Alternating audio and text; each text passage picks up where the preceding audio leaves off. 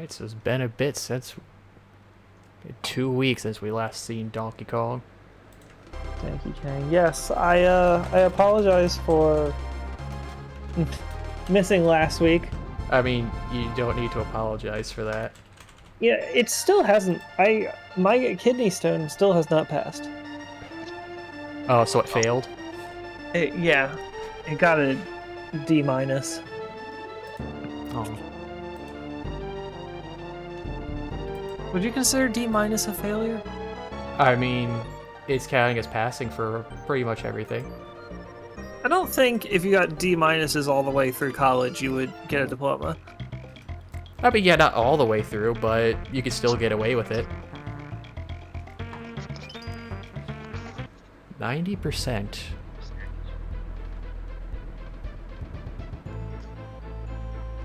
Alright. Oh, why does this one have Dixie? Alright, well anyways. So, the last time we did this, we beat the game. We beat the final boss, so now it's time to go through all the bonus levels and go through all that pain. Yeah. There actually isn't one in the first world. There isn't? No. Oh, so I just went here for no reason. Now you gotta get 2 coins and Boy. or you can just reset the game. True. How do I reset? How do I reset on this? Press. Oh, here we go. There you go. Hello? Oh, hello, Maui. Halo? It's me. I hope you didn't mind that I came in uninvited without warning. Oh, I don't mind at all. A little quiet, It's though. the Adele sequel. Wait, what? Hello, it's me. I hope you don't mind that I came in without warning. That's Adele? Well, the original song is, yes. Okay. I didn't mean that at all, wow. Alright. So, second stage. Try this again. Going for the bonuses. Wait, you still haven't finished this? No, like I said, last time we beat the final boss, so now it's just going through the bonus levels to get the coins and stuff in those. Gotta go for the true 100%. For the bonus levels. Yes. No, Team Girl Squad, it was not Adele. I never... Well, I heard her... Is she the one that had the song, like, Rolling in the Deep? That's her, right? Rolling the what? Rolling in the Deep. That's Adele, right? I don't know what you're referring to. I don't... I know the song, but I don't know if it's actually her or not. I don't know too many musics. It's the one... It's the Timber is the one... Oh, Hinkle, sorry. It's the one Yeah, that's rolling idiot. in the deep. Oh. That might be Adele. That has a similar voice. Sounds like her. Yeah, Maali has a perfect imitation. Did I? No, I'm sorry. Aww. Maybe if I sing the entire Am I the only song. one who can't hear Maali right now? He's a little quiet. Yes. Oh yeah, Maali is always very, very quiet. If you're on some device that's quiet, you can like go into Discord settings and turn up specific people. Yeah, please do that. I can't shout very loudly because there's people sleeping on the house, the entire family. Oh, wait, I could just turn my own computer up too, also. I have my volume very low for some reason. Yeah, please do that. There we go. I also noticed that when we were playing freaking Phoenix Wright, I went to watch the VOD when I did the voice for that character, that one-off character. Who did you do? I wanted to, it was like, a one-off tertiary character, didn't even get screen time. Just a guy that was there, I don't even remember. Oh, yeah. But I went to hear the voice to see how I did, and like I could barely even hear my voice. So sad. Yeah, the Phoenix Wrights, there's some audio issues on some of those. Trying to get things balanced out and stuff. I don't even think it was audio issues. It was more like, you know, this microphone that I have is really bad. It captures my voice really poorly. Maybe I should turn up its sensitivity. Yeah, try up its gain a little bit. Let me try that. Well, it catches like all of what you're saying, so I don't think it's a sensitivity issue. Yeah, It's just it would most likely be gain because I remember my old microphone, the Yeti Snowball or whatever it was called, was very quiet and did not have a gain meter on it. So in the early streams, my voice was very, very dull.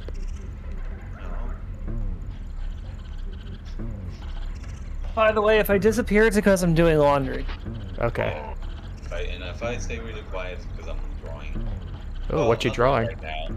I'm not drawing right now. I'm brushing my hair. Oh. You're drawing your hair? No, I'm brushing my hair. It's very important that I brush my hair when I wake up. You're painting your hair? I'm Hinkle, I'm brushing my hair, not painting. Yeah, he's making. With a paintbrush. Yeah, he's making his brush first. He woke up. Wait. Okay. Oh, that's kind of a cool concept though, like a cartoon character. Oh, Catherine, you got tired. Yeah. Haha. He's the village unicycle because nobody can figure out how to ride him. Nope. Okay. Man, I will say this though. One thing that really sucks about having long hair is that it heats up like a goddamn. My back super hot all the time. What are we doing? Oh, having a lot of hair? Yeah. I mean, I just throw my hair forward to avoid that. It's because it's already hot over here during the night. It's like 20 degrees Celsius at midnight. That's midnight. How much hair do both of you have? Mine reaches about my chest. Wow. Yeah, mine's like, I think midway the shoulder. You guys, well, especially Cat. Well, I mean, actually, Maali more than Kaz, but Maali just draws on stream, so it's not like there's much reason to have a face cam. Yeah. But you have to get a face cam for those luxurious manes. Nah. Hair looking kind of nice, so I'm feeling kind of cute. I might take up that offer, but God damn it. I don't have a cam. I have a camera. The only time I've considered ever doing any sort of webcam for a stream is if two ideas I've had. One was I had the idea for playing Kirby Tilt and Tumble, since I would have to put that in the Game Boy Advance player on the GameCube. I just thought it would be fun just to have the camera purely on the GameCube as I'm spinning it around trying to play the game. Because it's a motion control game for the Game Boy. So it would be very ridiculous to see that. Then it was ahead of the time. Yeah. Yeah, they also had a WarioWare Twisted. It was all like a gyroscopic controller for that game. Yeah, inside the cartridge. I always wanted to play a WarioWare game. All these years, I don't fully understand what those games are about. Is it like you make a mini game and then you play it? There's only one of them where you make. Yeah. I never played the custom minigame one, so I can't entirely explain to you how the hell that works. But no, 90% of them is just really silly, shitty. Imagine Mario Party, but only mini games and also very short. Yeah, that was the whole point, right? Like Wario was trying to make a bunch of games. Yeah. Yeah, he's like, oh, I'll just make 1 million tiny games and I'll make $1 million that way. Yeah. I mean, he's pretty smart. Sell them for full price. Make a very short game for $1 that you can play on a train or something. I mean, he was ahead of his time. That's just mobile games now. He really was. Wario. You can say anything you want about Wario, but he knows how to make money.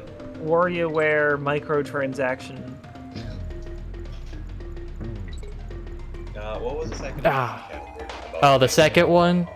I had... Save. Just if I ever wanted to do, like... Very behind. And that was the most hype and the most disappointment I've ever seen. The second idea would be just, like, any sort of small things. You know, just like... You know, like, I've built a few Gundam kits, so I feel like, oh, maybe that could be a fun thing to do on stream sometime. I can see that. Just like a chill stream, but again, all these would never be on my face. It would be on the thing I'm doing, so at most you would ever see his hands. Yeah, I can see that. I think the most I would reasonably be willing to do is like a VTuber stuff. Because that's pretty fun. You know, making your own avatar to play games with. You don't really have to show your face. If you're self-conscious about being ugly, which I am not. Wait. Very handsome, but it would be fun to have an avatar to play games as. In the chat, can people not hear Maali? What? Can you not hear me, teen girl? Oh, I forgot to actually bring up the Twitch chat. Whoops. Okay, maybe I have the game audio a little high. Because I turned it up after the bloodstained. Let me turn it back down. Okay, I'll move it from 7 to 9. Or -9. Maali, say something. Something? Okay, Teen Girl Squad, could you hear that? Also, hey, I'm sorry for the delay on greeting. Man, that game over skin on the screen is really scary. Poor monkeys getting beat up. Yeah, the fucking red filters, depressing as shit. I didn't even hear the music, but I bet it was also very depressing.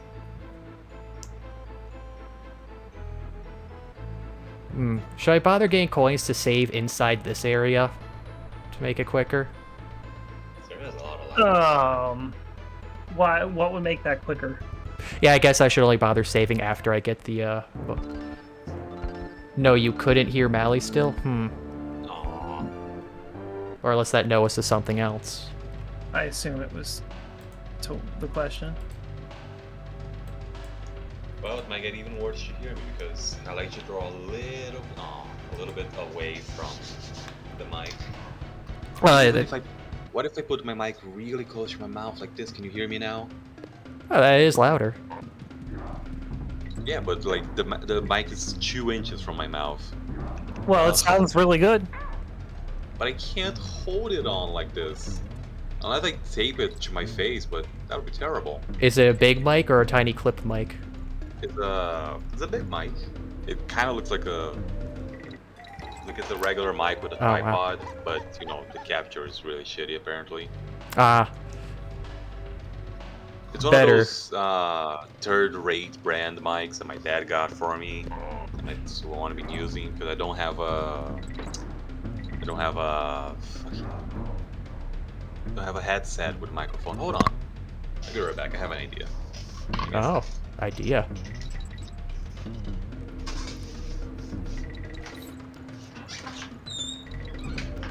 So far I have no idea where the DK coin or any of the bonuses are in this. I don't think there's a DK coin. Oh, that's good. Oh, no! Why? I'm pretty sure I remember where the bonus barrel is. I just can't remember how to get to it. I hate the spin. It just throws you off when you start hitting What's enemies. the name of the level? Jungle Jinx. Oh, I already have both. There's a very loud door.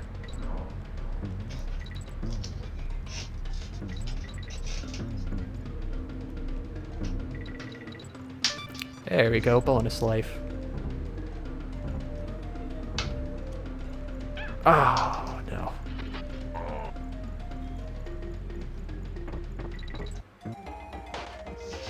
Okay, that time it ends short. I don't understand how this roll, when it hits enemies, it just completely changes how it functions. I don't get it.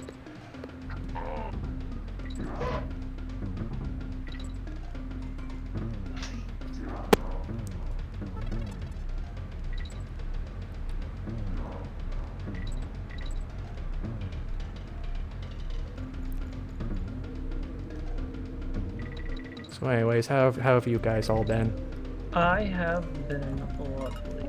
1 second. I'm going to go do laundry. Okay. Okay, let's see. There we go, okay. Have to pull back on the control stick very quick for that.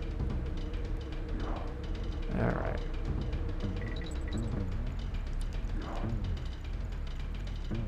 Can I get to this? I need to just keep going for that.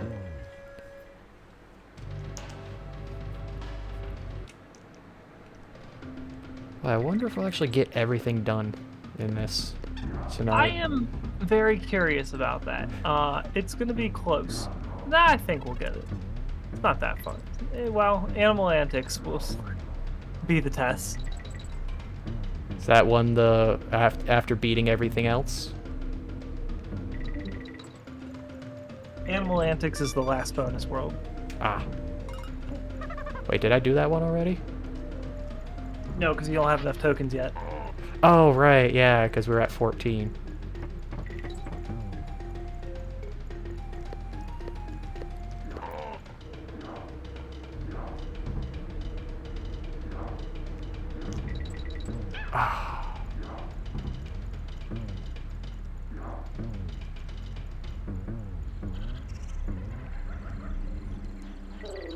Okay, at least we got the checkpoint with 1 life.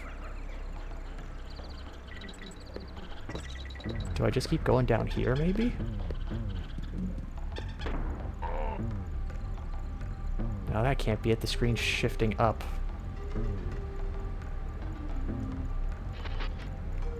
I always felt like at multiple points in this song, it was someone shouting Iago, like someone was really mad at Jafar's parrot. I mean, who wouldn't be mad? Well, actually, what did he ever screw up in that movie? No, no!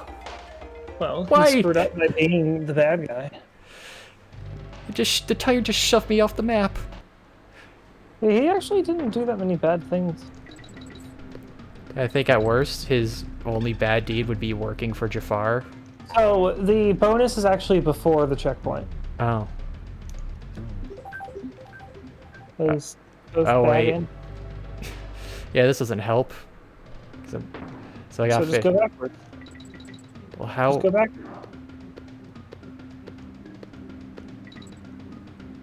Oh. Exactly. Well, that's sneaky. Alright, destroy them all.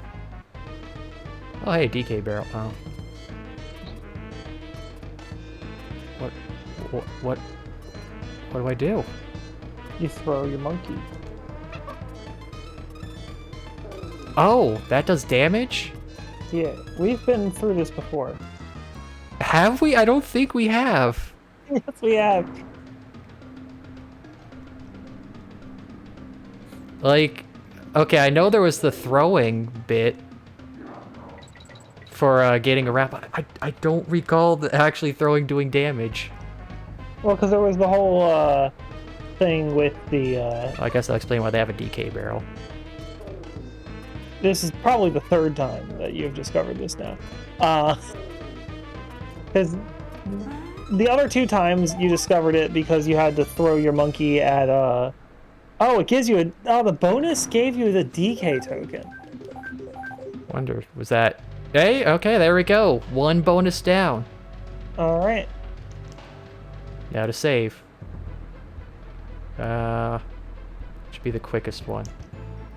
Let's just check this one out. There's something on top of the entrance. I don't remember if it's coins. It's a treasure chest. Like, jump... This is lives anyway. Oh, and there they go. Okay. I don't know why they just disappeared. Like, oh no, there it's back. But I can't reach it now. That was the most unfortunate series of events. Although you can just restart. I mean, getting more lives would also be good. Yes. Is Wait. there a DK barrel? There's a normal barrel. Yeah, I guess I'm wrong. Haha, Well- I could just do that. Oh, nice. Green life. K. That's me. Diddy. K for Diddy. Wait, how's K for Diddy? You're gonna die. No, I'm not. Oh, yeah, never mind. Yeah, how dare you doubt me. Oh, I have 5 coins. Okay. Alright, well, let's get the fuck out. Why are you playing the level? I want to see if I can get maybe 1 more coin so I can go to that, one Kong guy and get maybe some more lives. I feel like it's a waste of time since you'll get more lives out of just game over. True. Or you can just restart this level over and over again and just get the green balloon. Or I could just hold on to the coins.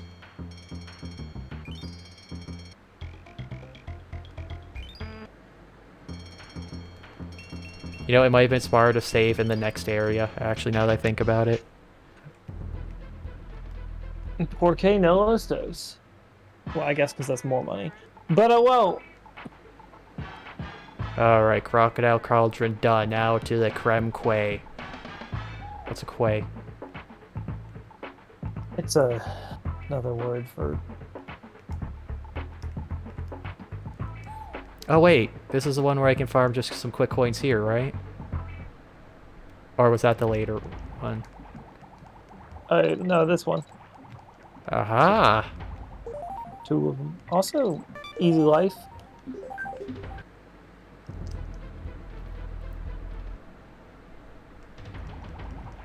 Let's grab 2 more.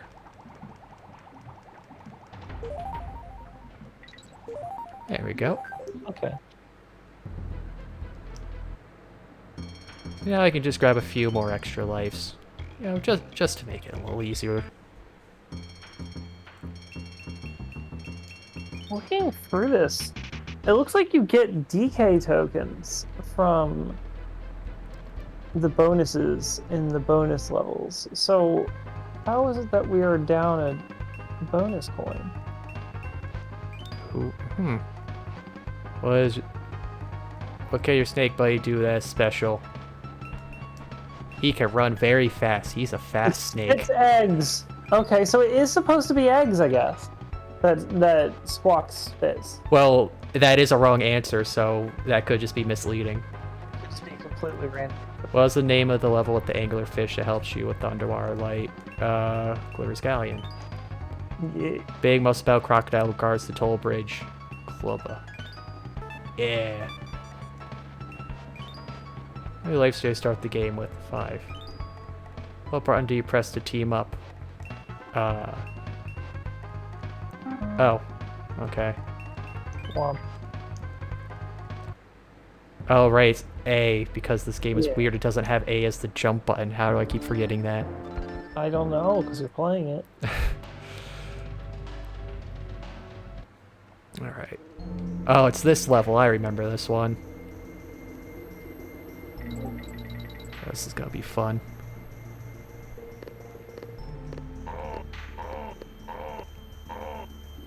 Alright, yeah, because I know where the bonus... Yeah, we know where the bonus is here.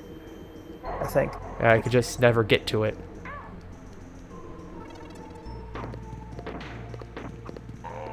Careful, these hitboxes are dumb. Taking you with me. Oh, never mind. Oh! Hey, well that's kind of Wow, cool. that did a lot. No, I'm not dealing with Right that. there. No.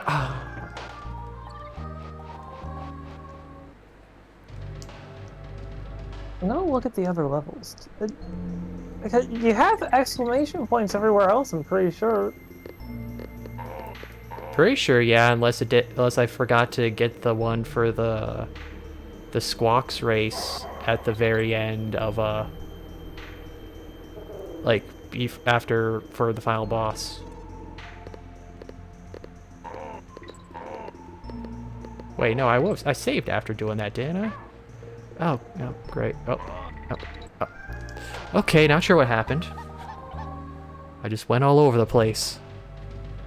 There's only the DK coin here.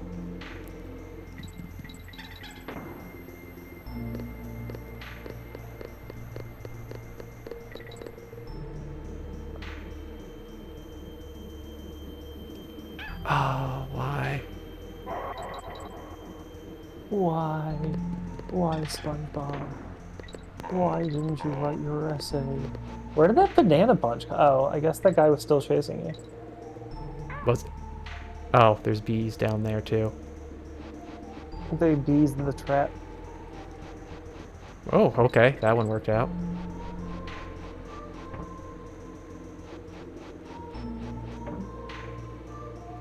Oh, Reaper, no, go away. But he was protecting something. Oh, do I need that? I don't remember. No, I think it's lower, right? You want to go left, I remember. Okay. Oh, another Reaper. No, How dare you? No, stop! I knew there was something to remember about left. I was very wrong about what. Yeah, thanks. Oh. I still think it's also left at some point, though.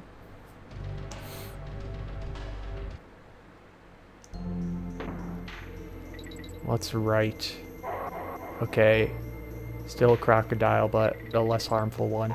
Oh, okay.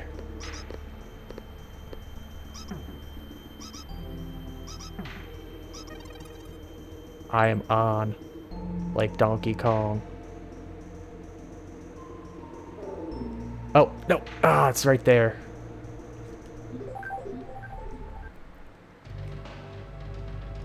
I remember now, I gotta go into that spot to get the cannonball. So this one can't be it, because...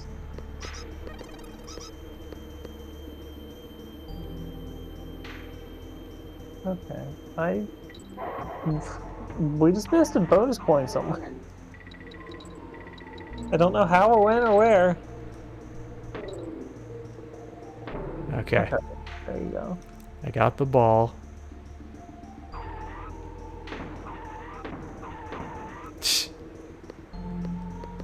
Wonder what happened to Maali. Oh, how did he hit me? The ball killed him. But he hit you first. Are you sure he was below me? Below me.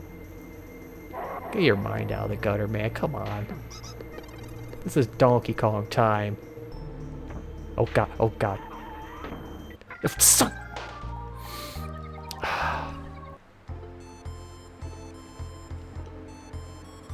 I remember really not liking this level. Yeah, I remember you not liking this level.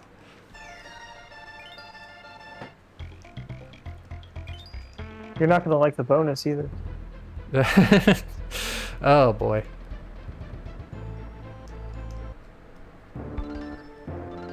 It's like the combination of ice and bouncy enemies that run at you is not a fun combo. Yeah. Well, this level is also very devious about making you go fast, but really punishing you for going fast. Because this motherfucker right here really so makes me wanna like go fast. every standard Sonic game then, or modern Sonic. Yeah. Oh, I thought I could you thread the really needle need to there. remember these are- You could have just kept Dixie floating down. True. That probably would have been the better option.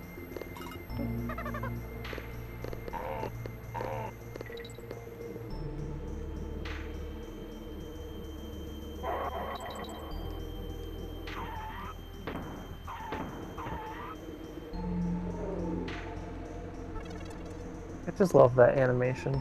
Which one? Just going straight through the red V. It's just like 50 hit markers. Yeah. Nice threading of needles. Ah.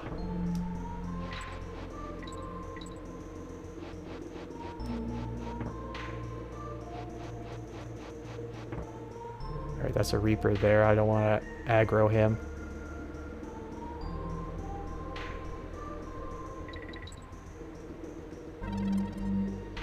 Okay. Check mark, checkpoint gained. No check mark to be gained. This isn't Twitter. I mean, you Oh, can get verified. Well, I guess you might be able to throw a monkey up there. I can just reset. It's quicker. Don't know. I mean, it's also easier.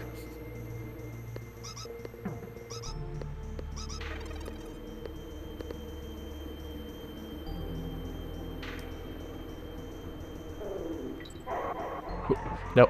No! Ah, stupid Kremlin. You really have difficulty with those guys. His wind-up speed throws me off.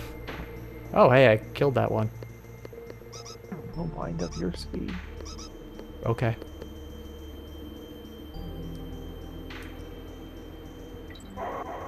There we are. Nice, double kill. Oh, oh. Oh, really? Okay. So cannonballs do not last off screen. What the Oh, is fuck? that what happened? Yeah, it fell and it didn't, even though I dropped right after it, just didn't stay. It fell through the ice. Yeah. Oh, okay, he's gone. He said, fuck this shit, I'm out.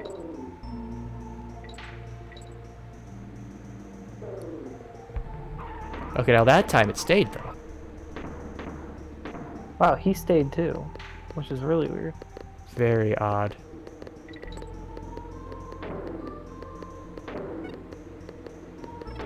Hey, I got extra life. Congrats, Brett. Find the token. Find the NFT. Yeah, like I said, you're gonna hate this. Yeah, this would be better with Dixie. Now you got to get another cannonball. Oops. Have fun. I'll try. I'll try my best. Love it when Rare just decides they want to make the player suffer. Just decides they hate the player.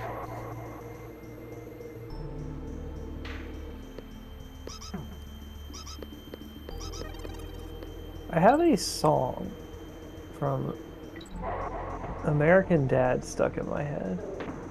What song? Did you ever see the episode where I can't remember why Jeff goes to Roger's home planet?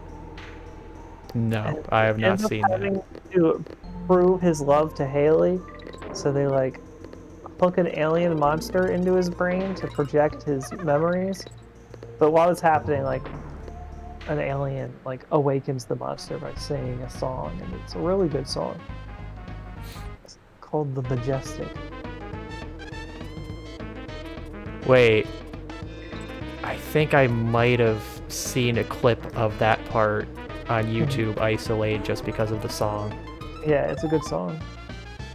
Okay, that was much easier with Dixie. Yeah. Alright, get the fuck out of here. Oh, that was all? Guys, Yeah. these are like pain to get to, but then it's just like, oh, that was easy. It's like pulling a tooth. All of them are just DK tokens. Before we go to the next level, Yeah. look around the overworld and well, actually, you're probably gonna want 4 tokens total. Or no, you might have already paid for this funky. Can you hear me now? Yes. Yeah. Did something happen? Yes, I went to get my little brother's mic headset. He's a real gamer, and he has a much better headset than I do. He's a So gamer. I went to borrow it. Can you guys hear me better now? Yeah. I can hear you pretty well. What's your brother's gamer score? How much of an epic gamer is he? He plays Fortnite, and Lego Star Wars, and Minecraft. Okay, the Lego Star Wars is a pretty You high. need a mic. Oh, for Fortnite.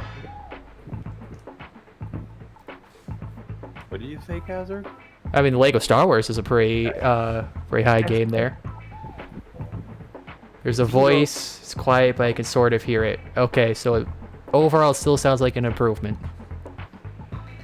All right, so we got the exclamation point and the DK token there. So There, that's the and entire world. there, No, I guess. Exclamation point. and there, Exclamation point. and there, and there. exclamation So it's point. just the flying croc.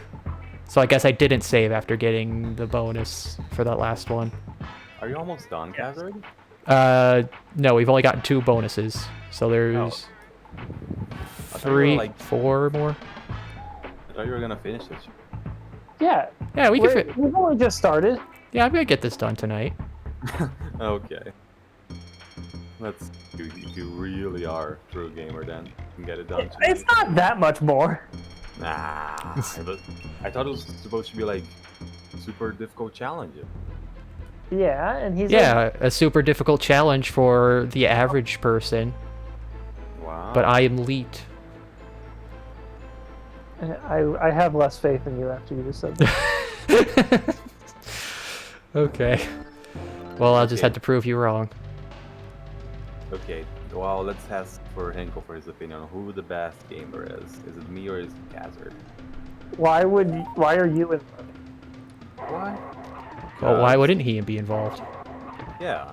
I don't know. It's just. Don't you think I'm a better gamer than Kazard is? Oh, by the way, this barrel. I'm just gonna tell.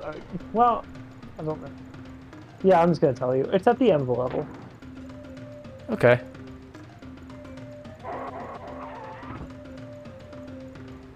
Okay, that's just a normal barrel. Get the coins. Oh. Oh. Alright, this is this level with all the specified Yeah. cannons. Hey! You can't double tap me. No. Oh my god, I made that. Wow. How did I make that?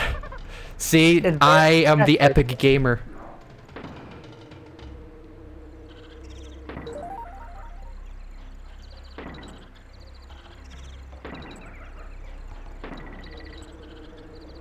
Ah. Okay. Idiot. Oh. I do one. What? No, I'm due one screw up. Oh.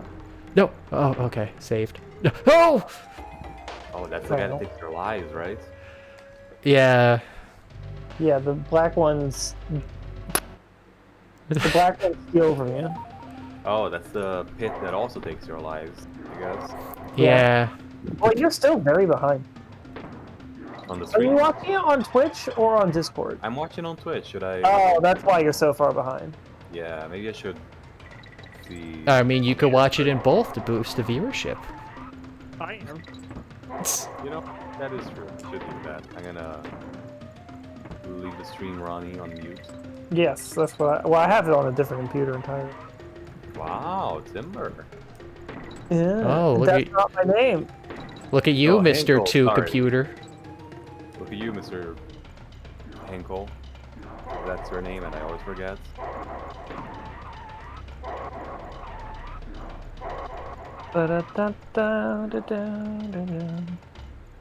He's gonna come back. I just know it. No! No! He Ah, bumped me because it's a Diddy barrel it doesn't catch. Dude, I knew you would have Oh, trouble with this okay. level because you've had trouble with these barrel guys the entire time. that was pretty sad. Just jump on their heads, bruh. Or I could throw themselves at each other. It is fun and ironic. Okay, now that I got a mic set up and I can sit comfortably, mostly, I think I can start drawing a little bit now. And to answer your question from earlier, Kazar, that I didn't answer, I'm gonna draw on the holy class stuff. Oh, Oh, nice. fun. Oh, nice. I sniped that guy. Also, Timber, I made a mistake. God damn it. I made a mistake. My hair goes past my chest because it's curly, but I had to straighten it up for a treatment that I had to do. That's way longer than I thought it would be. A treatment. Yeah, we covered this. He's making his own brushes for art. I don't make my own brushes. I just. You should. Potentially misinterpreting the conversation. Oh, I should. Oh, no! Oh no! The life! He stole a life, but fine, whatever. I just like screaming every time dramatic things. Oh god, he's coming back. I'm Diddy. Okay. I'm blue. Dabu dee dabu die. Yep. Okay. Oh, you're Dixie now.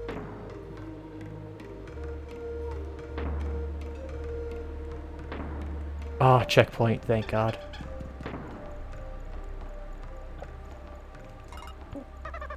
Alright. How much farther does this... Oh, okay. Oh, Oh my god! Oh, The no! hitboxes! The hitboxes! No! Oh. I love how, like, from how far off screen they just pop in. But I don't like them.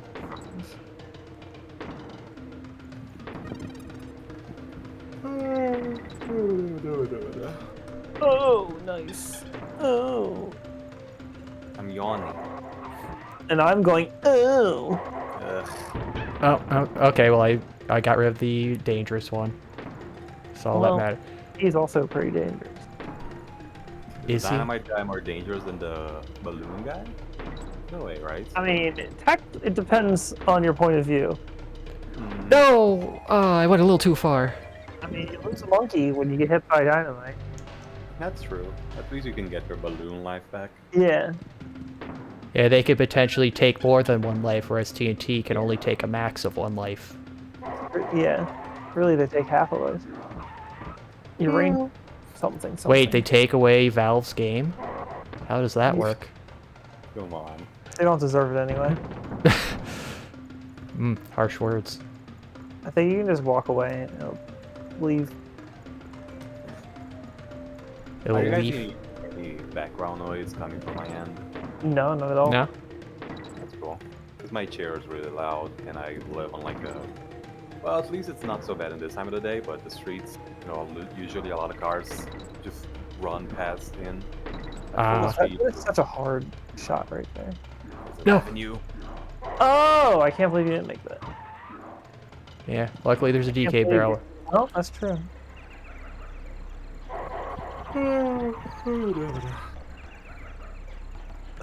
Nice.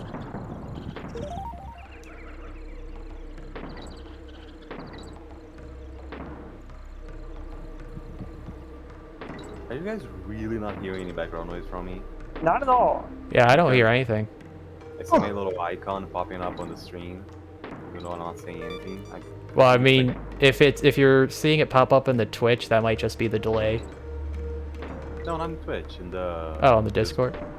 Yeah, No. it does that for me sometimes too, where it like the green pops up as if something is happening. Yeah, that is such a hard shot. I hate that. You got this is really tight weaving there. If you have two monkeys, you can honestly probably just use the invincibility frames of losing one of them to just run to the end of that whole area. Starting at that point. Oh god. Well, that was... Get him out of here. No. How did he bounce off me and then explode the second I hit? guess he wasn't primed.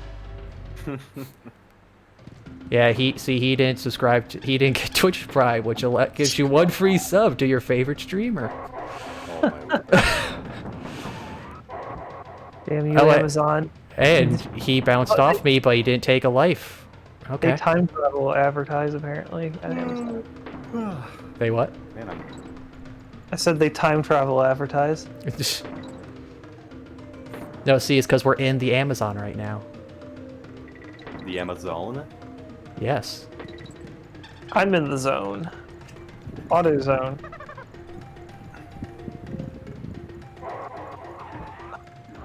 Hitting the zone.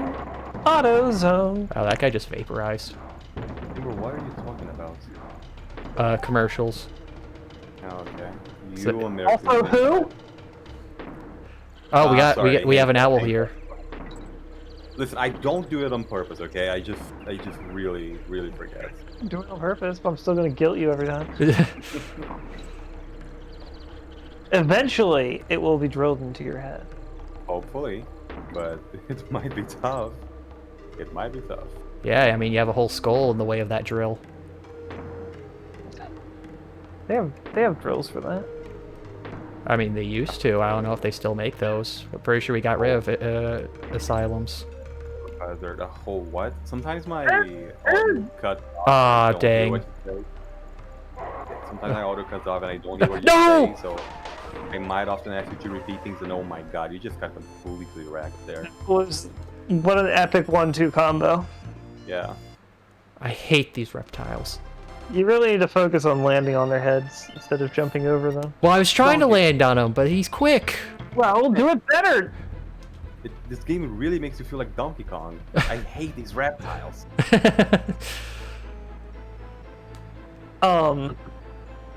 What were you talking about? I don't know. Something. You know, I actually don't remember either. It was something about ads, and then... Oh yeah, Hinkle was singing about AutoZone and how much he loves them. No, it was something after that. it was about how, well, I mentioned that sometimes my audio cuts off, so I might ask you to repeat yourselves every so often. Yeah, and that's when I forgot what I wanted to say. Hmm. You not only cut off his audio, you cut off his thoughts. He did. Maybe I could just try to see if I can get these letters. Get an extra life, why not? Boba Fett. What about Star Wars? No, it's Boba Fett. Yeah, and then Boba Fett would be his kid.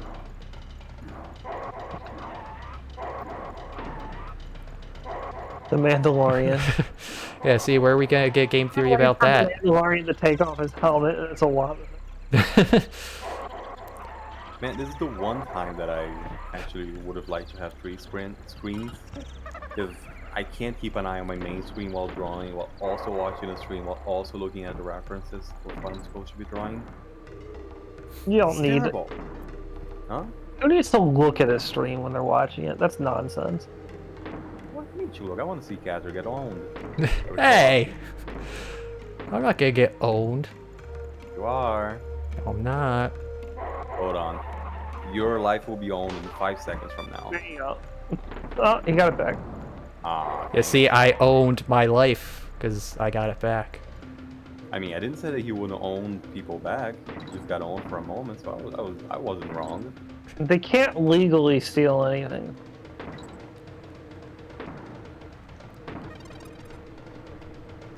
Oh, whoop. Okay, that was the wrong choice to make there. But I get my monkey back. Racist. How? I don't know. You get your monkey back. Man, I'm sorry I'm yawning so much. You should be. I hope it's not bothering anyone. It's I'm okay. bothered. I don't get that contagious yawn thing. Maybe someone will. For the chat, though, I don't know how they feel about it. But who cares? Nice. G.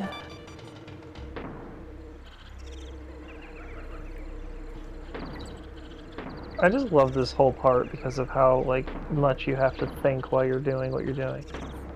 The quickness of it is so great. It is well crafted. I will give them that.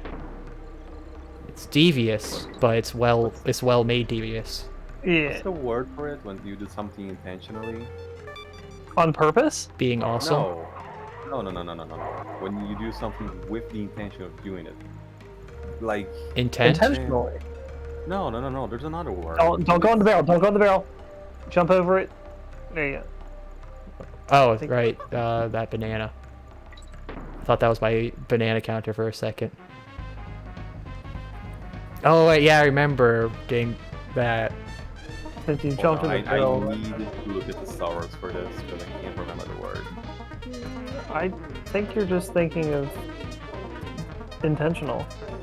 No. Yo, guys. Okay, yeah, that's all cool and all, but I just one tried that whole level there. I mean, do you mean the bonus or? Well, this whole thing, I just went through one flawless try after that last Did game you? over. Yeah. That is pretty impressive. See, I told you I'm epic. It's like the opposite of instinctual, I guess. Maybe, well... The God. opposite of instinctual. Planned? No, well... On purpose? I think it's... Hold on, the stars that should help me. It's like when you choose to take an action, right, and you commit to it to the end. You can't just... Committed? Yeah, committed. Yeah. You said it even. Wait, Doubling I said down? it? Oh. I think 93. commitment is the word, or the word. Okay. Now I don't remember what I was using it for. Shit. He had commitment. No, it's not commitment. It's not the commitment. It's another word. It's engaging, I guess, is the word, right? Yeah, that could fit. Yeah, that's another one. I think this is And- another one where the bonus is at the very end of the level. Let me double check. I'm just basing it on my memory. My memories. Anyways, yeah, that part of the level is cool because it's very engaging. You completely focus on what you're supposed to be doing, etc., etc. Yeah. I'm sorry, I went on such a big Is tangent. this the one I think it is? It is. Oh no. What, Chasm Fruit? I don't. Oh. Oh. Okay. This bonus is the Oh. biggest asshole. All right, so it's Bigger than even your mom's? Oh. Oh. Okay. I'm not gonna help you now. Wait, I but didn't say it.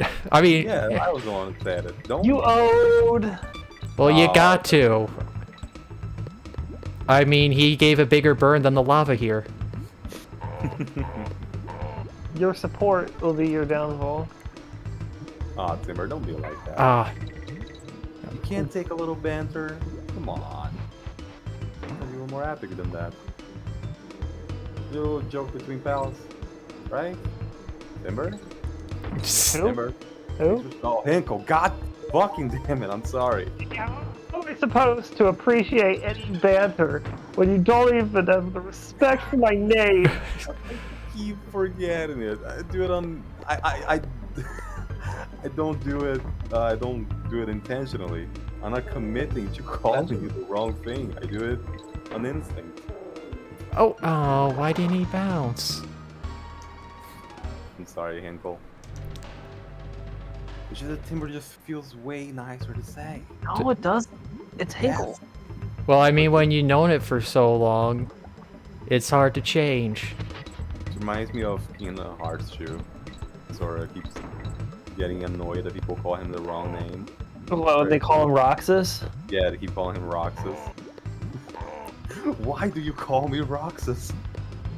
I mean, to be fair, it's even weirder because they know his name, but then like they just call him a different person entirely. Yeah, they are actually doing it to annoy him. Well, also because Oh. there's that whole thing about how I see you, how you see me, and you see me how I remember you. Who says that? Figbar? That I am horrifically misquoting the whole bit between Roxas and Namine. Oh, okay. Oh. What is he calling you, Hinkle? Oh, we're calling him by his old name. His Yeah. true name. See, that's why he hates it. It's his true name, which gives us power over him. No, lower! I'm getting so annoyed! I keep thinking the lava is higher than it is, even though it's definitely not that high. Okay, I don't know why that one didn't work.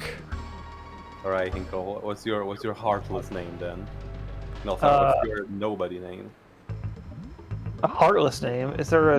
No, it's nobody okay. name. Heartless don't get special names. But what about They don't Ansem? even get names. Well, I guess that would just be him stealing a name. No, but like your nobody name is your name, but you with an anagram and an X on it, right? I mean, the best one I can think of is like Hicksnell. Ixnell? Hicksnell. That doesn't sound so cool. Hold on. Yeah. That what sounds like... There's like a mix between like a French name and then like some like country bumpkin name. I mean, I don't know what that has to do with Hinkle. Lexney. How about Hexlink? Hexlink is really good. Yeah, see, that's a pretty good one. Hexlink's like a actual word. Yeah, that's really good. Yeah, see?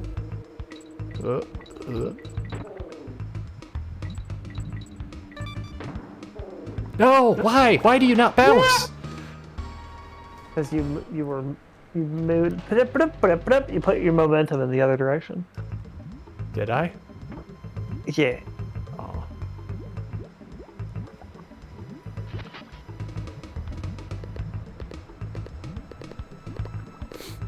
What would my nobody name be? What could you get with Khazard and an X?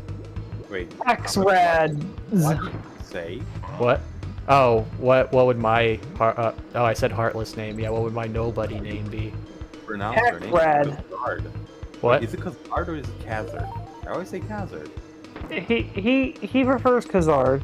He's wrong, but No, it's Zard, it sounds cool. I always thought Kazar sound cooler. Kazar sounds cool and also fits better with the English language, but whatever. It's freaking Hazard. Zard is cool too. It is, but it's not as cool. I don't know if I agree with that. Well, Okay, checkpoint, good. I'm gonna give you a degree. Listen, I hope Kazar doesn't mind if I refer to him as Kazar. Yeah, either or of those two is fine, just as long as you don't say K Hazard, like almost every other person says. There's no space in the name, there's no hyphen, why are you separating the word? It's not hard. Oh, there's Dark in Kazard. That's a good start for a nobody name. Dark Cact. Dark- Cat. Dark hacks. No, it's actually it would be a No! Dark Cact. It Why sounded like you sounded like you say Dark Cax. Like Lex Luthor 40. Dark Hacks, yeah, Dark Hacks. Oh, nice. I just don't know where to put the H and the Z. No. Dark The Hacks. Dark I- Hacks. I'm just some like edgy hacker kid on 4chan with that name though. Yeah, it would be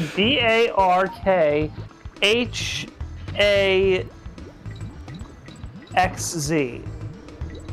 The Dark yeah. Hacks. I guess it can work. I thought it was going like X Dark, but I don't know where to put the H and the Z. Dark Hacks. No! Why'd I pull back? I didn't need that end. I didn't get. There was never a reason for me going I didn't left need to there. get the N. I didn't get the K or the O. Even then, left wouldn't have been the thing to do. Then why get him? Oh, jeez. Hazard. Oh my God! What are you doing? I don't know. We start talking Kingdom Hearts and my brain is already getting fried. You're letting the darkness consume you. Malix. No, it would be Malax. No, it would be Shalima. Yeah. Wait, it'd be what? Shalima. Yeah, you thought I already didn't have my nobody name memorized? Like, Oh, right, the X can. Okay. Yeah, it makes Yeah. a shit sound. In a lot of languages. Yeah, that's where I was Wait. getting thrown off. It's just English. It's just an amalgamation of languages, also English. Which one do you think sounds better, Shalima or Shalima? Which is the best pronunciation? Shalima. Okay, hold on. This is the guy. Something he throws you somewhere. Don't kill him. Okay. I think it's this guy. Unless there's another cat or nine tails. I'm pretty. That's not good. It might be another cat or nine tails. So you can just move these barrels around freely. Oh my lord! I'm just gonna quit out because I know that wasn't gonna go well because I already wasted a bunch of Oh, time. okay. No! How did that even happen? That jump works like 50% of the time. Sometimes I make it, sometimes I just. you keep doing the somersault. All right, if you are already holding the Y button before you start the level, before you land, you will already be in running, which means you won't do a somersault before you start running. No, see, I somersaulted there and I was holding Y before starting the level. Yeah, that looked really weird. It looked like Heather straight clipped through the ground. Either way, so like, when I somersault, I'm not, like, it's more like I'm just briefly letting go of Y rather than pressing Y. I just spend my life in a constant state of the Y button. This is starting to sound like some sort of intro to like trying to beat Donkey Kong without pressing the Y button, like Mario 64 without pressing A.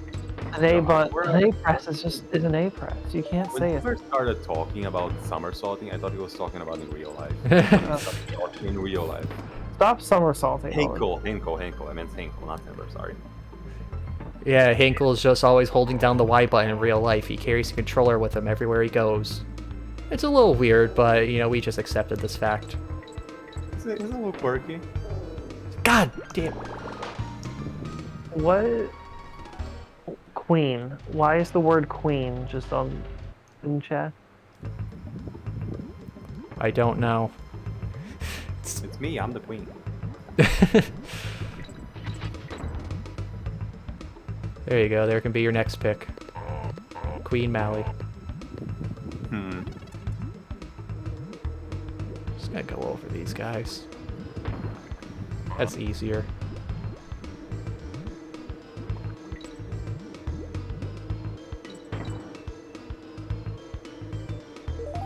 Ooh, there we go. Weave.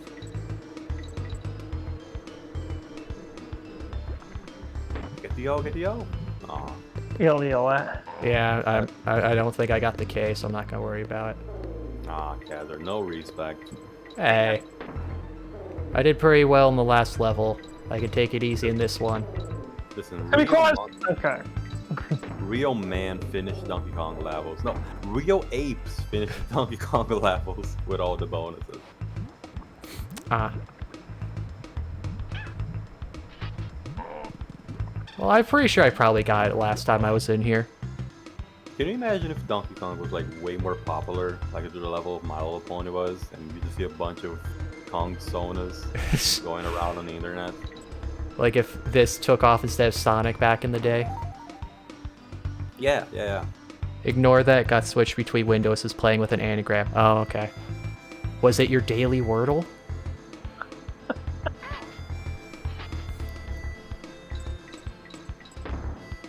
Oh, team was figuring out their Oh! his, just figuring out her nobody name. Yeah. Yeah, nobody named. So I don't think she's played Kingdom Hearts. In Kingdom Hearts, people get turned into nobodies, where their names get redone. With their they lose their name, and then their new name is Wait, like. hold on. Just one quick question. Isn't that just Xemnas doing it because he's just like, whatever, I'm gonna kind of take over their lives? That's an interesting question. Where do the names come from? Because I'm pretty sure okay, it's been a while since I played Kingdom Hearts 2, and I haven't played, 3 or anything, so I don't know if that revealed anything, but I do get the impression that Xemnas kind of just walked around and just kind of like, whenever a new actual, like, nobody showed up that took a human form, he's just like, hey, you're part of this now, here's your new name. So Yeah, all the nobodies that took human forms were previous research assistants of Ansem. No, they So weren't. they were all research assistants. okay. They weren't all research assistants, but they were all In Hollow Bastion, at the very least. related to that whole situation. Yeah, I think they were at least on the Hollow Bastion, but like only a couple of them were research assistants. Yeah, that's what I meant. Exo and The point being is they were all involved in that whole nonsense. Yeah. So it's not like he found random people. Which I say because Yeah, but to them, it would be random because they didn't have any of their memories, though, when they became a nope. well, Okay. which is a whole other question. How did Xemnas know what was going on? Because He was the one doing the experiments. He probably had left notes or No, something. Xehanort was doing the experiments until he nobody-fied himself. Well, that's what I'm saying. The original source was doing the experiment, so he probably had better knowledge on what would happen, so he could prepare for it. He would have accounted for it. But anyway, point being that they get names by some method that are anagrams of their old names with an X also somewhere in there. yeah, the X for some reason, and I don't even remember why, it's important. I mean, they just put an X. I mean, my just first impression would be some sort of relation to the, like in Birth by Sleep, they reveal the Keyblade, which is, the fancy X, but it's pronounced key. So maybe there's some relation to that because he's like, oh, I want to, like, reunify or something. I don't remember what his end goal was. I always imagined it was like for putting a magic rune in your name somewhere, so your name has some different kind of power. I don't know. Which game was this? It's cool, all right. It's fun. Yeah, there we go. It's cool. Do it for the lols. Yeah, He just did it for the lols. See, there we go. After spending his whole life as a scientist, he's like, cool, I got a second lease at life. I'm gonna be like those cool anime guys in the lunchroom. They look like they had everything going on pretty well. Is this Kingdom Hearts 3? Oh, I have not What? played Kingdom Hearts 3, so none of my knowledge is going on I did- anything in there. Yeah, okay, well when was Union Cross? That's a. Isn't that prequel? You know, I don't know. I'm pretty Timber, sure that was a prequel leading up to like the Keyblade Wars, because it was like a gotcha game. Oh, sorry, Timber. Hinkle, sorry, Hinkle. I am a huge fan of Kingdom Hearts. Played a lot of games, but I am not a lore whiz. Like, I really don't know a lot of things. I mean, it's a whole lot of nonsense. Everyone is Xehanort. I just like playing the games. Everyone is Xehanort. I mean, that's not even literally the audience is now Norded. Got Norded. Reminds me of that video with the Asian guy. What got Norded? Yeah. The Asian guy. His What are you name talking about? is Sung Hwan. Oh, the Monkey King. No. Also, I feel like we like tried to explain something to Queen, and we just made it even more confusing. Such is the Kingdom Hearts nature. Yeah, that is Kingdom Hearts in a nutshell. No, that's a different YouTube channel. Anyways, doesn't matter. Post your nobody sonas and their weapons and elements. That's cool as well, right? Aha! I made it. Oh, you Nice. made it. Good job. Alright. What You would see be another your Cat or Ninetales? That's definitely okay. Here we go. Oh, okay. You're gonna maybe it's not here either. Oh, ooh, oh. Okay, so it wasn't up. Maybe it's not here either. Okay. They just go into the lava. That's where they belong. So the dickhead thing about this bonus, by the way, is that you have one chance at it. When you exit it, Oh. regardless. Okay, actually, I think that's what you need to do. Oh man. I think you need to get in that barrel. But when you exit the bonus, it shoots you onto the exit pad. So Oh. you'll have to beat the entire level again if you fail. Or I could quit out before that. Maybe. No. Yes, there is no maybe. All right, Hinkle.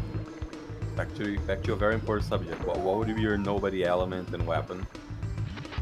I mean, are we allowing elements that already exist Sure. among them? Because I mean, there's not much left to do unless you start playing. Did they really actually creative. have unique elements, all of them? Oh, Yeah, what, Kazar? Did they actually have unique elements among all of them?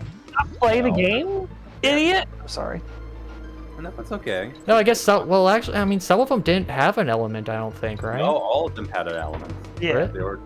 There were 13 of them, and all of them had an like element. Okay, who- You know, who's the guy with the hammers?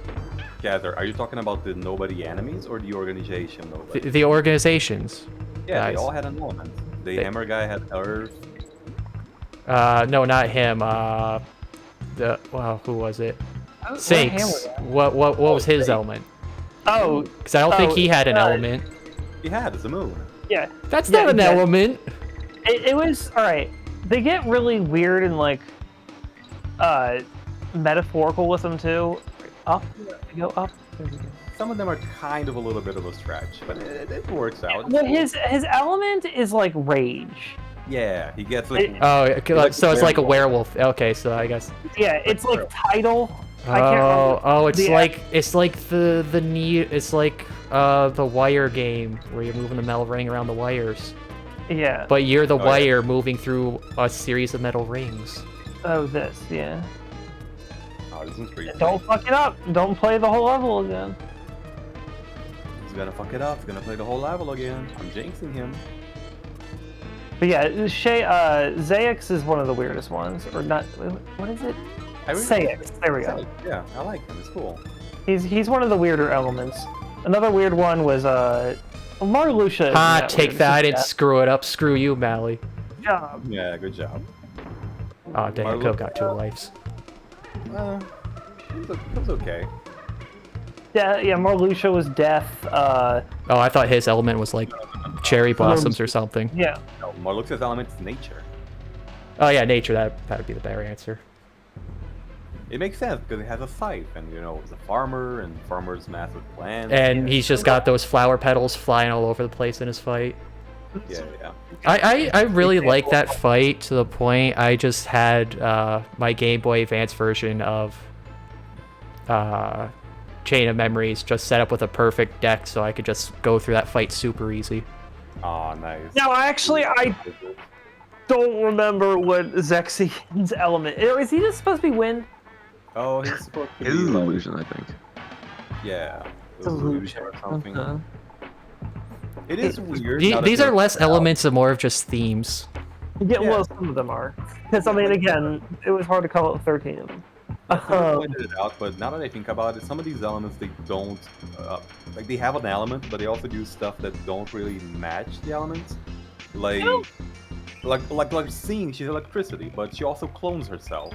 And Yeah, because she's just moving so fast that she's in 2 places at once, or like 6 guess. places at once. Yeah. But it doesn't feel like that. It feels like she That just that definitely does herself. feel like like I could see Japan doing that, because that's kind of, I mean, I'm just thinking Naruto, like that's kind of like what Naruto's dad seems to Yeah, have she- going on. He just moves super feels fast like- that he's like, oh, he's in 2 places. Yeah, she is like a ninja too. She uses kunais and stuff. Yeah, she's fucking awesome. Oh, they're kunai. I thought they were just like needles. Yeah, like, what's his name? Ice Shield Oh, guy. okay, I didn't pay this one yet. Zexion? No, Zexian's the book guy. Who is the gambler guy? Vexen. Vexen, yeah. Vexen. Shield. Like, his whole thing is, it's an ice shield, but it's like got reflection to it, so that's how they justify his, like, cloning that he does. Oh, sure. Uh, Let's see another one. the flying cock. Oh yeah, Luxor. Luxor is also kind of weird. His is supposed to be time, but he also has powers over like gambling games. Yeah, I thought it was just luck. Yeah, no, his power is time. Really? Yeah, his element is time. It's not luck. Which luck would make more sense, I guess. Yeah. Wait, really? How does time fit in with this thing? I'm not sure. Like the only thing that Like, Actually, no. it- Yeah, it- when you're fighting him, he has like the whole time bar health, like secondary health time bar system. yeah, I never understood what was the reasoning for that. Maybe it makes more sense in Japanese. Yeah, probably. They probably do have some interesting, different aspects at reading some of these to them. If I had to explain it, it would be something like, I don't know, he's wasting your time with card games. I'm not sure. It's weird, it's weird. It could be one of those things where like the word time has several different meanings. Oh, Like, yeah, literally 'cause there's Japan- several different words for time, and one of them. Because also- Japan does really love their wordplay too on those sorts of Yeah. things. Like I remember the one. Oh, okay. Like when with Assassination Classroom on Toonami, what they had one episode where when they're visualizing them doing the midterms, it's like they're in a gladiator arena fighting monsters. And What? the joke only works if you're, watching in Japanese, because the character for question and monster share the same first symbol. Oh. So Yeah, it's yeah. like, it's like the quest is a monster, because it's got monster legit in the word. Yeah, I love this kind of stuff. When you have like language jokes, little tidbits. It's really fun. Yeah. There's One of my with- favorite- Oh, sorry. One of go my on. favorite puns ever was in One Piece. It's Go a on. bilingual pun. So, one of the people in the Wait, I threw the chest and I go up in the air?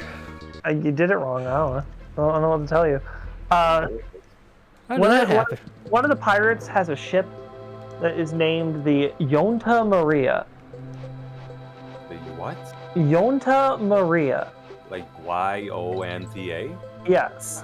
So, the pun is so fucking stupid. Weird. For one of I think it's one of Christopher Columbus's ships, wasn't it? The Santa Maria. Yeah, the Nina, the Pinta, and the Santa Maria. Yeah, the Yeah, the guy who discovered Brazil. In Japanese, san S-A-N is 3, Sure. and yon is 4. So it's literally it's just one better than the sun. Wait, hold on. Explain it again. Your audio cut off for me. In Japanese, san is 3, S-A-N, Santa Maria, and then yon 4, So it's literally just one better than the Santa Maria. It's the Yonta Oh. Maria. Oh. Oh. Yeah, that's pretty cool. That is also pretty clever. Pretty nicely done. Ridiculousness of that pun. It's just like, and actually on the sale, like that I don't even know if they say the name. Actually, now that I think about it, they probably do somewhere. But like on the sale of the ship, it's just written as the number 4 and then Ta Maria. No. Pretty nice. Pretty nice. Speaking of One Piece, I'm starting to get a lot of One Piece theory videos in my recommendeds now, probably because of you. No. I stopped watching One Piece for now. I'm gonna give it a little break. By you, I mean Hinkle, because of all your One Piece talk. Oh, okay. Yeah, me and Hinkle have been talking about One Piece a little bit. By the way, Hinkle, I'm gonna take a break from it. I'm gonna try to watch other animes. You're a fool. I'm cool? You're a fool. Why? Okay, alright. To be fair, you are about to enter... No, actually, you're a fool, because if you stop now, you're never going to start again, because you're about to enter the worst part of the show. Really? Yeah, it's very hard to build your motivation to watch Thriller Bark. Is it important to watch? What are you talking about? I enjoyed Thriller Bark. God. Alright, so And the I thing watched is, it one episode a week with Toonami. Like, I probably watched it in the worst format. The God, thing imagine is... one episode a week of One Piece. That's terrible. Yeah, and no, that's why I haven't watched it in months. I let it build up. That's probably why Toonami is doing it 2 episodes a week. Okay, that's a little Almost better, but not really. Well, and it's only with the reboot, with it coming back recently, too. Yeah, and they skipped the entire best part of the show. Yeah. Anyway, 90% of Thriller Bark is fucking terrible. It's a spooky place, and a lot of the beginning of it is Chopper, Nami running around. Chopper, Nami, and Usopp running around screaming because everything's too spooky for them. Wait, but isn't that just all of One Piece in general? The characters screaming? Yeah, so it's even more of it, and it's fucking terrible. And Is that like a canon, or is it like filler? it's canon. Is it important to watch? So that's the thing, is that most of it isn't. But you miss out, much like most of One Piece, you miss out on the emotional impact of it. You don't want You miss out on the what? the like emotional impact of it Sure.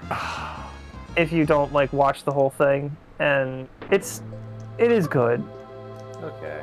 The end of it, Great, I guess. the end of it has one of the most popular moments in the entire show. One of the most what? Popular. moments.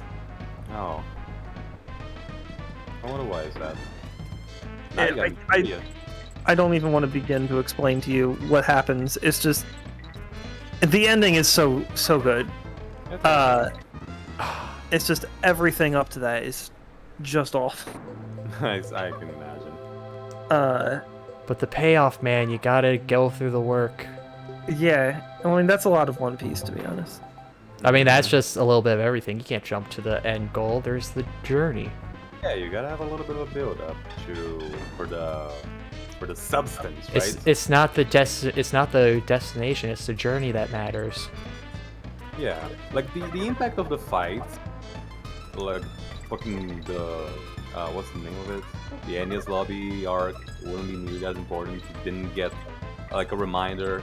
Which it's a little bit annoying. You get a little bit annoying that every fight you get a reminder of why they're here. They're fighting for Robin, but it just reinforces. Yeah. Well, speaking of non-canon stuff that you can easily skip, I don't know why after the first one of those you didn't just like look at the episode list and be like, all right, I'm skipping to this one.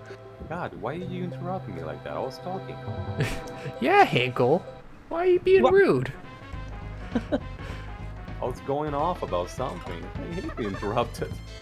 It's Well, fine. I was going off on what you were going off about. But you didn't let me finish. Okay. Yeah, you don't interrupt a bro going off, bro. Yeah. Now I lost my train of thought. I don't remember what I was going on about. You were just talking about how like they had the moment where like they just stopped to have a bunch of episodes reminding you of the series. They're there to save Robin and all Oh, that. I skipped those, by the way. I completely skipped those. Oh, okay. Wow, skipping episodes. I didn't realize I'm in a room with plebs. Dude, it was just fucking them recalling a lot of their backstories up to the point why they were there, etc. I was, by the way, Hinkle, I was more talking about when they're actually fighting. You know, in their fights, they were being reminded, "Oh, I'm here to save Robin. I gotta fight for her," etc., etc. It was nice. I don't remember. Oh, actually, yes, I do. It comes up in some points, like Chopper. You know, he's like, "Fuck it, I'm already gonna die. I'm just gonna kill myself if it means that I can beat this guy and help save Robin." Wow, and Chopper when seems to get Nami- pretty hardcore at times. When Nami reminds Sanji why they're here, and those stuff Oh, with it's it. because Sanji was being a fucking jackass. God, I hate him. Come on, don't be like that. Dude, fuck Sanji. Okay, fine. I mean, he's like, in the name of women, I can't hurt a woman. Meanwhile, well, if I don't hurt this woman, another woman's about to get fucking executed. God damn it. Oh yeah, speaking of that, a fun fact I saw since Tsunami's been playing One Piece. They got like a Sanji statue somewhere in Japan, I guess for a restaurant or something, and they have to host it down like every day just because women just get way too, you know, emotional on it. Okay. That, serious? Yeah, like they find just it covered in underwear, so they have to make a lost and found for it because people just cannot keep their hands off it.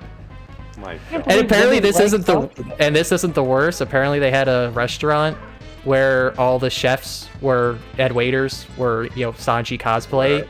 and they had to shut it down because they were getting harassed and handsy too much. Jeez. So yeah, women really love Sanji over there. So Wait, weird. they were like all cosplaying Sanji or just wearing his uniform? They're like wearing his uniform and a blonde wig. That's kind of lame. It would be. I think it would be nicer if they just wore it was like a Sanji uniform type stuff with his tuxedo. Well, yeah, that's what they were getting at. They wore his outfit and then had a little blonde wig, so they kind of looked like him. The best you can do a realistic cosplay of. The blonde wig is what kills it for me. It would be nice if it was just like guys wearing his outfits, you know, his usual getup. Mhm. But anyway, that's just me. They personally. have curly eyebrows. I Okay, don't curly know. eyebrows, optional. I don't know Weird if that's that we kind didn't of save work this on one. everyone. Yeah, that one I must have gotten. Also, Oh yeah, because it was the final boss right there, so I probably just ignored Oh. getting that. Wait, he has an aircraft? Yeah, he's got an airship. It's Funky Flies too. Yeah, Anyways, like I kind of wish I was hoping that scene would be handled like, you know, Sanji instead of trying to actively fight. What's the name of the lady? The bubble lady? Khalifa. Yeah, Khalifa. Instead of actually trying to fight her, he was like would try to get the key by some other ways. Yeah, there's a lot of things he could have done. Yeah. He It just, reminds me of that episode in Shaolin Showdown. You ever seen it? I love that show so much. Which episode? You know, the part when Clay is like, oh, he doesn't fight a lady, but he just grabs her by behind. He's just hugging her. Just a hug. Really cool. they had some pretty clever ways of dealing with some of the things in that show. Dude, well, that show has a scene that it's just, I always go to that scene to discuss the notion of good always winning. So, because that's what they say is like, oh, the good always winning is just a stupid cliche. It doesn't apply to real life. And then Master Fong has this moment where he's like, all right, so I will play the role of the good guys. You will play the role of the villain. And he's like, my goal is to make sure you guys don't get this pot. Oh, yeah. And then your goal is to do whatever you can to get this pot from me. To obtain that pot, and I'm going to make sure you can't get the pot. And they fight in... Wasn't it? What? It was a little elephant statue, wasn't it? It was something. It was something breakable, which is Oh, the is this important thing. Animal Antics? Yes, it is. Here we go. Oh, cool. Anyway, go on. So they fight him, and you know he's the master, so he's all Oh. he 1v4. He holds his own for a while, but then it's also a 1v4, so eventually he starts it becomes clear that they're gonna be like they're fighting him to a standstill so that one of them can steal the pot or statue, whatever it was. So right before they steal the statue, he just grabs it and breaks it. Yeah. And I just love that point. He makes it so well. His point is that evil is trying to accomplish something. Good is just trying to keep things the way they are. And it's a hell of a lot easier to just make sure that evil loses than it is to actually try to win. So that's what you mean good, right? No, it is easier to make sure evil loses than it is to try to win. Oh. Because the good side didn't have a win condition. It was just making sure that yeah, you just don't get lost. this thing. Yeah, Yeah. that's just I love that. That's so interesting. Oh yeah. Oh, look, it's the rare logo. I guess all this time I just kind of missed the point. Yeah. Of that little lesson. I always thought it was more like being evil is easier because Being good is easy. But yeah, I thought you. Never mind. It's been a while. I remember when I was watching Doctor Who, the 12th Doctor had quite a few episodes kind of touching on that topic of, why do you keep trying to be good and do all this stuff despite literally everything being against you at some times.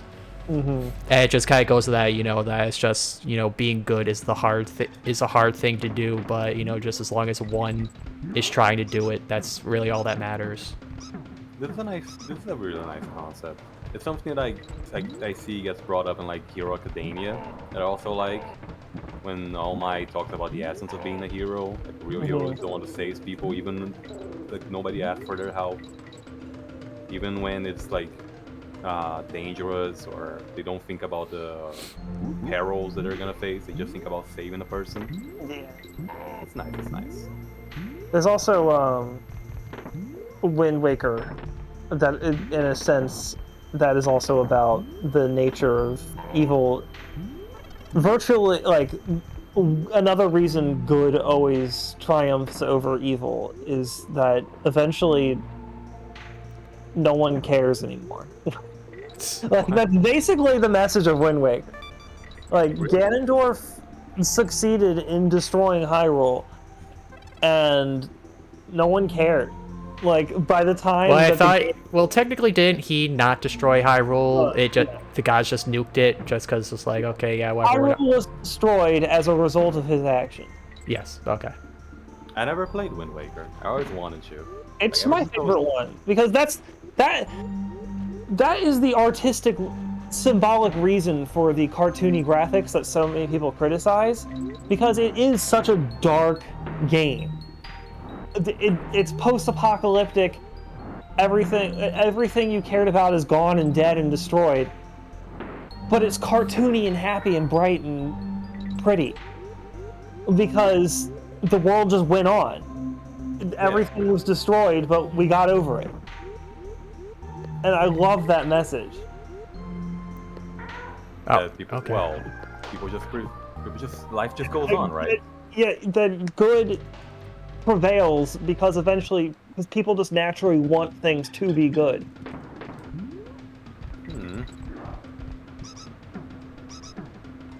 Really? I'm sorry. I don't have anything to comment on it because I never played the game, so I have no concept of how stuff is like. I mean, but then again, at the end, like Ganondorf isn't really trying to cause isn't that the end goal? Yeah, he's not really trying to take over anymore. He just wants to bring Hyrule back. So he's not really Wait, I guess. What? Well, yeah, so that's the interesting thing is, the villain is the one who wants to bring back the old kingdom. Not even the game ends with the king of Hyrule wishing for the destruction of Hyrule. Wait, what? I'm very confused. Yeah, because his point is this kingdom's done. You guys can build something new now. Yeah, our time has passed. We just need to accept that. Yeah, it's just things are better if we just move on. Oh.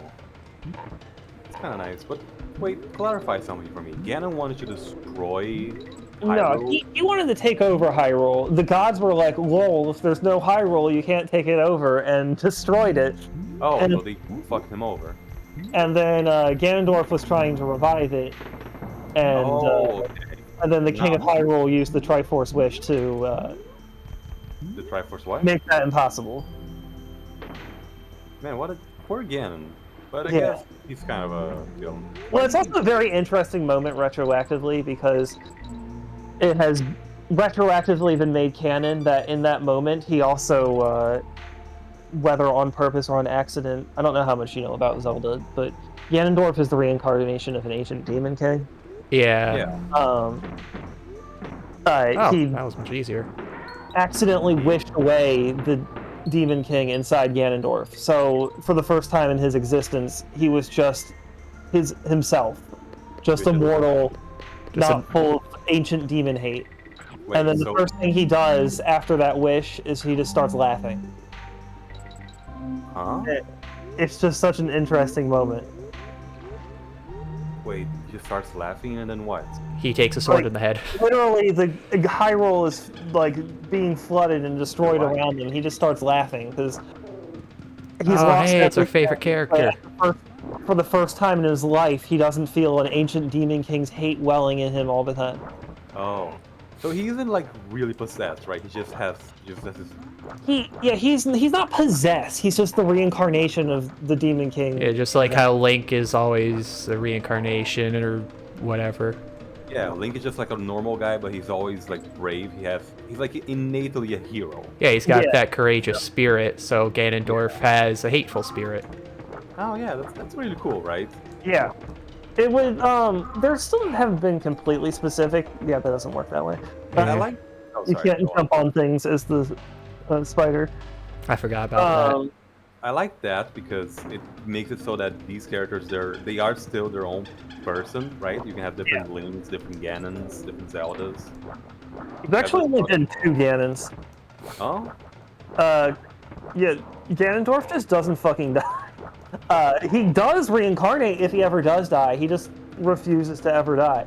oh, The really? I thought only it was a bunch of different Ganons. there's been, well, actually, if you count Calamity Ganon, I guess that's 3. But that. Yep. Also, can I just say that it really sucks to be Ganondorf, because, like, okay, you got you're born as, like, the only dude in, like, a desert tribe, so you're just the natural made leader of that.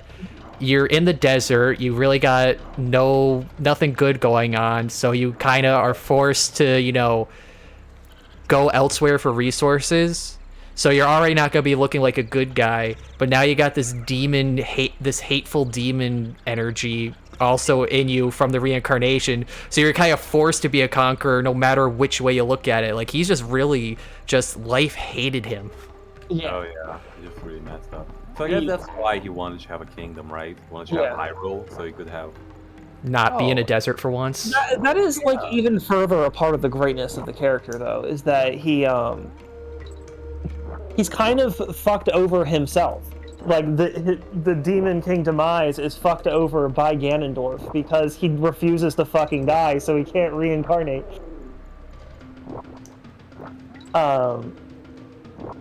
Hmm? Like, he's just so selfish. He refuses to die and reincarnate into a new version of himself. Weird. Get like Oh, the bonus was right there, wasn't it? That one banana. I don't remember that. No, I don't think that was where the bonus is. Maybe. Go on. To Oh, I can't exit out. I haven't beat it yet. Hold on a second. I'm looking. So at wow, something. we're up in the sky now. I mean, I think it's kind of neat because it sort of gives him a justification of why he's trying to take over the kingdom, right? Yeah. He's not doing it for the evil because he's evil for the lulz. He's doing it because, you know, he wants. Well, he talks about that in Wind Waker. He talks about how he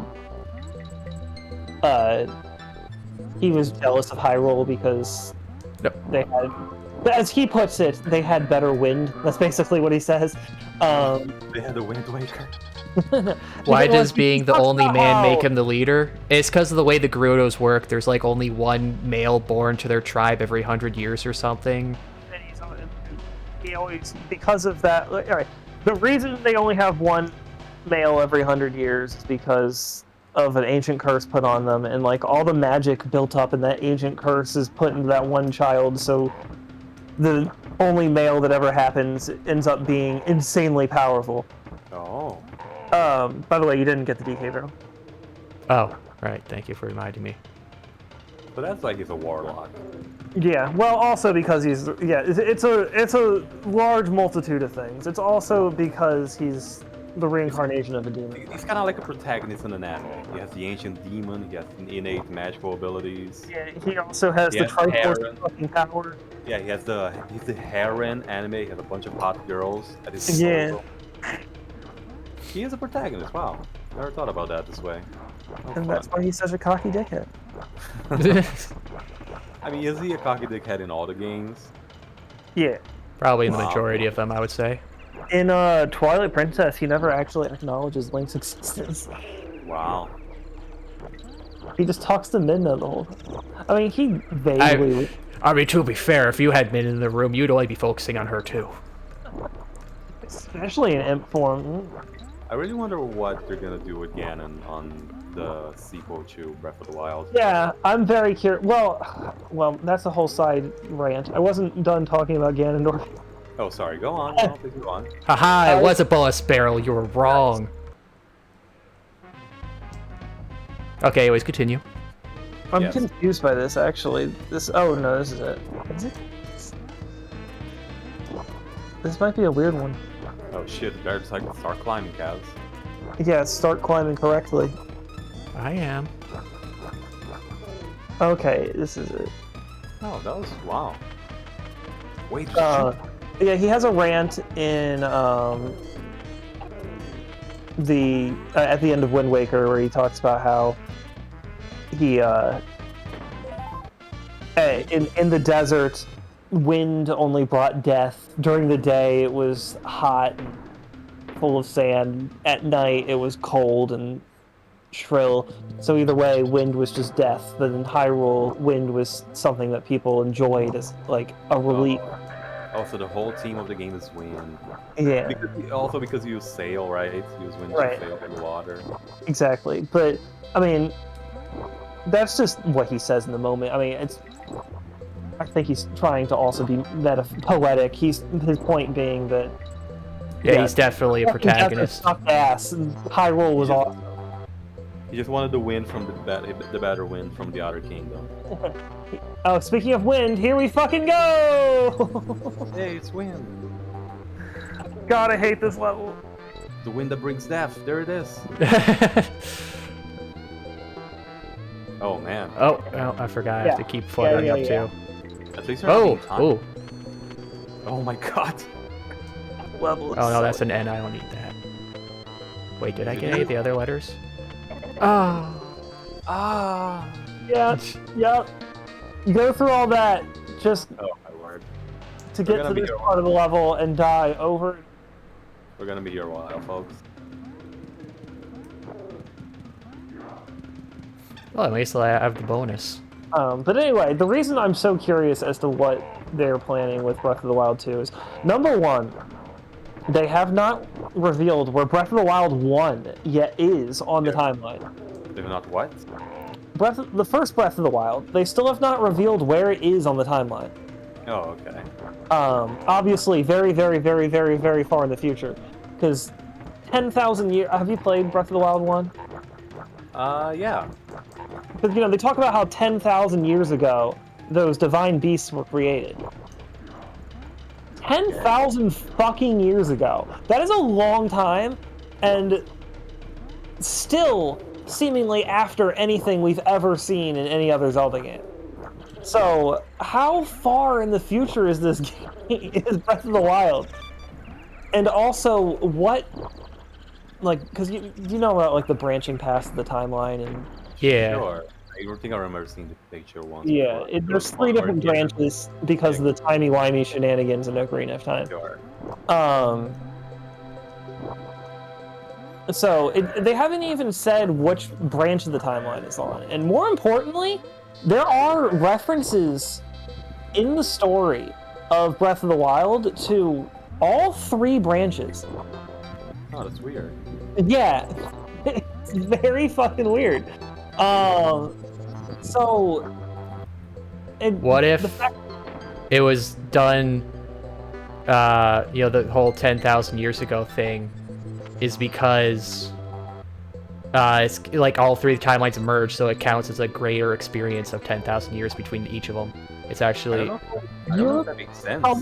You're somewhat in the direction I'm going here, because so much of Breath of the Wild, we're supposed to be apparently 10,000 years in the future. Oh, because that could fit with the 3 thieves, because that would be 3,333 years for each line. That's 3. actually, but what was I gonna say? Oh, so much of the world so much of Hyrule in Breath of the Wild supposed to be 10,000 years, more than 10,000 years in the future, but so much of the world is as it has always been described before Ocarina of Time, which is like the first one in the series. In what way? Well, actually, before. So number one, they always talk about how a long time ago Kakariko Village used to be a village of Sheikah. We have never seen that in any Zelda game, but they always remind us, oh, this used to be a village of Sheikah. In Breath of the Wild, it is a village. Kakariko Village is a village of Sheikah. Not only that, but by the way, we haven't even really seen more than one Sheikah. Like, Sheikah have always been referred to as like a nearly extinct race, but there's just like dozens of them in Breath of the Wild. Where are they? Are they the monk dudes on the temples? Well, them too, but I mean, like the whole Kakariko Village. All the people in Kakariko Village are Sheikah. Really? Yeah. Oh, I never picked it. Are Sheikah like people with white hair then? Yeah. Like fucking Impa. yeah, Aya. Yeah. What's the sister's name? Pura or whatever. Yeah, they're all. But also all those monks in the shrines are also Sheikah. Sheikah lived for like thousands of years. Wait. They live for thousands of years? At least hundreds. Oh. That's weird. So hold on, the old lady. I mean, that would make sense. They're basically the elves of. They're basically Zelda elves. Yeah. Impa is the old lady, right? Yeah. Your head off to bed, 19 Girl Squad. Do you see how she night. looks like in the? No, not the old lady that looks like a little girl. The actual old lady. Yeah. Do you get to see how she looks like before the Link goes to sleep, like 100 years? Oh, you do in Age of Calamity. You doing a what? Age of Calamity is the Hyrule Warriors game that takes place before Link goes to sleep. Yeah. And she looks a lot like Paya, so like a young person. See, that's what I was trying to get at. How do they live for hundreds of years if just like 100 years Impa goes from young lady to old lady? Yeah, well, I don't know how canon to consider Age of Calamity. There's a lot of stress that comes in with the end of the world happening, you know? That's true. I mean, and maybe it's more like just a couple hundred years, but like. Maybe she was already like 900 years old. Yeah, that's true. I mean, it's possible. You don't know. They might go from young person to. Yeah, I mean, because like the joke with how Japanese people, they look really young until their 70s, and then they just immediately age that whole time in like a night. No, you know what? I take it back. They're just fucking. No, they do live for thousands of years because the Impa of Skyward Sword. She lived so have you played Skyward Sword? I have not either. You basically leave Zelda, and spoiler alert for anyone who hasn't played Skyward Sword, you leave Zelda 1,000 years in the past and then go back to the present, and you leave her with Impa, who defends her, and then it's at that moment you realize, oh my god, the old lady that's been sitting here in this temple the entire game is Impa. Oh. He's been sitting here for 1,000 years. Protecting Zelda. It's a really fun twist that you realize, oh, this has been Impa, because you've also been interacting with what you find out to be the past version of Impa throughout the game. Huh. And then you've been interacting with both old lady Impa and past young version of Impa. Is she hot and fast? He's all right. Asking the important questions. Yeah, I mean, I want to. Very skinny, a little too skinny. You know, I was about to say, wow, I'm surprised they're getting so deep into, you know, time aspect, but they had both Oracle of Time and the Oracle of Ages. But There's always so been they've always been, yeah, they've always been playing with time. I just there's never. a lot of time travel. In Oh, and Zelda. then Majora's Mask. That's like Yeah. all time. That's just a whole time loop going on Ocarina of there. Time, A Link to the Past. There's a lot of time. What is Impa called in Skyward Sword? Young Impa. Probably type in Young Impa Skyward Sword. You mean like that? Yeah. What name do they call her, or what do you mean? Oh, okay, I found it. Oh yeah, just look up Skyward Sword Impa. Yeah, Yeah, she looks pretty skinny. yeah, she's a little too skinny, honestly. She looks cool though. Wait, is this? Hold on. I thought this was Sheik, right? Sheik is Zelda pretending to be a Sheikah. Okay. Fine. You know, also No. I'm just noticing, is this like the first level in the whole game where it's like you actually walk off the screen to transition into a new screen? Huh. Because like every other one, you kind of just go in a straight line outside of, you know, a bonus barrel until you get to the end goal. This one, you actually kind of transition. I don't know if this is the only time you transition across screens, but I'm pretty sure it's the only level where you go through like multiple different types of level. I guess, I mean, yeah, that'll probably make sense. It's got a transition because you're going through multiple different levels. No, this is not the only one with a transition. You also, the haunted railroads. Oh, yeah. Yeah. All the. But then bullets again, are- that's technically just at the end, though. Yeah, still, it is you transitioning from one screen to another. Yeah. Oh, I only had the one hit. Okay. But yeah, so they definitely can live for 1,000 years. Mm-hmm. But anyway, yeah. So we see there's other stuff. Yeah, the Sheikah are suddenly not extinct anymore. A lot of stuff like that that feels like the way Hyrule was in the past, but Skyward Sword, Breath of the Wild is supposed to be the future, and Weird. now, what? Weird. Yeah, so now Breath of the Wild 2, what we've seen from the trailers, we see something else that we know took place in the past. In Skyward Sword, when the Skyward Sword takes place some large amount of time after the Demon King invaded Hyrule, because they weren't strong enough to actually, the gods weren't strong enough to beat Demise. So They sent the land to, like, a portion of the earth to the sky to hide from Demise. Yeah, that's what I always thought it would happen. Because they're in the sky to hide from the earth. That is terrible and corrupt. Yes, yeah. So that in Skyward Sword, the game starts, you're up in the sky, and they don't know that there is a land down below anymore. Oh.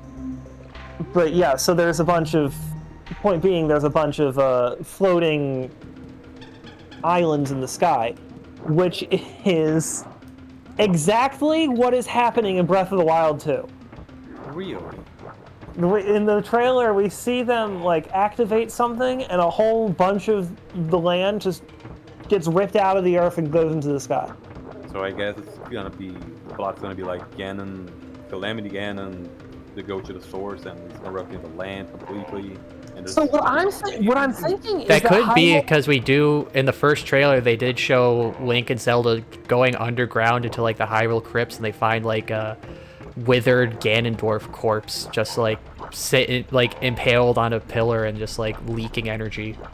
What I'm thinking is what we're going to find is that because this is going to be a very much like an archaeological like themed game. Oh, that would be great. I would genuinely love that. Yeah, it's going to be them like really delving into the history of Hyrule. I think they're going to discover that Hyrule is trapped in a 10,000-year loop. That would be pretty interesting, a time loop. Yeah. So, because I wonder if this saved. I guess No, because I got a game over.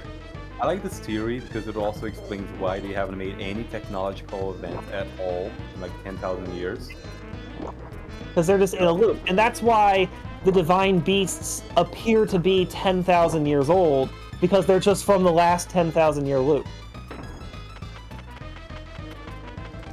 Yeah, I can believe that. Oh, that would be interesting. Like, they're the only things that have... Yo, what if it's like the Sheik are the only thing that can survive through the time loops? Yeah, they're just the divine beasts have just survived through the time loops. Man, this is just like starting to remind me a bit of when I was starting to read a lot about RuneScape lore, because they were kind of going crazy with that, and how they revealed the Dragonkin, which were like, you know, this race of like, you know, dragons that are supposed to be these like crazy powerful beings, but it's like, oh no, they were made at the start of the universe because the Elder Gods, whenever one of them wakes up, they drain the entire universe of its energy and then remake a new universe. And the Dragonkin are the one species they chose from the last universe to carry over to be their new makers for this universe. Stop! Don't stop! I forgot. Don't stop. Anyway, yeah, I like this theory, Timber. It's pretty fun. It reminds me, I wanted to play Skyward Sword for a bit, because I've had that on Wii forever. I've never gotten around to it. Well, it's I on... want to see. I'm not going to buy the Switch version, because I'm not paying $60 for a new game that doesn't add anything new. I really just want to see need to. Zelda in like. And also that too, I want to see how the motion controls really handle up to see if they're as bad as everyone says. Oh yeah. Which I think they aren't. I think people are just whiny. Yeah, they are. They're just whining. Okay. Back when I was gonna say, I want to see a modern Zelda setting, or just like a different kind of setting overall. I would not like to see a modern Zelda setting. Why not? It'd be fun. Just something different, right? Grand Theft Hyrule. First of all, let's resolve whether or not I'm right about the 10,000-year time loop. Yeah. If I am, then they need to break out of the time loop before they could ever get to a modern setting. But it's... Yeah, like, that would also explain why there are references to all three timelines, because, like, somehow some bullshit happened that, like, re-merged the timelines. All part of the loop. Mm-hmm. I'm just excited to be right. And Well, Timber, Other new take. What if there isn't the timeline thing was actually a red herring? Each Hyrule's an independent one. The gods just keep remaking Hyrule every time Ganon comes and screws up. They're like, God damn it, let's get this right, but without the bug this time. Yeah, let's dump this one and start over. And this is actually, that is kind of, by the way, why Ganondorf is one of my favorite villains of all time, because of just the immense impact he has on the story. Like, very few villains are actually, like, menacing to the audience because of the fact that when Ganondorf is in the story, he destroys the world. Like, permanently. Like, Breath of the Wild begins with Ganondorf destroying the world, and they never recover from that. Well, don't they recover just a little bit, slowly? Yeah, like, they're living lives, but it's not like the kingdom's gone. It's not like the glory days, the golden age. It's not even an age anymore. It's just a lot of people living in small settlements because that's all that's left. Just little tiny huts. Yeah. Don't they have cities in Skyward Sword? There are no cities. Sorry, no. We're talking about Breath of the Wild. Oh. Okay. Well, actually, and Yeah, Breath of the Wild, they don't have like cities. They just have like small villages. yeah, and they're such. all the settlements. I mean, the closest thing to a city would be like Azora domain. Even that is very small though. Just Yeah. like a tiny castle. Yeah, Barely well, even a it's castle. actually implied to be bigger. Like all the thing, like that big area, you know, where like the king is and stuff. Mm-hmm. How it's like sort of like in a canyon. I kind of get the implication that those are supposed to be like buildings around you in the canyon walls. What? It's well, not buildings, but like hollowed out canyon wall that they're living in. Oh. Like that would, So, I like- mean, that would make sense just because you can't expect them to craft the entire actual city in Yeah, the game. exactly. So it seems to me like the Zora still had a lot. The Goron, on the other hand, I freaking love the Goron. Like I love it has at this point become a running gag that the Goron make no fucking sense. Really? In what way? Well, like, they went through so much trouble, of, like, coming up with so much lore for like the Zora and the Rito, like the fact they established that Zora lived for like 200 years, and then like the Rito seem to have very short lifespans because none of them really remember what the fuck's going on anymore, except through like oral tradition, which is really imperfect. But then like you would expect that the Goron must like be semi-immortal because they're just made of rock, but the Goron know even less of what's happening. They're just there hanging out. They're just fucking idiots. Have no idea who you are or what anything is. Like, how did they forget everything? Nah, they're just Zen, man. They only live in the moment. I can imagine that happening because it could be something like, oh, they had elders and they had people that had education and culture and everything, but the ruination from Ganondorf, I don't know, a lot of their culture was lost because a lot of people died, their elders, their education and such, and now you're just left with these shitty Goron people who only know how to eat. Yeah, I mean, well, because there's also been the running gag among the fan base of how the fuck do Goron reproduce? Because they don't seem to have females. They do have females. There's female Gorons on the Rito village. Not Rito. It's Rito, right? The tall ladies. The bird people? No, that's the Gerudo. Oh no, no, there's not female Gorons there. That's There the is? funny thing. There is a Goron in there, and the Goron, if you talk to him, says, "Wait, why am I allowed in here?" What? Yeah. Oh yeah, I remember that. Yeah, he actually is actively confused as to why he's allowed here. What the fuck? I always thought it was a female Goron. It's not. It was. I don't think they have gender in general. That's my interpretation. Is that the Gerudo don't view him as male because the Goron don't have gender. But how about when you go to the village and there's the shy Goron and there's the stuff with his dad? It's just a shy Goron. He's got a dad. I don't know where he came from. That's my point. Is it's intentionally adding to the confusion while adding nothing. Like explaining nothing, it's intentionally making it more confusing. Yeah, he calls him father and everything. So shouldn't that? Yeah, they got parents. They at least they have fathers. I subscribe to the theory that they reproduce by budding. Man, Goron are cool, aren't they? That they just sort of like. I mean, I wouldn't say cool. I'm saying they're not bad. They're harmless, right? They just exist there. They're the mountain. Yeah, they're cool. Chill. Yeah.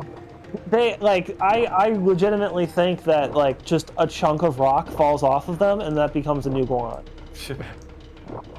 Cause yeah, you got the Goron baby in Majora's Mask also, who has parents. I think it's fine that like not every race is super important to the plot. Some are just things that are there. And I think even more importantly, makes zero fucking sense, and it's just accepted. I guess just it's just love the fact that even the Goron doesn't understand like what his gender is apparently. Well, it just makes him more alien, right? It doesn't conform to the light form that doesn't that runs on a different level than everybody else. they they're made of still rock. think themselves as male because they call each other brother and stuff, and he even actively expresses confusion over why he's allowed here. But then the Gerudo don't view him as a male because they don't have the gender. It might be something like, they were exposed to other races and then they learned the language of these races and sort of adopted that as their language. It could be that they didn't even have a language before, and so when people first interacted with them, they taught them language and Ah. God. they used That's to true. express- I can see that. Yeah, they call us brother. We're gonna call everyone brother now. Because just some guy wandered in and taught them how to speak. The first Goron Yeah. that ever made outside contact found a surfer. That's Yeah. Oh, that's good. That's good. Oh, hey, brother, how you doing, brother? They just found No. Macho Man Randy Savage. That's what I happened. was gonna say the exact same thing. Hey, brother. So there we go. This is official Zelda canon now. Yeah, we make the real. Nintendo should hire us. We're real geniuses here. I feel like Nintendo also would probably go into that. I feel like they probably love Macho Man. If they don't already do. Oops. Don't they have Macho Man in the Punch-Out game? No, that was Mike Tyson. Really? Yeah, because it was Mike Tyson's Punch-Out until the whole ear-biting thing happened. Wasn't there another Punch-Out? The modern one, the remake. Don't they change It's the? not just, what was the actual question? Isn't there a Macho Man in Punch-Out? There is, right? It's not called Randy Savage. What? Okay, hold on. I thought you were asking, like, is there a Macho Man Randy Savage in Punch-Out? There is, right? No. Well, in the new one, they removed all implications and references to any real-life people. Huh. Yeah, well, because I know in the original, they did reprints of Mike Tyson's Punch-Out where they replaced with Mr. Dream or something, or Sandman. The only things I remember is like they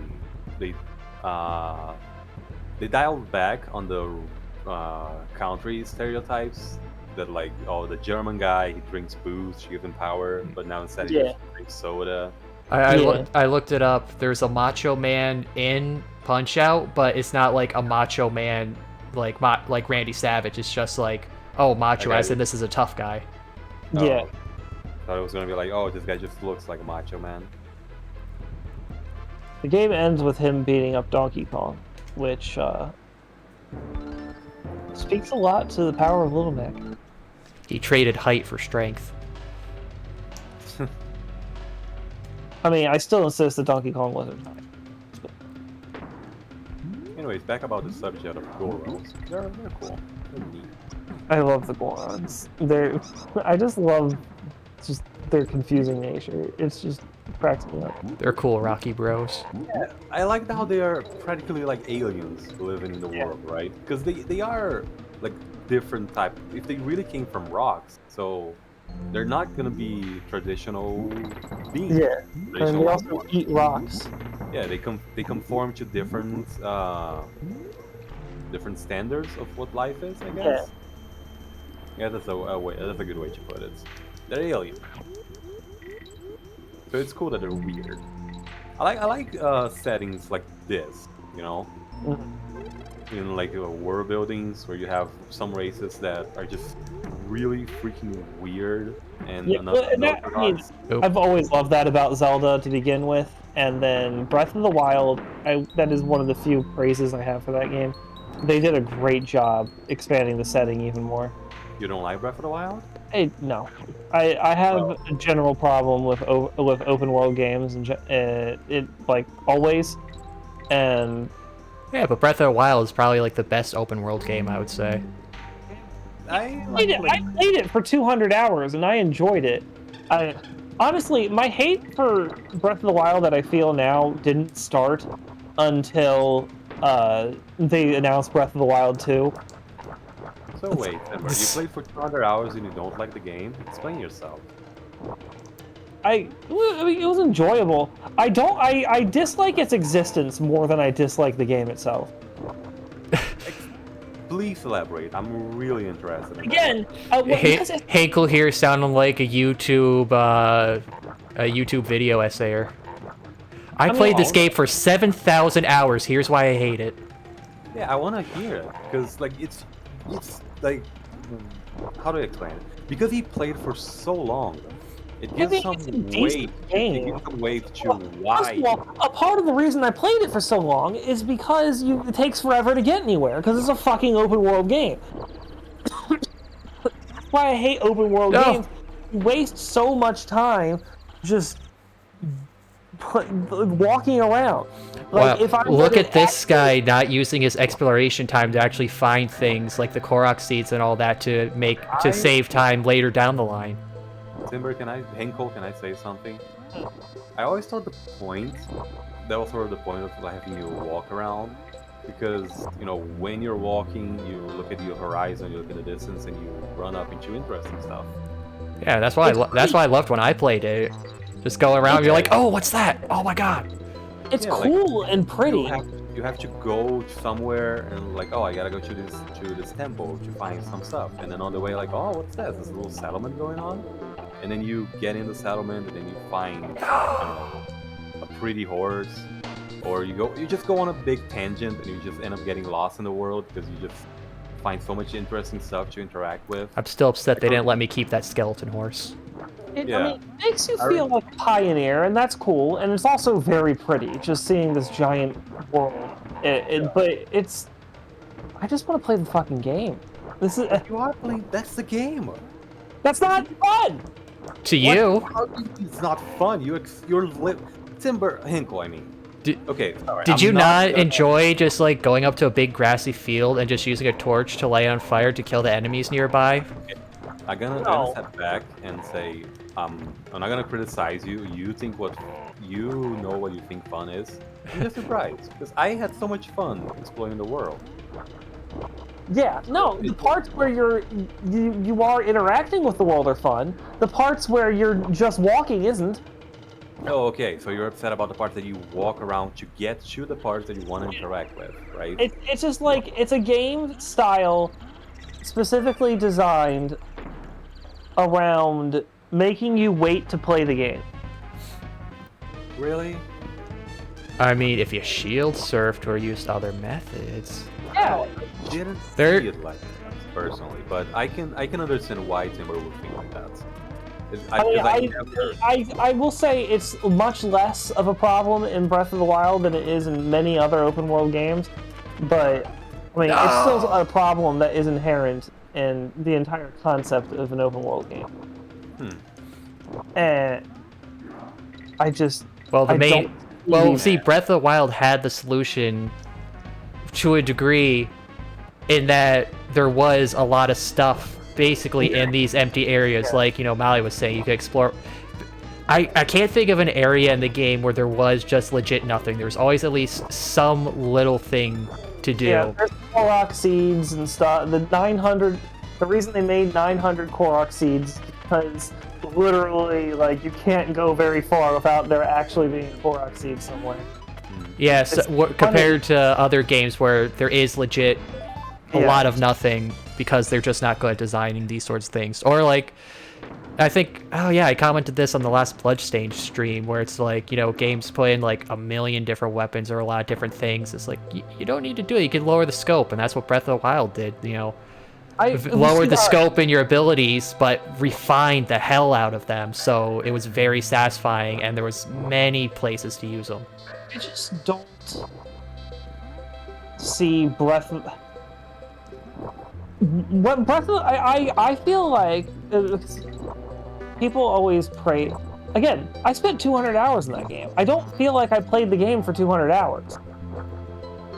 It feels like it's like if you the metaphor I always use is it's like if you ordered the biggest salad off of a menu in a restaurant, and then when you get it, what you got was the exact same size of salad as the regular salad, but in a bigger bowl. I wasn't given more salad. I was just given a bigger bowl. That's not more fun. just more hassle to get to the fun. Like, I don't feel... Honestly, I was going to say I don't feel like there was more content in Breath of the Wild than other Zelda games to justify me playing it for 200 hours. I don't even feel like there was as much content in Breath of the Wild as there was in other Zelda games. I see. I- Now I think I can understand what you mean. I mean, People. you could make that argument just because of the fact of no dungeons, and Yeah, you had the Yeah. shrines instead, which were smaller puzzles. Which, again, I would say that there is an argument to be made there, but I feel like half of it is still preference. Like, I enjoyed those. I didn't mind not having dungeons because some of the shrines were pretty cool. It allowed them to, you know, they could make one big puzzle focus on a specific thing rather than a whole dungeon that kind of revolves around the one item, like usual so design. I have a few things to say to that, but first I want to say that I might have misspoken earlier. I don't want to say Breath of the Wild is bad. I want to say it's awful. Because no, there is a little bit of taste involved there. I do think there is some objective badness to the open worlds thing. As I said, the whole ordering a larger salad and just getting a larger bowl issue. Yeah, but it sounds still good, right? Left. I mean, the salad's it's deep. Thank you.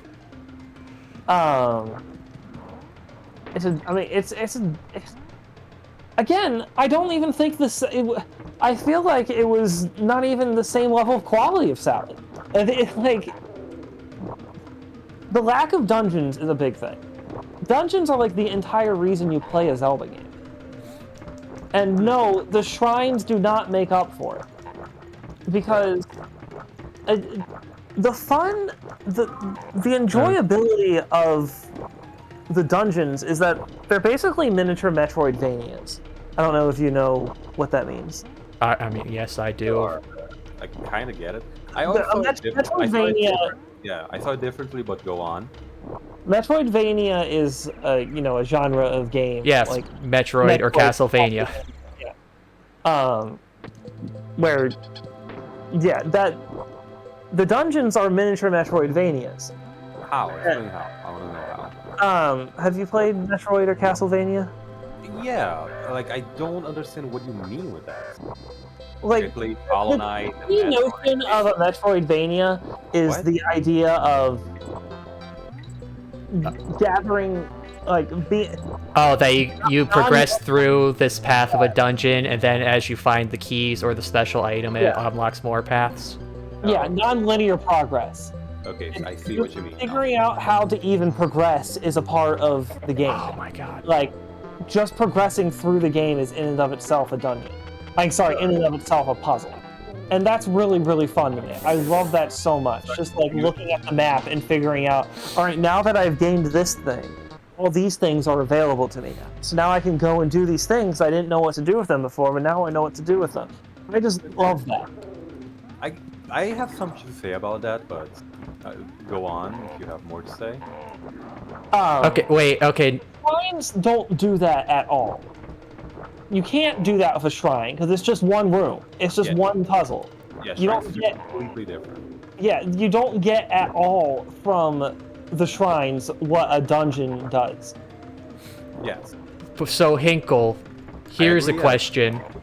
If they didn't give you all 4 powers at the start of the game, and you had to unlock them throughout, so that means some shrines you would have to go back to, would that make you enjoy them more? Because then it would have that Metroidvania feel. No, I think No, because now you're backtracking in an even larger world.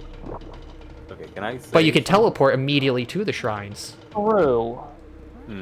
It's just, it would be a Metroidvania, but the rooms aren't directly connected to each other. But then Say- it would be a hassle because it would just be annoying. With only the 4 powers you get in the game, no, that's not any more fun. If there were more powers, that could be interesting. Maybe that's what they were Ah, trying to do. no. Anyways, can I say something? Yes. Okay. I think both shrines and dungeons in Zelda, both of them are really good in their own different ways. You know? So I don't think you can compare them because they're both they both like appeal to different styles of puzzle. Like I like the dungeons in the other regular Zelda games because it's like you said, there's a little bit of exploration. You get in there and you try to figure out what to do at first, and then you go slowly unlock more of the puzzle. It's like you have this little toy box, right? And then you fiddle with a little piece of it, and then you unlock more of the box. Another layer opens, and then another, and then another, and that's really fun and cool. You see what I mean? Yeah. Yeah. And then you have shrines, which, to me, they have a different. But what you're missing is that dungeons are Finite. a series of shrines. They already were shrines, but with also a giant interconnected puzzle in addition to that. Yeah, so let me- Dungeons tickle the shrine itch, but shrines do not give you the but- satisfaction of a dungeon. Okay, but counterpoint to this is, okay, you say a dungeon is many shrines, but all the puzzles are gonna be focused around, damn it, around a similar theme of the one item. Like, for example, okay, say for example, you know, early Zelda games. Oh, you get the boomerang here. A majority of your puzzles are gonna be based around the boomerang. You throw it over a pit to hit a switch. You throw it, and then move Link to get the curve back to hit stuff. You get that stuff going on. Whereas First of all, well, let me finish. Whereas the shrines, yeah, you only have one puzzle there, but they can have a lot more variety. Like, you know, yes, they had shrines for each power, so of course they're gonna be focused around that. You know, the ice, you know, freezing to climb paths and climb up a waterfall or move pillars, or magnesis move stuff around. But then you also have like some very creative shrines, like, you know, the gyroscope, you know, the ball in the maze where you're moving the controller around, like you would be moving the marble maze or stuff like that. So they can have a much wider range of the puzzles they can do, because they're not limited to having to relate to the item you got inside that dungeon, inside first of all, that shrine. you can easily just have a room with a gyroscope puzzle in it in a dungeon like that. There's already rooms like that in other dungeons and Zelda games. There's no reason for that limitation. Yeah, I have to agree with Hinkle here, Kazard, as well. Because it's just like what he described. You know, what you're saying, they're all cool stuff, but they can also be just like, you could just combine all of these things into a dungeon. Yeah, exactly. Yeah, the You can shrine. make a dungeon that is themed around spinning things, and then you have a little bit where you spin a gyroscope. Yeah, but then you would have a counterpoint of, would they have enough of those ideas to make a dungeon themed around that? Like, Well, say, apparently, yes, because they already have 20 shrines. So, Yeah. I mean, it's not like every shrine was a massively unique thing. A lot of them had the same themes to them. Yeah, just slightly iterations, you know? Yeah. Like it's sort of the same idea of the puzzle, you just have to do it differently. Like you have this gyroscope, and then you have this other gyroscope, you do Yeah, there were multiple gyroscope puzzles. oh yeah, I'm not saying they were all unique or anything, but I'm saying, could you have enough? Because see, that's where you get to. Would you want a dungeon? They don't have to be. The dungeon doesn't have to be the same puzzle over and over again. No, that's what I'm saying. Like, Usually aren't. yeah, but that's what I'm saying. Like with the shrines, they're spaced out. You can kind of have. Okay, well, I'll say. I'm gonna stop playing for the game for a second so I can actually focus brain power on this to think. So. Yeah, so okay, so yeah, you can have say there's like 3 shrines that all have a gyroscope maze puzzle, but since they can space them out, so it's like, yeah, they would be the same puzzle, but they can make each one, you know, more difficult than the last. Compared to if you had a dungeon themed around it, it would kind of start feeling old because you're gonna be doing them all in a much more compressed amount of time. The shrine aspect kind of gives a little more openness to the design of the puzzles. So they can space them out. So yes, you can repeat it to a degree, but you can make it more difficult or elaborate further on it, but not have it become tedious to the player where they're feeling like they're doing the same thing 3, 4 multiple times in a row. That's an interesting way to put it. You space out instead of doing it all at once in the dungeon, you space it out so that you do the shrine, and then at 3 or 4 shrines later, you do the same concept, but in a different thing, so it feels fresh. Yeah, What do you mean? Yeah, you don't. Basically, you don't get fatigued on the puzzle. Like, yeah, I mean, like think about like most puzzle games. I can't. I'm the only one I think off the top of my head is Tetris, but it's like, Sure, most that's puzzle games, like, okay, okay, here's an example, since this is probably one more people probably get, like Bejeweled or Candy Crush or something. You can only do that kind of puzzle for so long before you're like, man, this is boring, I'm just doing the same thing over and over again. Yeah. So, the shrine, you can have the same puzzle, but since you space it out, you can elaborate further on it in a separate dungeon because you can, in a separate shrine, because you can, change up the layout. And then since it's spaced out, the player doesn't get fatigued on it, so they're like, oh, hey, I remember this from, previous area of the game. Oh, cool. I want to see how well I can do this one. I just don't see why a dungeon needs to have only one type of puzzle in it. It doesn't. Well, it doesn't, but I'm talking about the theme. Like, you can't just... Like, if you're making a dungeon, you can't just stick a gyro puzzle in there. There should be some sort of theme. Well, because what if they can't make it fit the theme going on? I mean, they can. I don't really have much else to say.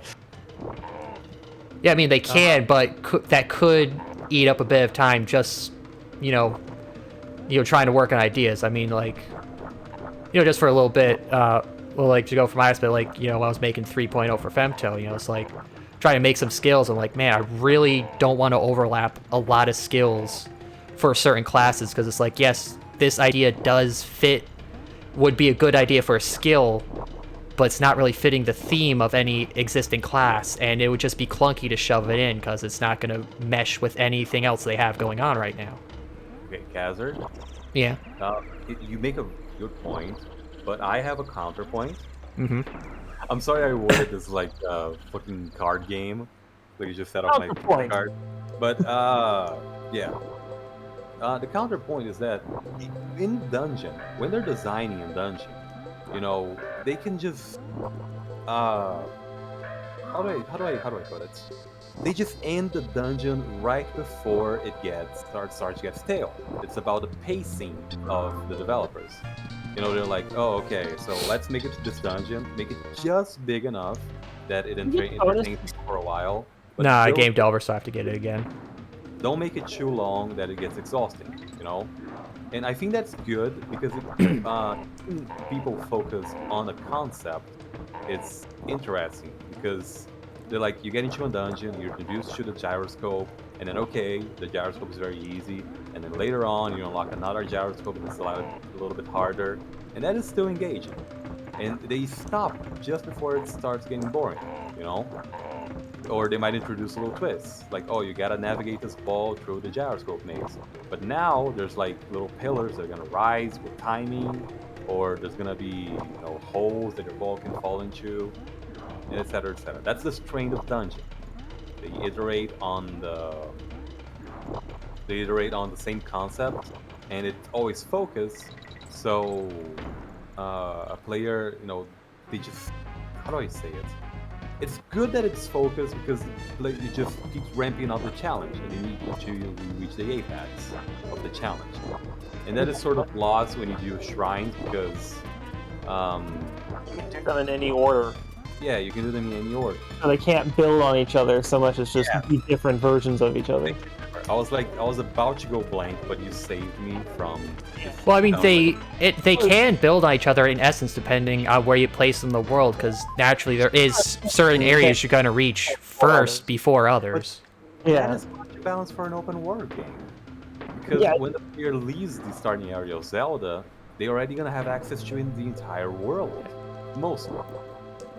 Yeah, but So- they can assume that there's going to be places you're going to go to before other places. Yeah, I mean, like, okay, like, look at the world, like, if a player rushes all the way to say you start at the center, and they run out right to the edges of the map, well, I would say you should expect the player should expect, okay, the things farthest away from my starting point are going to be the hardest, because they're the farthest away. That's on the player at that point, if they want to do that.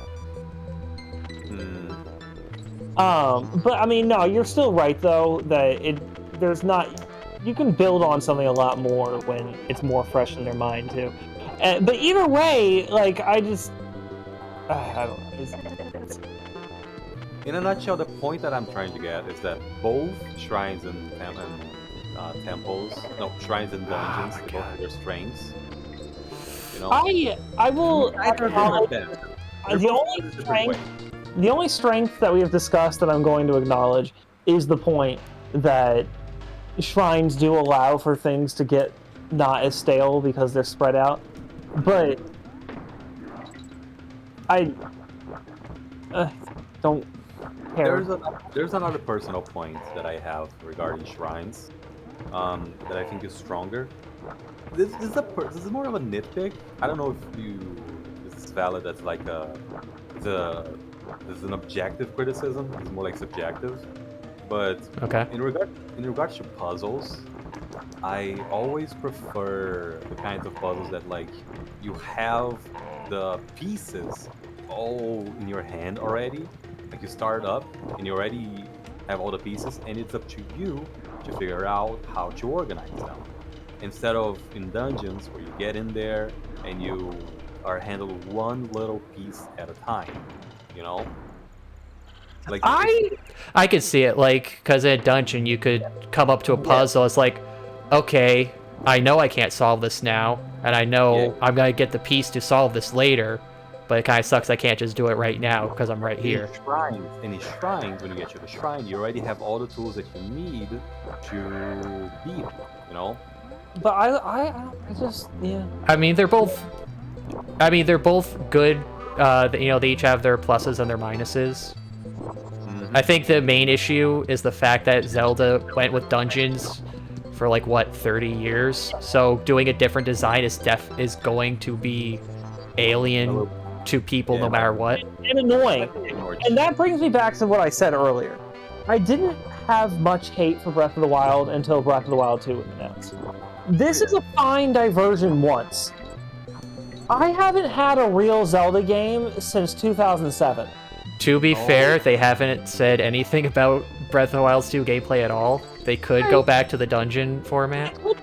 Although every indication right now seems to indicate to me that what they've done is made the bowl even bigger and still not put more salad in it. Yeah, I'm pretty sure it's gonna be just more of Breath of the Wild. I mean, I would... It's like now we have the Breath of the Wild map and also a sky map. So it's just an even bigger bowl, and there's still not more salad in it. But you also here... Oh, I'm pausing so I can say this. Breath of the Wild 1 was made as a Wii U and Switch combo title, so they had to develop for the game to be able to run on the Wii U, and also develop for the Switch, which was a new system, so they had to figure out how to code for that. Breath of the Wild 2 will be Switch only, because they're not making a new console anytime soon, and they know how to program for the Switch now, so they could totally further advance on the gameplay or add in other things. That is true. That is one pass that Breath of the Wild gets. It's a new thing on a new platform, so Nintendo is still trying to figure things out. And there's a good chance that like Breath of the Wild 2 is gonna be even better. It's gonna be more polished because they see what they did good and bad, and they can try to be better. And they don't have to work with because like, you know, they would have to cap it's like, okay, what's the max the Wii U can do? Okay, that's what the Switch can do, even if it could do like 3 times better, for like just a hypothetical example for that. Going back on Shrines was something that I also wanted to mention. I wish Shrines, thinking back, Shrines were a little bit boring for me personally, because I don't remember a lot of them making you combine all the tools that you have. They're usually themed around one of the mechanics, like, oh, this one is about bombs, this one's about gravity, this one's about in general was very underutilized in like the entire game. I really wish they combined the concepts way more on the shrines. Like if you had a gyroscope level where you have to spin the gyroscope, but also you have to, you know, make the ice pillar to block a wall or to make the ball rise or to go over a wall, something like that.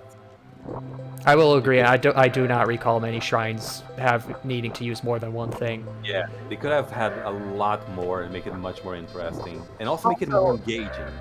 A running gag in my family now is the phrase "I just flopped it." because my sister played Breath of the Wild after I did, and frequently she would ask, "So how did you solve this shrine?" I'd be like, "I just flopped it. You just what? I just flopped it. Flopped I just flopped around until until the room solved itself." I Like- hate that. Well, I mean, that's honestly what I did with a lot of stuff. I was just like, No. if I just keep throwing stuff at the other stuff, then eventually the physics are going to come in my favor. Like, I just flopped it. I cannot believe what just happened there. Yeah. It's like I I'm didn't love it. I'm starting to get better at the wind control, but it feels like when the wind initially kicks in, if I'm Yeah, it's fucking annoying. Yes. This is also I don't like the. I'm not saying that I don't like the term you family uses, Timber. I think it's a really fun term. I just don't like when puzzle gets to that. You know, Yeah. that you can solve it and then people can get away by just fucking messing around. No, I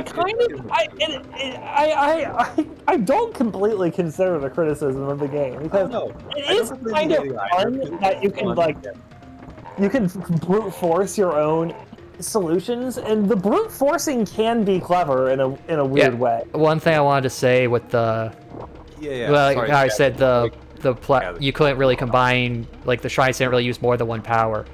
But one thing that was neat is when you ever watch like people do speed runs or like some of those crazy clips, because you can combine the powers to do crazy things, and you can make your own solutions because the way the powers interact can get really nuts sometimes.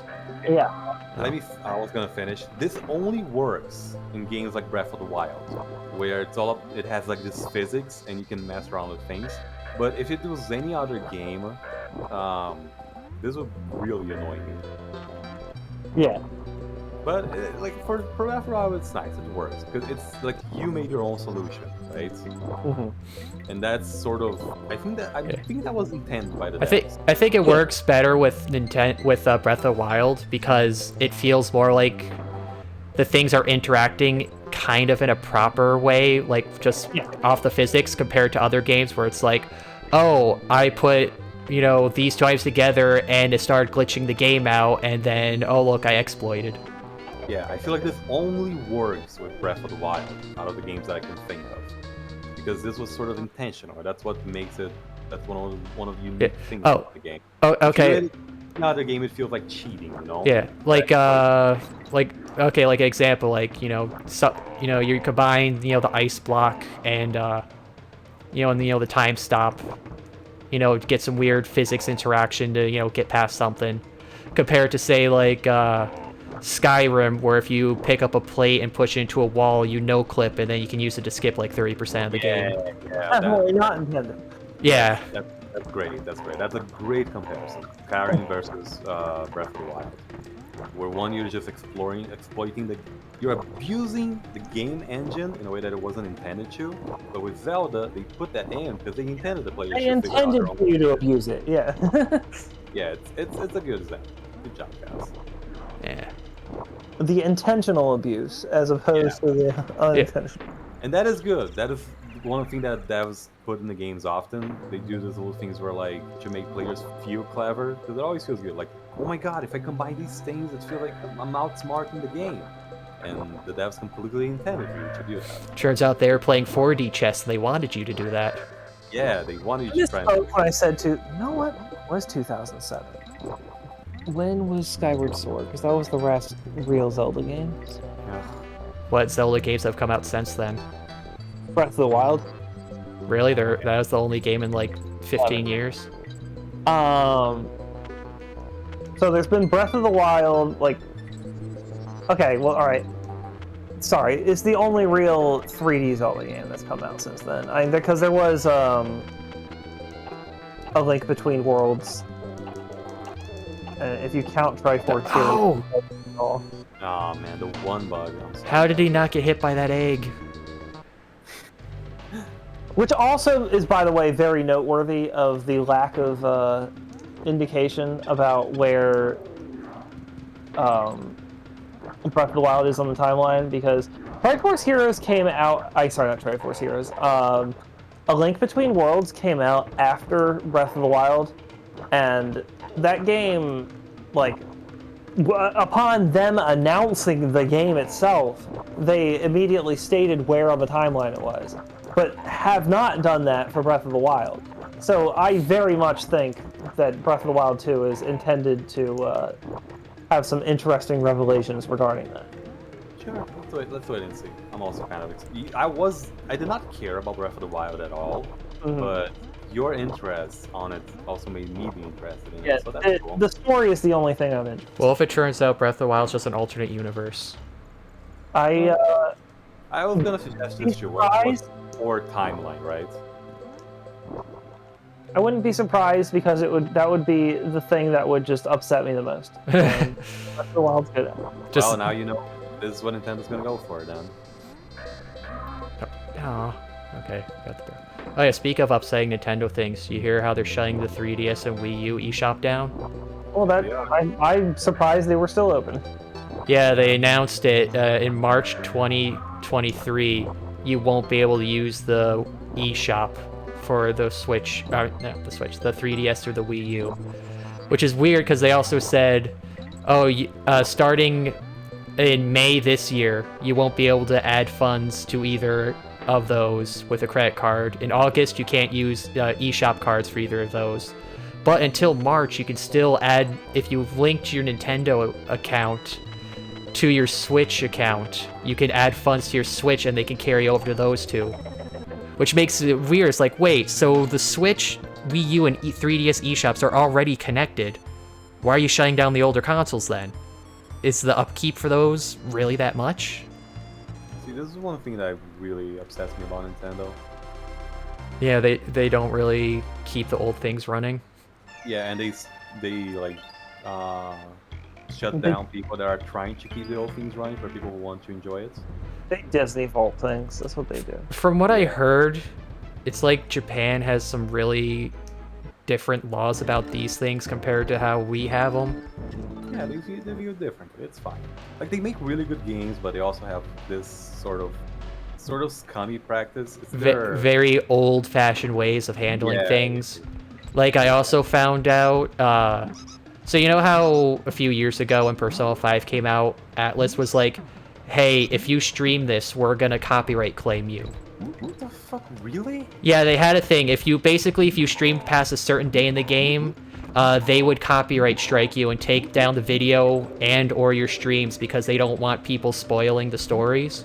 You fucking serious? And they did. They actually were taking down a ton of channels and got a lot of flack for it, which then they like kind of loosened up a bit. And I found out they put those restrictions on like every future game they've released. The Persona 5 Strikers, Persona 5 the Definitive Edition, what was it, Royal? They put it on the Persona 4 re-release, on the SMT 3 remaster, on SMT 5, and most of it does just come down to don't put the final dungeon or this point of the game in your video or stream. But it still seems like why copyright claim people for that? That is so stupid. I feel like we should have got sued for that. People shouldn't just go on their streams. They want to get spoiled. Yeah, that's the biggest thing. It's like, well, if people don't want to get spoiled, they shouldn't just watch it. But then I heard another argument of, in Japan, they just have a really different way of viewing the streaming thing. So I guess it's either like companies don't like people streaming stuff in Japan, or I guess people take spoilers a lot more seriously over there. Oh my god. Because they don't like people streaming this stuff in Japan. The only reason they like it in America is because the freedoms. One of the few times where I actually appreciate the American obsession with the freedoms. Yeah, because okay, yeah, you finish. It's just, I mean, it is kind of shitty for the developers. People are always like, oh, it's free advertising. It's really not, because honestly, I mean, I treat it this way, and I know a lot of people treat it this way. Like, I'm not going to be these games, like, I'm not going to buy it. I'm just going to watch someone else play it. I feel like playing it myself. Like, there's a lot of games that I probably would have bought if it weren't for the fact that streaming exists now. Well, of course, there's the counterpoint. A lot of people buy things purely to stream them nowadays. I mean, yeah, but it's definitely not making up for the amount of people. I mean, like that by definition, there's more people watching than there are people streaming. I feel like that kind of stuff is fair. not very universal for all kinds of games. Because for me, personally, I definitely felt like, oh my god, this person is playing this game. I really feel like playing this game now because I really want to play this game. So I go ahead and play the game. I've had that a few times. Yeah, Yeah. this definitely does not apply to multiplayer games. Because obviously there is value to your own experience in the multiplayer. If it's a heavily story-based game, no fucking reason whatsoever to play it once you've... Oh, not really. yeah. This I mean, also yeah. reminds me of one thing. Like if I was watching someone play Resident Evil games, for example, like if you watch someone play the first Resident Evil, I'm pretty sure you would never want to play Resident Evil for yourself again. Yeah. Because it's such a game that has absolutely no replay value. Yeah, well... Well, I mean, I would personally see myself having value of like, I could do this better than them.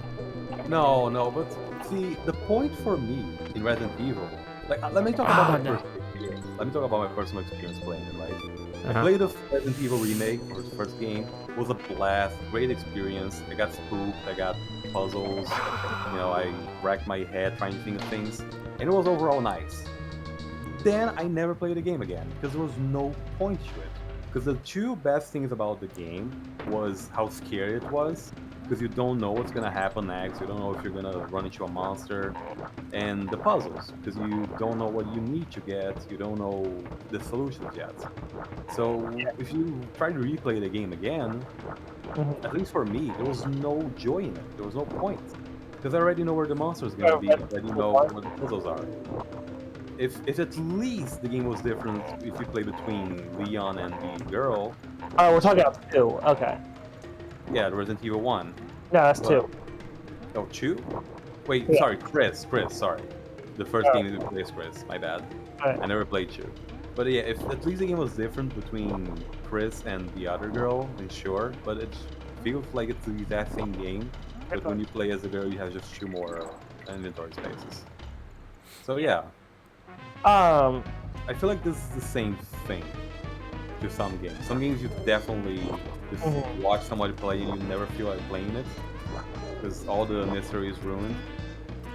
There's a lot of games like that nowadays. There's like the Five Nights at Freddy games, right? Yeah. Oh, Yeah. Five Nights at Freddy's. Undertale as well.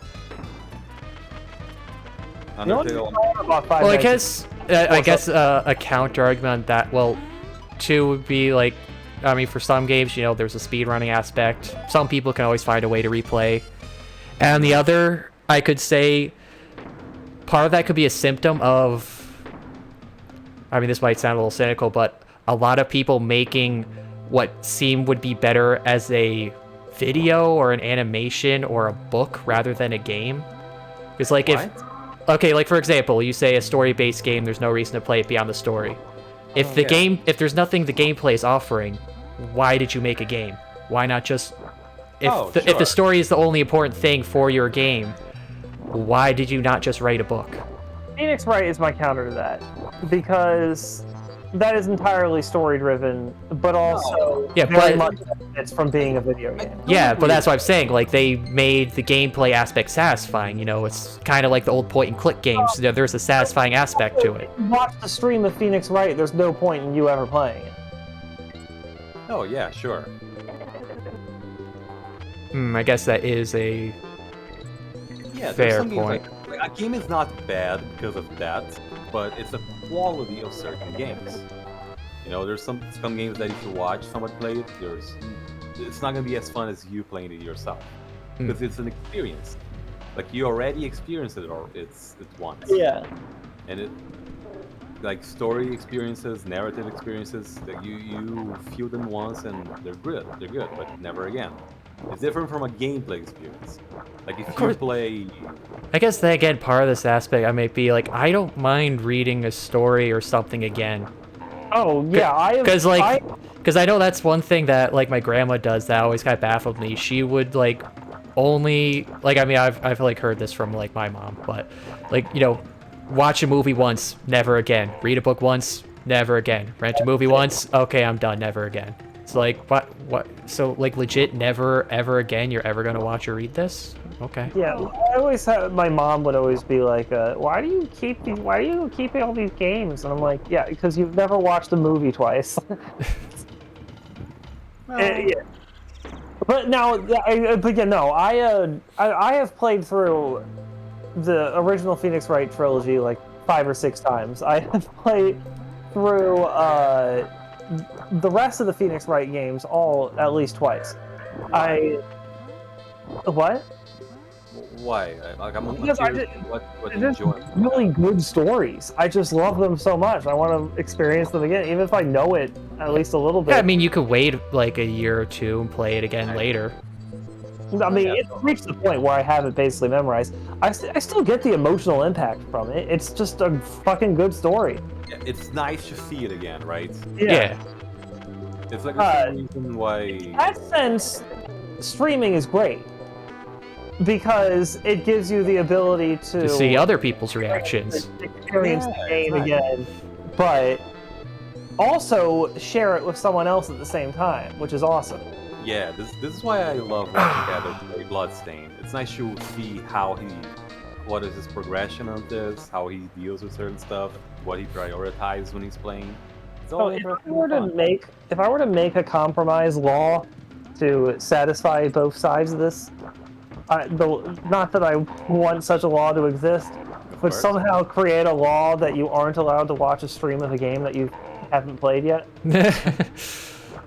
Come on, Timber. Hinkle, sorry.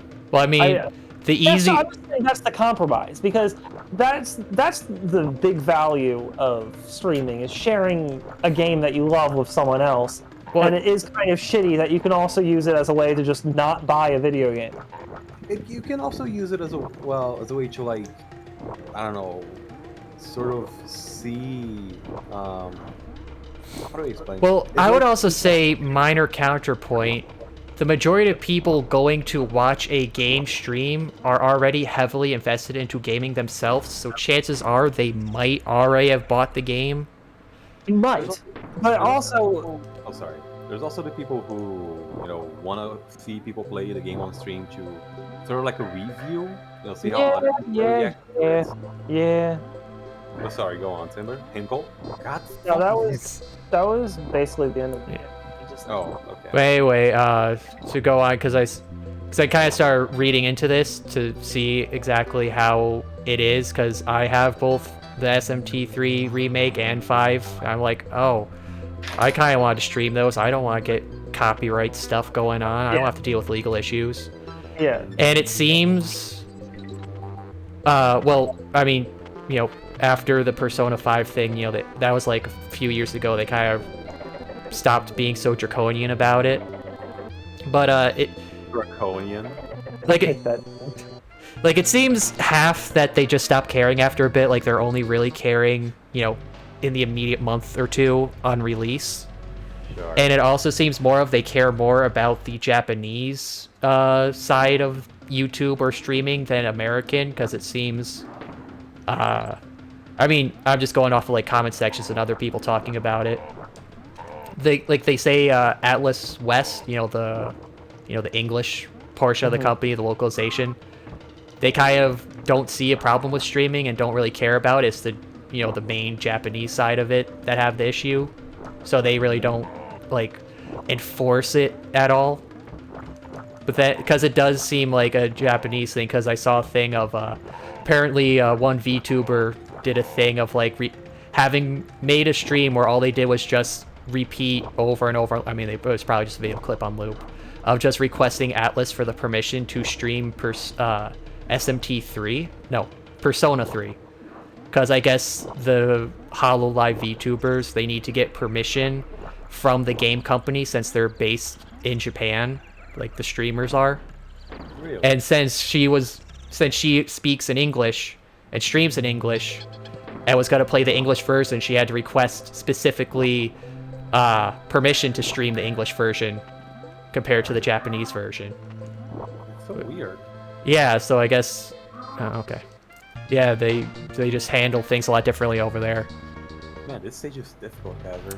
It's just specifically this last area. At least I hope it's the last. But anyways, the point for all that is I'm gonna wait till probably summer to stream SMT3. That'll give it a year it's been out, even though it's already a 13-year-old game. They can't do anything about it at that point. No, they can't have a guy at the office still looking for SMT3 videos being, oh, these people better not be spoiling this year-old game now for people. I mean, it's easily could just be automated. I mean, yeah, but how would they pick up everything? Because they say, you know, it's always like, don't do the last dungeon. You can't automate that. You can't automatically tell the video has the final dungeon in unless someone puts in the title, hey, I'm doing the very end of the game right here. That is true. And like I said, it seems to be more, people don't really get copyrights now outside of the first month, so it probably is they just go hard on it at start.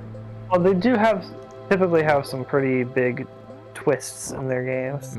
Oh yeah, the other weird thing for SMT5, it was basically don't do the last dungeon and don't show boss stats on the analysis menu. Which is like, wait, so if I'm streaming the game, I'm not allowed to look at the enemy stats at all? Don't stream the game. I mean, that's true. I could just not stream it and just play it for myself, but I like streaming. I like sharing stuff with you guys. This reminds me of when I was playing Kingdom Hearts 3, and every time the game would go on a cutscene, it would have the little notification pop up of, oh, streaming has been disabled because you're in a cutscene. A few games that you never got that. I mean, I've had that. I mean, I don't have a PlayStation. I only have the Switch, but I've had that where.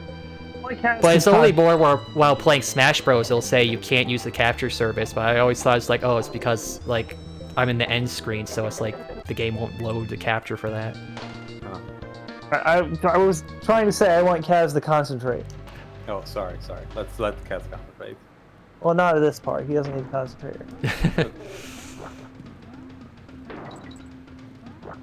Oh yeah. Oh, sorry. No, you go.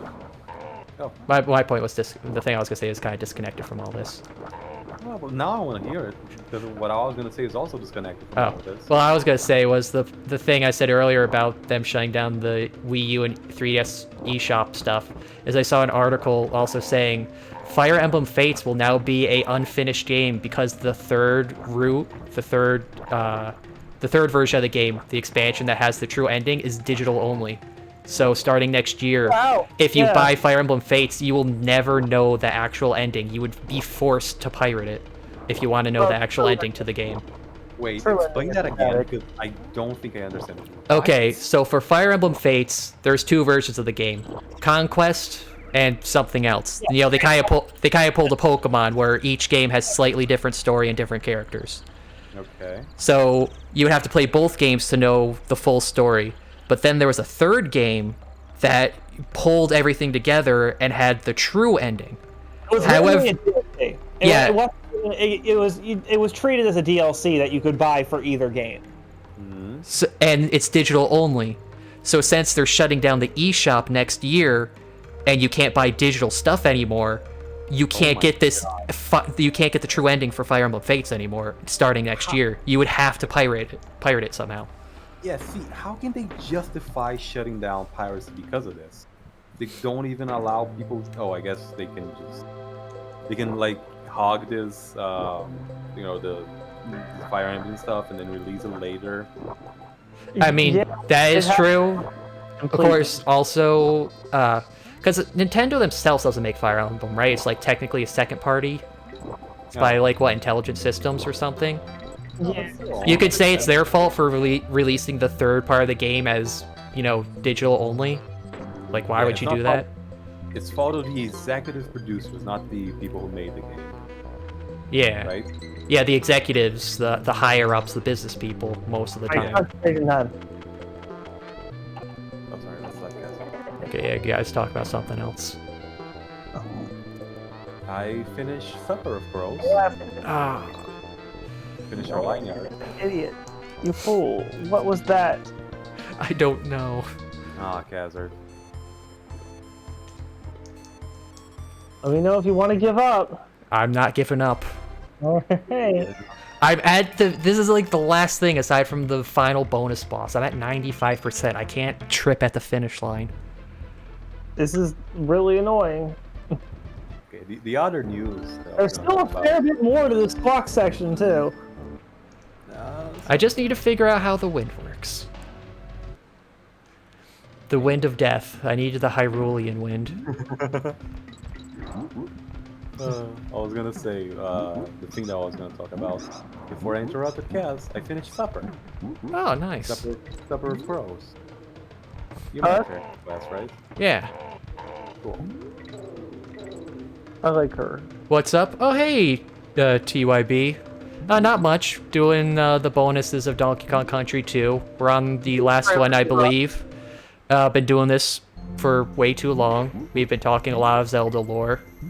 Talking about Nintendo shutting down old eShop stuff. We talking about video game design as well. Yeah, been talking about a lot of things. Yeah, it's fun. Just hanging out and talking about video games. and Yeah. Stuff. So, how are you, TYB?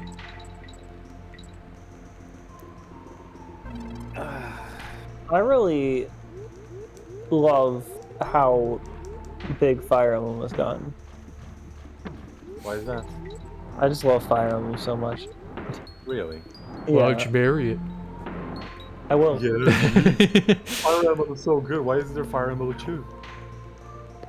There's like 13 of them. Oh. Yeah, but how Why- many did they release in the countries that matter? Then why isn't there Fire Emblem 2?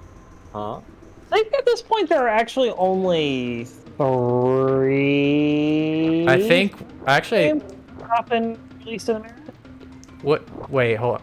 Because they released one only temporarily on the Switch. I think 2 they remade for the 3DS, because I do have a Fire Emblem game for the 3DS that I know is a remaster. So I think, it would be Fire Emblem 3, 4, and 5 that weren't put out outside of Japan? No, there's a few of them. So the game that Roy is in, Blazing Blade, or is that Binding? Binding Blade. Binding Blade still does not exist in America. Genealogy of the Holy War doesn't exist in America. What is? Sorry, Timber. Hinkle. Go on. Sorry to interrupt you. Might be the only two. I feel like there's another one that doesn't exist in America. But yeah, Binding Blade is number 5 or 6. And Genealogy, I believe, is 4. So it's kind of the middle ones they haven't gotten to yet. Yeah. Or really, that's early ones, comparatively. Well, yeah, but it's like before they started localizing just in general, but they did the first ones, so this middle group, they haven't gotten around to yet, Yeah, which... I'm certain the first one we got in America, which is Blazing Blade, or just called Fire Emblem in America, is number 7. Might be number 5. Here. Tell me about Golden Emblem franchise, Timber. Is it like an RPG? Fire Emblem? Yeah, so it's turn-based strategy RPG. Wait. Have you ever played Advance Wars? Yeah. Oh, so it's like Final Fantasy Tactics. It's a tactics. Yes, it is very much like Final Fantasy Tactics. Okay, that's cool. It's Gaia as well. Yes. It's less positioning based than Disgaea, or maybe more positioning based. Yeah, it's definitely very position based. It's like chess almost. Yeah. It's anime chess. There you go. That's the only explanation you need. What is so great about Fire Emblem is that you have it's very story heavy, first of all, but because it's so story heavy, you don't get generic characters. You have the story characters. The game introduces characters, and you get them in your party. If they die, they're out of the game forever. Oh. So like the At least that's how it works in the good Fire Emblem games. like in Final Fantasy Tactics, but just any tactics game, you have your little team, but every team is important that you don't let them die. They're not like throwaway little pieces. Yeah, every single character is a unique unit that if it dies, it's gone forever. Holy shit. It's Uh, pretty ambitious. Unique-ish, to be clear. Like, there's a whole class system, so there's going to be multiple characters of the same classes, but they will have like different stat distributions to them, and like Do they at least have like unique abilities of some kind? Like, oh, Like, this is a knight, but this is you mean, also like another different knight. characters in the same class. Yeah, like you have Not two really, knight characters, but oh, this one is like better at critical hits, and this one Yes, is yeah, better at yeah, the yeah. Like I defense. said, they have different stat distributions. There's a lot of stats. It's strength, magic, skill. Luck, What- I think, is one. Yeah, they later started calling skill dexterity, which is a change they needed for a long time. Okay. But yeah, luck, speed, defense, resistance. I think that's everything. Never got into strategy games other than chess. Yeah, they're definitely a different breed just because they can be done very poorly. Yeah, Fire Emblem is uniquely good. But yeah, so that is what makes me love Fire Emblem so much, is that because your characters can die and stuff, and weapons have like durability to them. You use your weapons a certain number of times and they just break forever. It's a game very much about resource management. Oh, okay. But also, another resource in the game is the experience, because the good Fire Emblems, anyway, only have the levels in the game. Like, the chapters you play are the only battles in the game. There are no generic extra battles. No. It's just those levels, which means you have just that experience, those experience points available for your units. The ones that you get from those fights is the only time you're ever going to get experience to level up your units. So you have to. It's not just a matter of figuring out how to win. It's a matter of figuring out the most efficient way to win. So the entire game matters. Oh, we are almost there. I forgot about this part. Oh, Please tell me there's a checkpoint or another DK barrel or something. Oh god. There might be a DK barrel. What? There might be a DK barrel, but there's not a checkpoint. Oh, right, because there's only gonna be one checkpoint. Yeah, hold on. Let's let him concentrate for this one. Okay. Okay, got you. Okay. Alright. Good. God, I'm very tense right now. I am too. This part sucks. Ah! Oh man, come We on. have plenty of lives though. Yeah. But yeah, so I just love the idea that, because so often in games like that, it's most of the game doesn't matter. It's sort of just chaff. You just need to beat the level and then go on to the next level.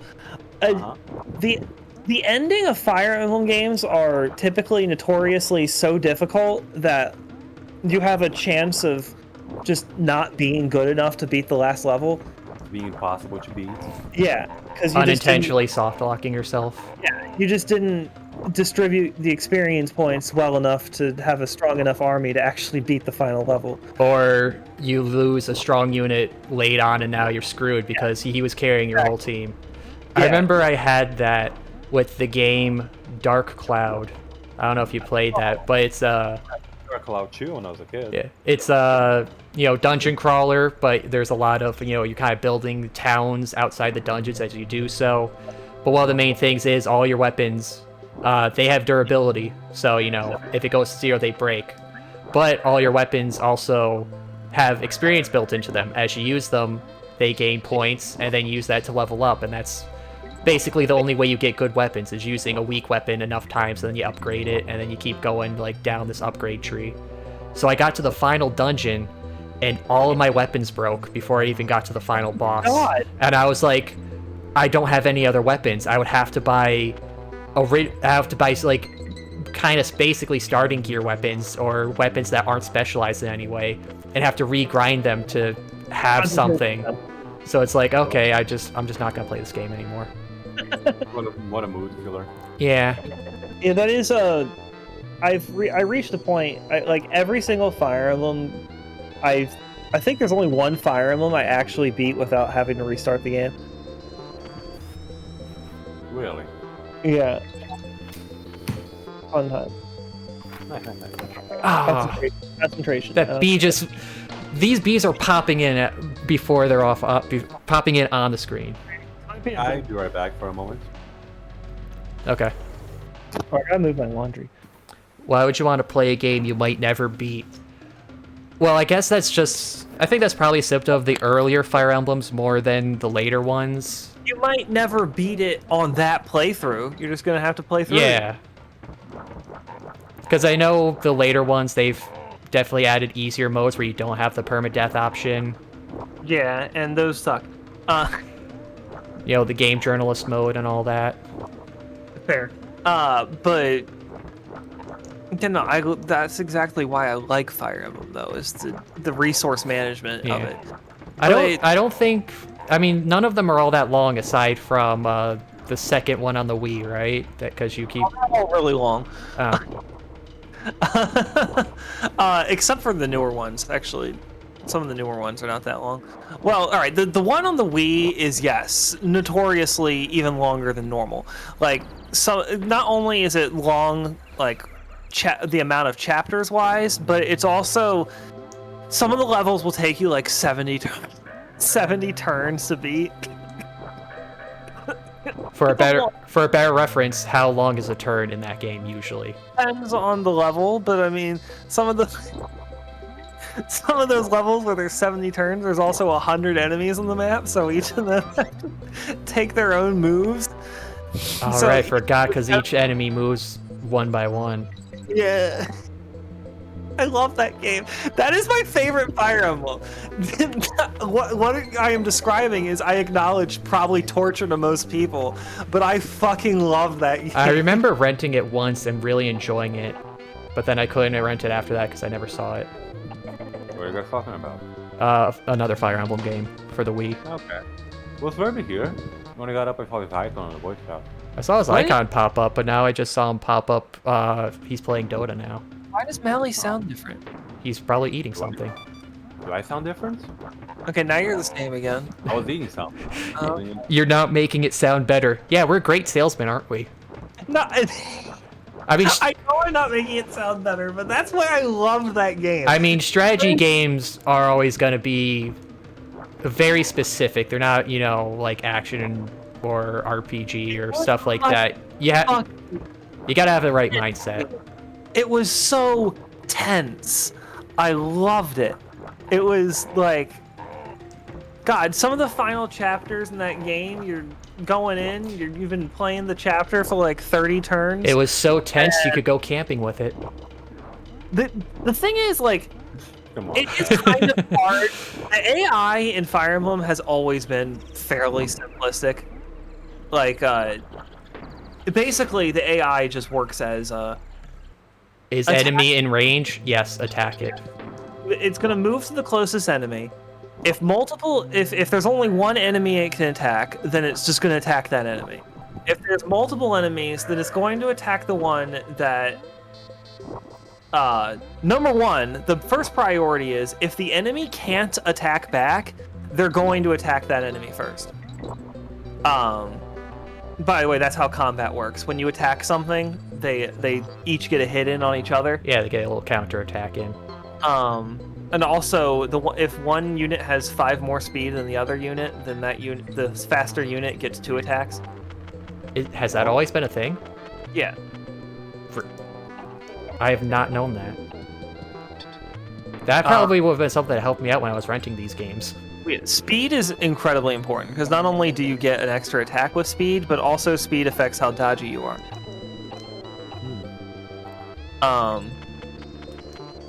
But anyway. But yeah, so there's and the AI needs to be that simple because that's how you strategize. That's how you, like, you know, position your units to keep the units that you don't want to get attacked safe. Because you know what the AI is going to do. So like they can't make it a more complicated AI, but at the same time you do need to like simulate the enemy strategizing in some way. That usually gets done via reinforcements for the enemy, exactly where and when you don't want them to be. So it's incredibly impressive, like the level of timing that these programmers have figured. Like, all right, on this turn they're probably going to be about here. So if we put reinforcements right here, that sure would suck for them. That definitely does sound like something to do. Yeah, I like how Simber sounds as a developer. Yeah, that definitely would suck for them, huh? How could I ruin the player's day in the worst way possible? It was Sounds like But- Sonic Chronicles. I can't stand that game. Oh yeah, the Sonic tactical RPG. the Oh, the one for DS, right? Yeah, that ended on a cliffhanger that never got a sequel. Because what was it, BioWare made that game or something? Yeah. It might be. I don't care if this is a hot take. Ken Pendleton's people really die. I hate that guy so much. Wait, who? The guy who just he's like the villain of the Sonic community. He's the one who just had a bunch of lawsuit stuff. Oh. Sega and, yeah. Oh, Pender? Yeah, Pender. Uh, Ken Pender, yeah. Oh no, I just didn't really hear it too clearly.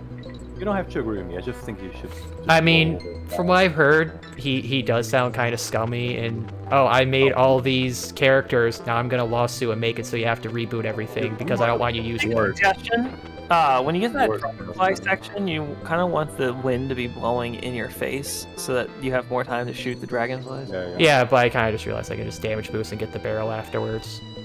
He's You the have- worst kind of scummy hazard. I heard he was gonna start selling the echidnas as NFTs. Yeah, again, just make people hate him even more. I didn't think it was possible, but he did it. But anyway, the last section of that Fire Emblem game, the last few chapters, by that point in the story, the enemies have gained a way to teleport. Canonically, like most the enemies in the game aren't teleporting, but it's an excuse for the reinforcements to literally just teleport anywhere in on the map instead of like having to come in from like the sides of the map or something like that. So the nonsense that happens in those last few chapters where you're just like, suddenly there's enemies teleporting in behind my weakest units. It was so much fun. It was so tense. We're like, I think I'm safe. And then at the end of the next enemy turn, it's just teleport units in. And it's like, fuck, I'm 30 turns in. How did they predict so well exactly where I was going to be? I feel like an easy thing, I don't know if they did this, but this is my first thought, is just read how the player has their unit distribution and just spawn in enemies where it's the weakest. Like, okay, these are the lowest level and there's only like two of the player characters here compared to, they got like 8 over there pretty far away. Okay, let's spawn them on the 2 guys. The spawn, almost seemingly just because the programmers like to style on the gamers, they are entirely, like, any reinforcement in the game is always specific to a tile. Like, it's not, it's not, like, relative to you at all. They're always going to appear on the exact same spaces every time. Oh. It's just that it's So big therefore, when they manage to surprise you and be in the most inconvenient spot possible, the developers are saying to you, haha, we predicted exactly where you're going to be at this point in the level. played you like a damn fiddle. I really feel like it is mostly just so that they can style on you like I that. feel like that's a thing where they probably play tested the maps enough, and when they realize, oh, this is kind of too easy, okay, let's look at how people played it. Oh, it looks like they're almost every player is weak in this spot at this time. Yeah. Would be a shame if. It makes it even more fucking impressive when you're 30 turns in and reinforcements pop up exactly where you don't want them. And they somehow predicted 30 turns into the level where you would be. It was just very fun. I loved that game. There was another point to what I was trying to say, though, and now I don't remember. Something about strategy games. Fire Emblem in general.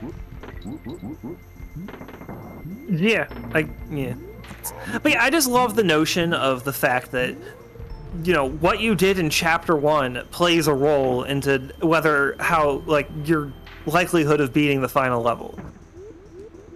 Because, you know, you managed your resources well all the way in the beginning of the game. Now you're in an even better position all the way at the end of the game. Yeah.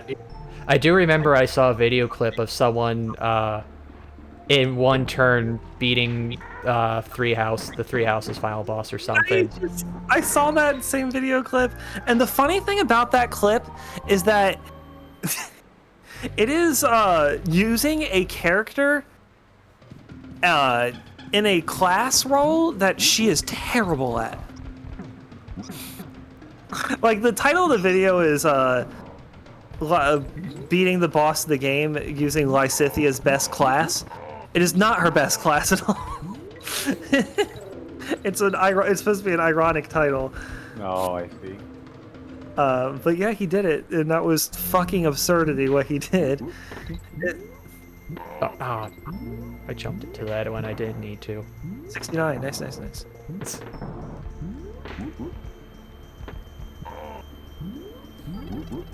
I was thinking of maybe streaming the first Fire Emblem, because I did pick that up. First as in first in America? No, first as in the very first one that they released only temporarily on Switch. It's not good. I mean, I'm still gonna play it. Okay. Yeah, why don't you should play Kingdom Hearts 2 first. Well, I'm gonna wait. Well, I mean, I could play the PlayStation version of that, but I'm hold off on going through the whole Kingdom Hearts series for when I pick up a PlayStation. I would like Three Houses is a very, very good game. It would be an interesting place to start. It's a bit of a departure from typical Fire Emblem because it has like Persona aspects to it. Yeah, and it's got the branching paths and stuff. Yeah, but it's, you know, the Persona aspects to it kind of still fit. Persona also has that sort of like resource management or else you're going to accidentally soft lock yourself aspect to it. So it fit really well. That feels really brutal. Now, what do you mean by Persona aspect? So the way Persona games work is, because like the premise of all of them is that you have personas are empowered by your bonds of friendship with people. Wait, hold on. I zoned out for a second. We're talking about Fire Emblem or Persona? But wait, Fire Emblem has always had the whole social thing where the characters talk to each other. Yeah, well, the reason I'm bringing that's not the part of it that I'm calling Persona-ish. The reason I brought so in Persona, it's almost a dating simulator. Like each day, you get to do one thing during the day, and then at night you can either like it depends on which game you're talking about. It's going to be slightly different each game, but like basically at night you're either going to go adventuring or you're going to go to sleep. Okay. Usually there's like some mechanic about how like if you keep not sleeping enough you're going to get tired and that's going to drag you down. But like the stuff you do during the day, you have to like balance your school life because you're still a kid in school. You have to,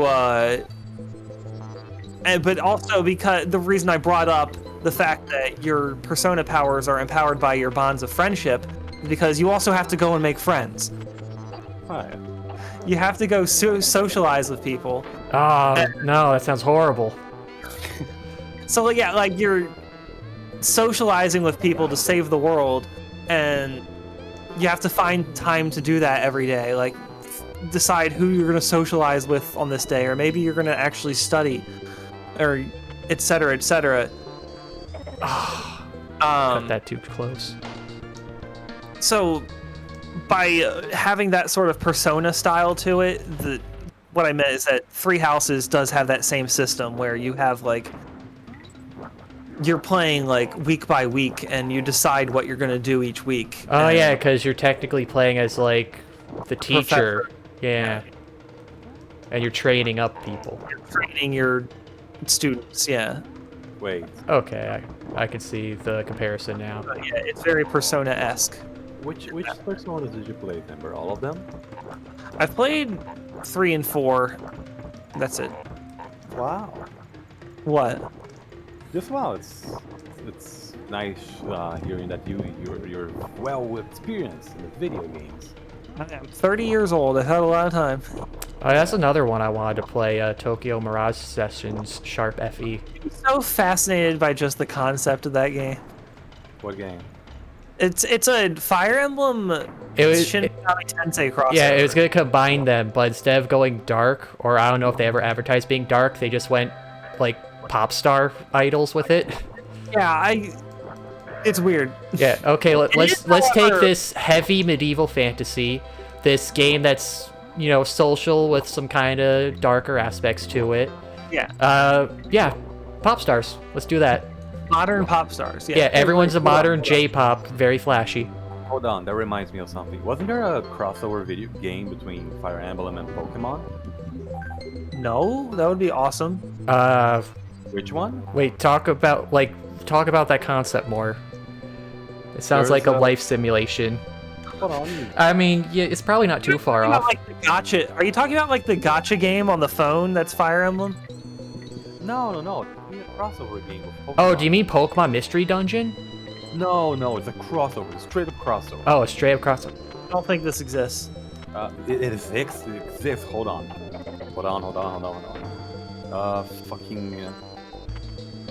Sorry. Kyler, can I swear on your stream? Yeah, you can swear. Just don't say racial slurs. Yes. Fucking Pikachu. Where's the sprite? This has to be some fan-made thing. It's not a fan-made thing. Maybe it was a short time promotional thing. No. It's a full crossover game. Give me a moment. Now I'm trying to think. Because I know they've had some interesting crossovers, like they There took we that. go. It's Pokemon Conquest. Oh, Pokemon Conquest! I have that. Yeah, that's It- not. Oh, I mean, It's Fire Emblem's Nobunaga not- Ambition. Sorry, Yeah, it's yeah, that's not a Fire Emblem thing. I yeah. thought it was Fire Emblem because I didn't know, but yeah. I mean, it's close enough. Yeah. I just remember seeing it because like I saw the pixel art for the Pokemons in that game and they look fucking sick. Yeah. No, this is even weirder than you were thinking, because this is a crossover with. This is made by the people who make the Warriors games. Uh-huh. You know, like Yeah, I remember. Oh, It's interesting because like, as you Samurai play the Warriors, right? game, you're kind of taking over territories, so you have to leave Pokemon at territories because other gyms can attack them. yeah, this So- is some. They decided to cross over Samurai Warriors with Pokemon, which is way weirder than Fire Emblem with Pokemon. I mean, it's just they get inspired by people doing Nuzlocke runs, so. Can you imagine like a Nuzlocke type game with Pokemon and Fire Emblem? That'd be fun. That's You kind know- of just fine. One thing to think of. Where did the Nuzlocke Yeah, term come from? Gather, why didn't you listen to Hinkle's advice? Wait until the wind is against you. Because I got the DK barrel right at the end. Yeah. Ugh, fine. All right, concentrate. Anyways, go on. But yeah, so No. where did the Nuzlocke term come from? Concentrate. I hate you. Where does the term what? Like, why did it get Nuzlocke? Because that's the name of a Pokemon, so why did they start calling Nuzlocke runs Nuzlocke? No idea. That's probably why. Because like someone did it with a Nuzlocke. Well, who was the first guy that did it then? Your mom. That's not a guy. Ah, the wind turned around the last second. Ah, the wind of death. Maybe if you were concentrating. I am Maybe concentrating. if you had gotten the wind from Hyrule. This is gonna be the running gag of this stream. This will be the stream title and thumbnail. It'll just be a picture of Hyrule with no context. Yeah. Hold on, let me fucking. No, it should be a big Ganon. Birdo Desert because this wind brings death. Oh, that reminds me. Ganon So when I and- made the thumbnail for the last Donkey Kong VOD I uploaded, I had to look up a picture of Squitter because it was the one level we were doing, the very long level with him. And I saw this image in the Google results. It was like one of the like high up results, and I just it's like, here I'll put it in. Just like, of all things.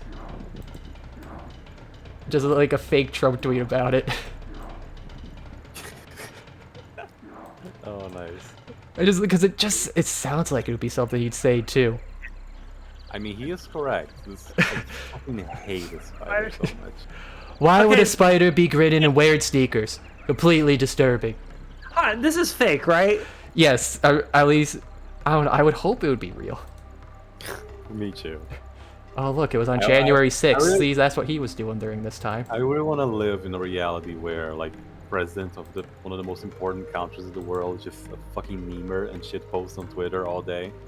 I mean, We already live in that world. What the fuck are you talking about? Really? well, also, Donald Trump's Twitter, like, throughout his entire presidency? He has a Twitter for reals? well, he had my the presidential Twitter. I guess I guess the rest of the world was not aware of the sheer stupidity of Donald Trump. No. But I also, don't care. well, also talking about that, remember, there's as the years go on, there's a growing statistic that we will have a YouTuber president. Oh, yeah. It could be weird. Like, think about it, one of these days we could have someone who was like Markiplier as the president. Wow.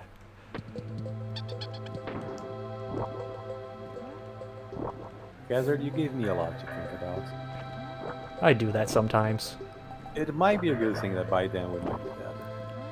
Oh man, you gotta have hope.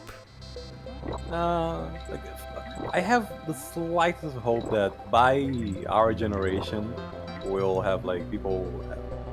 It will be the beginning of genetic splicing. We'll start to have people, with mutations. Oh, we'll finally have our cat girl waifus.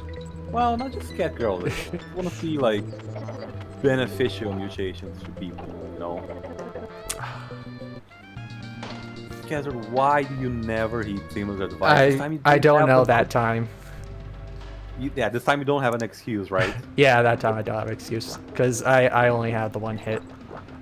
Oh, Timber, I know Fire Emblem. It's the one that has the fucking sick critical animations, right? Oh yeah, Okay. yeah, they do go pretty intense. Yeah.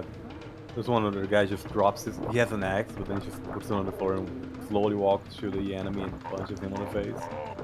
That's sick.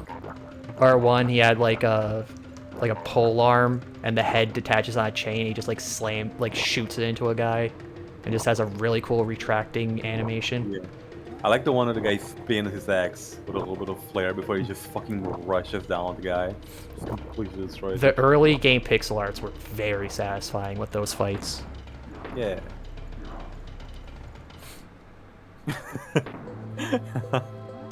Just looking at Fire Emblem memes. Some of these are really funny, even if I don't really get the context. So yeah, the Game Boy Advance Fire Emblems like went really fucking hard in on the attack animation pixel art. It was really awesome. Like some of the shit those characters did, like Lynn is a really popular character that you might be aware of. The blue-haired girl that I see on Smash all the time? Yes, yeah. Because she's that's the whole thing she does in Smash is like disappear and reappear behind someone and attack them. Because one of her her final weapon she gets that gets its own unique animation attacks is it's called Soul Kadi, and it very much reminds me of Sephiroth's sword. It's very long, very thin. I don't think as big as Sephiroth's sword, but pretty close. But like the fucking basic attack animation for it involves her disappearing and then reappearing like above the enemy and like spiraling down onto them and like slamming the sword through their head. Nothing Wow. personal, kid. That's the basic attack. Like the critical hit, she like disappears and then like 6 of her appear around the enemy and like just all attack at once. And The critical animation, a sword comes out of the Game Boy itself and stabs you, the player. Dang. it's some cool shit. I love the stuff they do. Like another character who's notorious is Hector. You've probably seen that meme of like Hector getting stabbed with a lance, and then he just like leans in. Oh, he just yeah, slides I- down and it says no damage. I saw that like minutes ago. It's really good. Yeah, that one shows up all the time. But because yeah, Hector's defense and strength are just absurd, and his final Yeah, weapon. He's the one that has the animation where he puts the axe down and just walks to the enemy and punches him in the face. Pretty. Right. He doesn't give no shits. That might have been a custom animation someone made. Sure, let me post it on the voice chat context. I mean, yeah, he has his final axe is like literally bigger than he is. Wow. And like, yeah, one of his attacks just involves him like putting it down. And oh yeah, no, that's a custom animation someone made. Aw, dang. That's pretty funny though. I thought it was canon. I mean, it fits the character. I want to find Durandal attack animation. Oh, how did I get hit by that?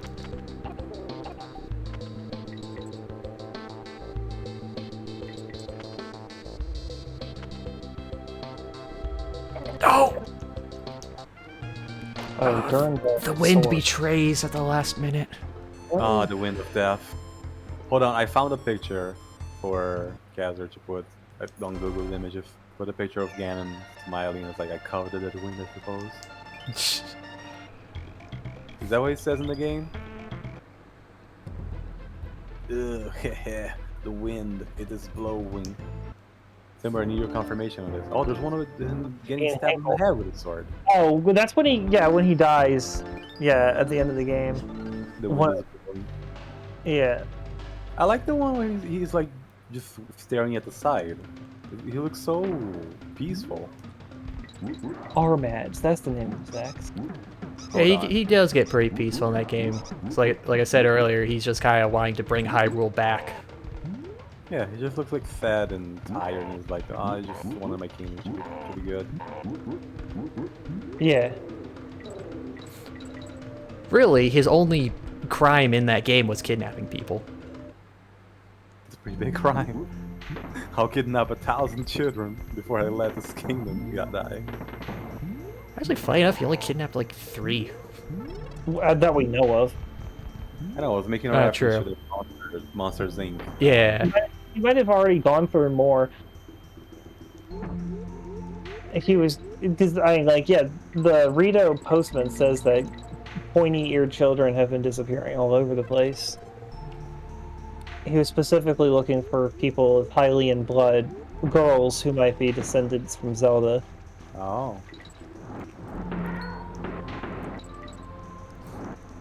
Here's Tim, a very small attack in. oh, this is a Gif- very is it big Gif axe. it? Damn it. It's not even gifting. No, I can see it. It's a very big person, but the axe is very big. Yeah, you can't... I wish this picture was like all this empty space. It's what's the name of the blue guy? Hector. Marv? Huh? Hector. What? Hector. Hector, yeah. I wish it was like Hector in this size, but the axe is like fucking huge and occupies the entire empty space of the image. I would accept that. Anyways, Hinkle, is there like any alternative races in Fire Emblem, or is it just humans? There's like dragon people. It depends on the game. Typically, race isn't much of a thing in Fire Emblem. There's Manicheets in some of them, which are people who are dragon. I'm not sure what the lineage is supposed to be there. They can Wait, transform. Yeah, into dragon. I thought maybe they were just dragons, but they did have a human form. Okay, so there are also dragons. That's true. Which is a whole, like, the dragon realm kind of connects all the plots of the various Fire Emblems together. Because, like, it seems to me that the dragon civilization was a civilization from another universe that, like, got so advanced that they were able to make portals between dimensions and time and shit. And yeah, every now and then a dragon just comes to another universe and basically it becomes worshipped as a god, and that's why all the gods and all the Fire Emblems are dragons. Oh, I didn't know that. I was talking more about like playable races. All the Oh, you characters can play as you can get some dragons in some of the games. Yeah, the reason I brought it up is because the dragons also hide as humans, and sometimes some of the characters. I think I remember. Oh yeah, and the Wii ones, they were like animal people too, weren't they? That too, yes. Yeah, that was the whole like crux of that story. Was they're called, the humans are called Bjorks, and the animal people are called Lagoos. Oh, so they're peanuts. No, not Lagoons. Laguz. Lagoos.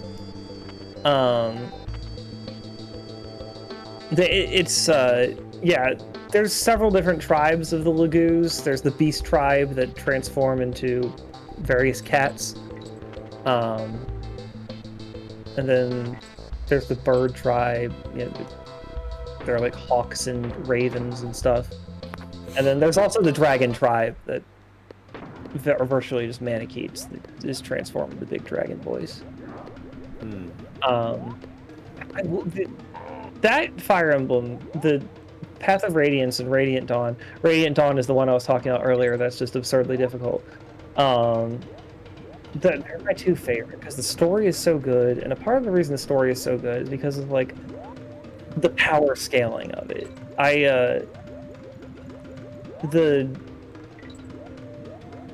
The like Lagoos leaders are regarded as like some of the strongest things in the world, and that remains a consistent thing throughout the story. Don't fuck with the Lagoos royalty. And that's also the game that the Black Knight came from. Just do it, God. I hate you. Yeah. And I did it! I beat the level! Good job. I am proud of you. Now I gotta do it again for the bonus. No, really? I forgot to get the bonus, but that's easy to get to because it's before all the crazy stuff. They say. Yeah. Thank God. Oh, I need an extra coin. Wonderful. Please go on, Hinkle. Oh, well, yeah, and like that's also the game that the Black Knight is from. The Black Knight is a assist trophy in Super Smash Bros. Also. Yeah, I remember him. I rented that game and got up to like one fight where you kind of face off against him in an unwinnable 1v1. The Black Knight is so fucking cool because that's the cool thing about him is that like he shows up multiple times throughout the games and it's just unfucking beatable. Like he straight up just does not take damage. I'm pretty sure, right? Oh, yeah. First of all, he has max stats in every stat, and also items that make him go beyond max. And then yes, also if you go and read the descriptions of his passive skills, one of them is literally cannot be harmed. Wow. You have to. He can only be harmed by holy weapons. So like, yeah, Ike later in the game when he gets his holy weapon is the only person who can hurt him. And then even then, actually. No spoilers. I would like to see the end of that the first time. No. It's basically the first Fire Emblem I ever played and got invested into. I would highly suggest playing that game. Yeah. Maybe even on stream. That game is so I would need to pick that up again at some time. That's also a great gateway Fire Emblem because it has very basic Fire Emblem flavor. It's not like it doesn't have any of the crazy not Fire Emblem things to it. It's just a Like what? Just a Fire Emblem. Like what? What crazy not Fire Emblem things are you talking about? Like Three Houses' whole like persona framework. Okay. It's just a flat good Fire Emblem that is also There's no gimmicks, no bullshit. yeah, and it's straight and to the point. And it's also very the difficulty is very middle of the road in a very good way. That is one of the few Fire Emblems I didn't have to restart completely to beat. But I also didn't feel like I was having an easy time the whole way through. I do recall having a lot of fun with it. It's just a really, really good game. I will say though, one thing that Fire Emblem, after hearing from Timber, that it doesn't have over Final Fantasy Tactics is no race of playable bunny girls or Moogles. You're right. Yeah, that's the. Well, there is right. So in Awakening, there are the I can't remember what they're called, but there are people, bunny people. Can you play as them though? Play them? Yeah. Yes, you do get a bunny lady, and then later on her bunny son. It's They Just Wow. one? yeah, a bunny and only has one. I don't think Yeah. she's a real rabbit girl. well, they're the last surviving members of their race. Oh, Or she, Well- the mom, was the last surviving member of her race, and then has a child with a human. So that's why there's only one, I suppose. So her son's like half the race? Yeah, The only two which remaining? doesn't seem to dilute the genes at all. Well, I guess we all know where this is going then. No? you gotta help them repopulate.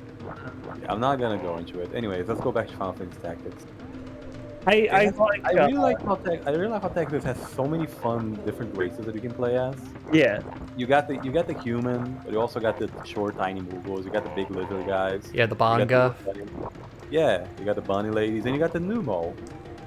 Well, Yeah. with Tactics and I only played Tactics 2 or Tactics Advanced 2 on the Yeah. DS. I think what it's Tactics and Disgaea have that Fire Emblem doesn't is like the different sorts of attacks. And Fire Emblem is just you attack something with your weapon. That's it. I mean, you also have some magic, but basically each character only gets one Weapon. kind of thing to do. The magic is also just a weapon. It's treated exactly the same. It's just it's a ranged weapon. Which I mean, I don't dislike that at all. It's very fun. Like there's a whole there's a weapon triangle. Swords have advantage over axes. Axes have advantage over lances, and lances have advantage over swords. And then there's also like typically magic triangles depending on the game. So like there's definitely like plenty of complication to it in that regard. You just don't get like in Disgaea, you know how that's why I was like in some ways it's less positioning based, because in Disgaea you have like your attacks where like this is the places where your attack is going to happen. This is where you're going to end up after the attack, and like all these places need to be open. Like that's not a thing even slightly in Fire Emblem. I wouldn't know that because I played this guy for 1 hour and never picked it up again. Disgaea gets very silly with that. Well, yeah, for no particular reason. I just, I had a lot of games to pick from and just dropped it. That's one thing I liked in Tactics 8 too, was some of the positioning where you could also push enemies off of higher elevations and to make them take fall damage. So Yes. So it's really satisfying, like being, I don't know what class would have there. I don't recall. Like say like a monk or a warrior, you just punch a guy super hard off a cliff and then he dies from the fall damage. And it's just like, that's amazing. The lethal trip. Yeah, in that way, Fire Emblem is a lot flatter of a game. I see. We have almost 100% in this game. Yeah. Just got this final special boss left.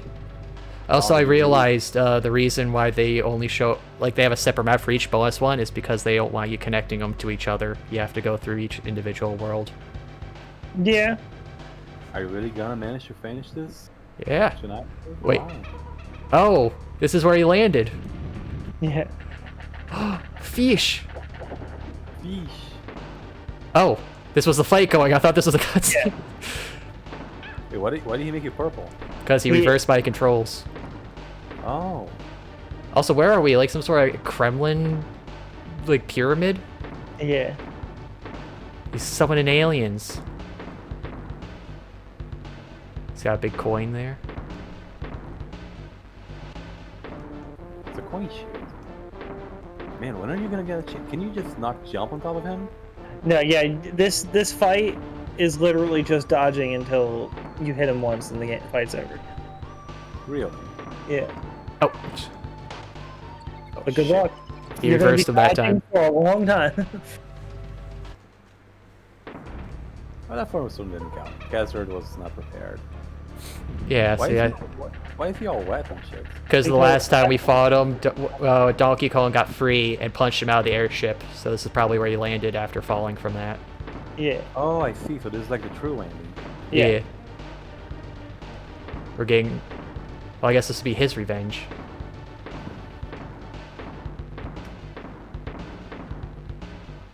We're finishing what we started. Yeah, come on, Donkey Kong. You can't kill a guy in one punch. What's wrong with you? We're finishing what K. Rool started. Oh, this one's pretty tight. That's what she said. Come on, Kazard. Hey, we haven't made one of those jokes in a while. I'm allowed to. Oh, okay, he does 3, then he does 4.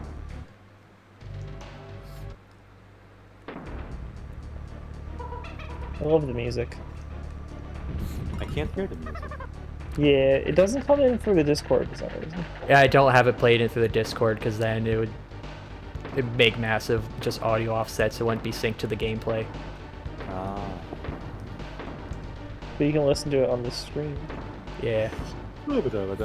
It's an unfortunate thing, just because with capture cards, there's always gonna, be just some sort of audio delay with reactions and stuff.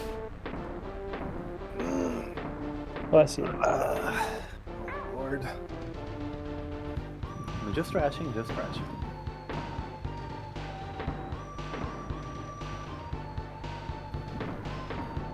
This should be easy with Dixie, right? Yeah. Float. You got any problem? Unless you float into an attack. Oh, triple fire. What is he even firing? Is it like ghosts? Those are, I don't know what this be, but yeah, I love that one. What did you say, Hinkle? I don't know. They're supposed. So over the course of the last fight, he died.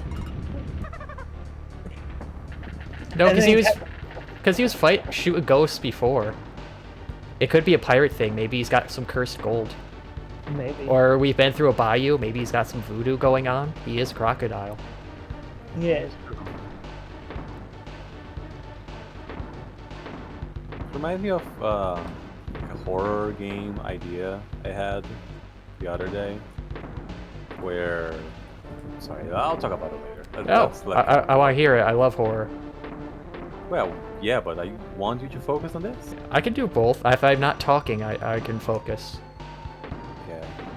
It was like you play as a kid. There's like 2 ideas I had for this. You either play as a kid who lives like in a bayou areas, like a village near the swamp, Mm-hmm. Yeah. It's all human and such, and you're a kid and you like to go out to hunt for fireflies. So every night you go out and you get some fireflies you put on your pot, and you're making like a Oh, collection wait, I of can't them. look under those. Yeah. And then like it's a barrel. And you fucked it up. That was the end of the fight. I threw it too early. Aw. Weird opinion. If they make a game Digimon more like Smash and less like Pokemon, it would have been a great success. They already made the game like what? More like Smash. So I get. No, I'm reading this from the chat. So I get, making Digimon more of a fighter than a Pokemon raising sim. How would that work? There's already is a Digimon game like Smash. What is it? there? Are you fucking serious? Yes, there's 2 of them. It's Rumble Arena 1 and Talking 2. about Digimon games. You never played Rumble Arena 1 or I've 2. never played any Digimon game at all. Digimon Rumble. There's Arena. there's 2 Digimon games that are just like Smash. Rumble Arena 1 for the PS1 and Rumble Arena 2 for the PS2. Well, I think he means like in the sense of you capture your Digimon and raise them up, but instead of doing a turn-based battle, you have more of an action RPG sort of deal. Rather than a straight-up Smash, but with Digimon. How did it even work? I guess it could be something like, you can give your Digimon different, like, move sets with your, like, certain combos and such. I guess it would be like you're making a Mii on the Smash Yeah, Ultimate, that would right? be a lot to program. Yeah. That would be a... But I do see the point. I do see the idea of making it, differing it from Pokemon, just because I do remember how everyone was like, oh, is Pokemon better or is Digimon better? Honestly, I Dividing prefer- sides on that. Honestly, I like it more what they already have. where you just okay, so TYBD, never heard of it. Okay, go check it out. Exactly what you're talking about. And Kazard, like, I think I would prefer what they already have with Rumble Arena. You already have Digimon, and Digimon has the set of moves, and it's the same moves that you see them use on the animes and the shows. So there's a familiarity to it. Mm-hmm. So really, it's a show-based game rather than like. No, it's not. It's not like a show-based game. It's more like there's the Digimon. This is their play style. They fight like this, and just like Smash. Mm-hmm. Instead of like what Gather suggested, where you get a Digimon and you put custom moves on them. Because I don't think this kind of idea works with Digimon. All right. It works with Pokemon because they have a bunch of different types of moves, sure. Also, it's not the kind of concept that works for a fighting game, fighting type game where you have established characters. There we go. Oh, God, we sent him into the void. Oh, And Dixie's just chilling, eating a banana, watching this go down. Yep. The island's collapsing. Whatever. oh. Ah, nice going, kid. I reckon only a true video game hero would have finished it all. Oh. You hear that? I'm a true hero. You are. Let's get out of this miserable dump and get back to Donkey Kong Island. And yet, then they look up in the sky, and the star is shaped to form Diddy's face. Back to see me again, huh, Sonny? Let's see if you've improved your hero status, shall we? You're number one. I'm number one. Oh, look, by the way, at the trash. What's next to the trash? Sonic's shoes. Sonic's shoes, and I'm not sure what that ray gun I'm not is. afraid to admit it, What? but... Oh, I didn't read that. Is that I think that's Earthworm Jim's gun. Oh, it probably is. That would be a reference that they would enjoy making. There he goes, sail. Oh, I guess he didn't die. Yeah, he made it, and he's cackling.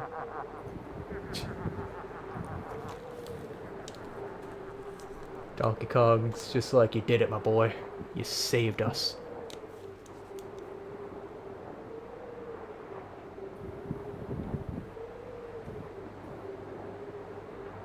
Yeah, remember when Earthworm Jim was relevant? What? So remember when Earthworm Jim was relevant? Yeah. Not really. I mean, I remember it being a thing, but I've never seen the show or played any of the games. I wasn't alive by that time. Well, I was alive, but I wasn't That's fair. aware. You're young. And look at that, 102%. Yeah, boy! We're so good, we went past 100. How did that even happen? That's just what they... It's a He ate a bite of gum gum. Come on. You're the worst. Hey, God, you did it. I'm glad I was part. I was third one. no, we'll save the third one for next time. That was a disturbing laugh. Yes, these are the people I hang with. No, I think he meant K. Rool's laugh. Yeah, it could go either way. Yeah, we'll save the third one for next time. A little late to start a new game. I just want to see the title screen. I love it. Okay, we'll do that. So but first, Hinkle, now we gotta do the thing where you speedrun the game for us. No.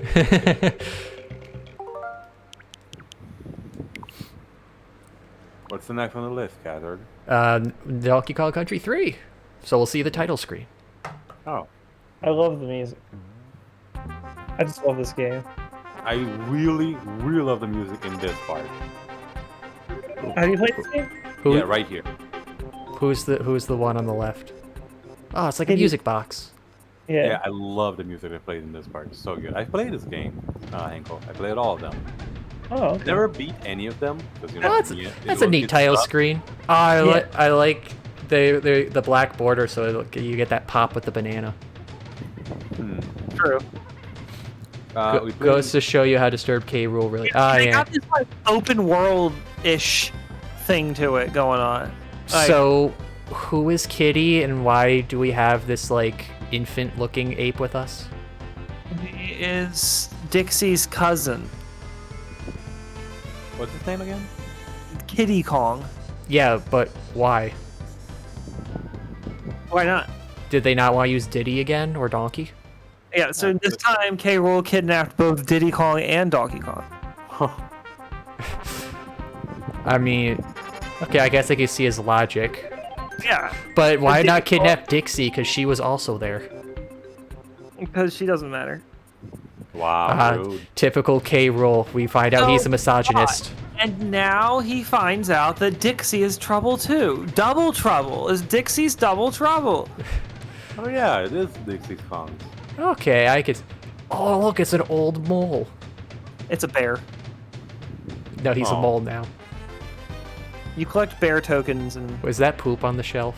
and also no, it's shells. Okay. There's a whole like trading game mechanic in this, where or like sort of similar to Wait, is the game timed? Why is that timer at the no, bottom? only that level is. Oh, okay. Oh, the balloons have her hat now. Oh, you can roll. Yeah, there's a lot of stuff. you Oh, can this do. looks kind of neat. I'll look forward to this. This game is so good. Which one's the best, though, in your opinion? Huh? It's so hard to decide. I think this one. I mean, my favorite to speedrun is the first one because it's pretty simple. They all have different qualities. Yeah. I can't decide what's really hard for me to decide is which one's harder. I think I like 2 the most because it has the best soundtrack. Yeah, no, this one has an amazing soundtrack. I really enjoyed 2's soundtrack. I'm gonna say the base game. There's the Is that, boss is that the Big shell. Barrel? Yes. Yeah, he was Oh, really yeah, scared. really unique bosses Oh, in this. and we have a baby elephant too. Yeah. Did they just make every well, wait, 96, this might have been this was probably the era when a lot of the cartoons were doing baby spin-off. Oh, they're still on the tree. Okay, that's a cool looking level. Yeah. Was that a clownfish Yeah. at a monster barrel? And by the way, level. Oh no, wait, that's not new. Never mind. What? I was gonna say levels where you go between in water and out of water, but they had that in the second one too. Yeah. Yeah, you're talking about it already. Yeah. I mean, we had that. We went into the water as Rambi and then became on guard. And then Yeah. got out of it. Oh, sorry. You're excused. How many of these did they make? I don't know. Donkey Kong Country? No, these intros. Yeah, they're doing a lot of these. No. Because usually there's only like one, but they got a bunch here. Hey! Oh, so you can throw them and break stuff. He's a big boy. Wait, now I wonder. I'm happy that they went back to the mechanic of having one light and one heavy. Now I'm wondering if I would have learned. Oh, that's neat. If watching these intros for Donkey Kong Country 2 would have taught me some of those moves of like throwing to hurt enemies and stuff like that. Probably. Some hints, yeah. I'm curious to see if any of these intros show the banana bird mechanic. Did there's a- did he say that 3 is better than 2? Oh, sounded like it. So, alright, yeah, people regard this game as like they call it like the dark horse of the Donkey Kong franchise. Like it's The some black like sheep. Shouldn't Black sheep, it be yeah, the dark black ape? sheep. Sorry, I meant black sheep. It's the orangutan. Like this game is weird and like bad. I don't get it. It's a didn't good get it freaking either. game. Okay, now I think played they're all moving now. I played all 3 and I was a kid and I didn't get it either. I just thought it was more game, you know? I Yeah. always held them in the same regard. Like, oh, it's Donkey Kong. Now it's more Donkey Kong. And now it's even more Donkey Kong. Except this when you select levels in both, which is kind of cool. I mean, I could see probably a lot of the complaints coming from Kiddy It's Kong. Just because, I mean, that's my initial first response. Who's this baby looking dude? I did always think he was kind of ugly and lame compared to the others, but Yeah, it's interesting how small things like that can change an impression. You know, like how, Hinkle, you're saying early, way back at the start, you know, Wind Waker with, like, the visuals it had. And I remember that was one of You know, when you look back, that was one of the big complaints people had. It's like, oh, what's this cartoon kitty looking shit? I want my realistic Zelda. So much. I hate them. I just hate everyone who said that. But now, what people look back and praise it for like having a great cell shaded art style. So it really comes down to it's just the expectation they had at the time. I mean, it probably didn't help. They had that realistic looking tech demo the year beforehand at E3. Did they? I have no memory of that. They did show well, maybe it wasn't a year before, but for the GameCube they showed a tech demo of a very realistic at the time looking Zelda. So people are like, oh my god, it's gonna be the dark fantasy Zelda or whatever. Probably because Majora's Mask will have been just before, so it's probably coming off that. And then Wind Waker came out and people were like, what is this? And then Twilight Princess comes out years later, and it's like, oh, this is finally the thing we were promised. Dude, the first time I saw Wind Waker, I was like fucking 11, 10 years old. I was obsessed with it. It looks so cool. I really wanted to play it. But, GameCubes, you would never find a kid with a GameCube here in Brazil at the time. Really? Were they expensive, or did people just hate the GameCube? It was expensive. It was for multiple reasons. It was expensive, it was hard to find, and, people just preferred the PlayStation. Because PlayStation had a much bigger... Nintendo always had, like, a small scene here in Brazil. It's always been dominated by either Xbox or PlayStation. I could see that. Except for the Super Nintendo era. But... Because there wasn't really much competition then. Yeah, their competition was Sega, which was terrible.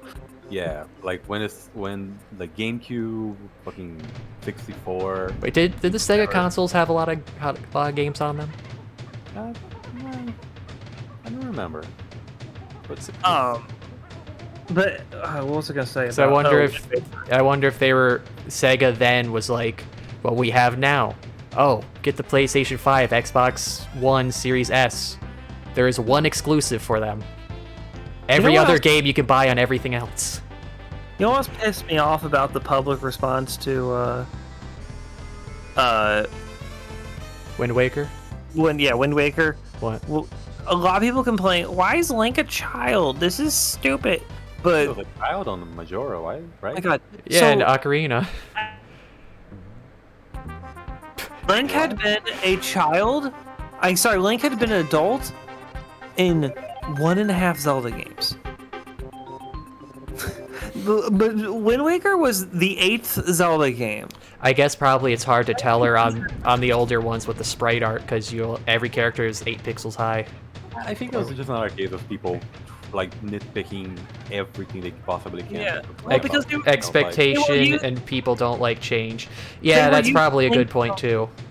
They were used to Link from Super Smash Brothers. Oh yeah, that's also a fair point because Smash Bros.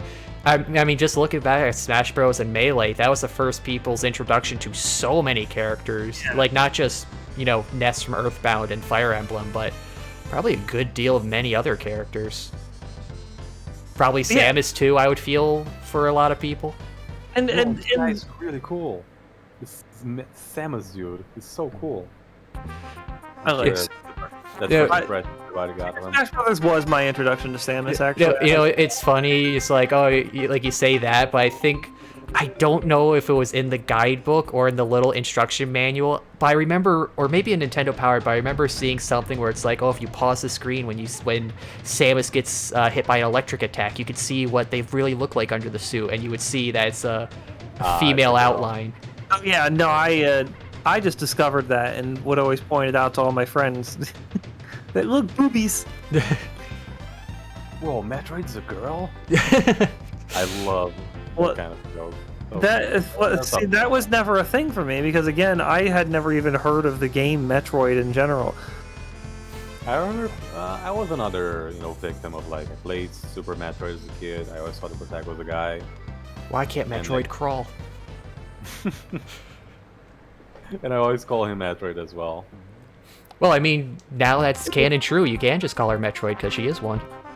Well, especially prominent. It's kind of still especially prominent in Brazil because we didn't have as many magazine guides and stuff, and a lot of times when we get games, it was second-hand games.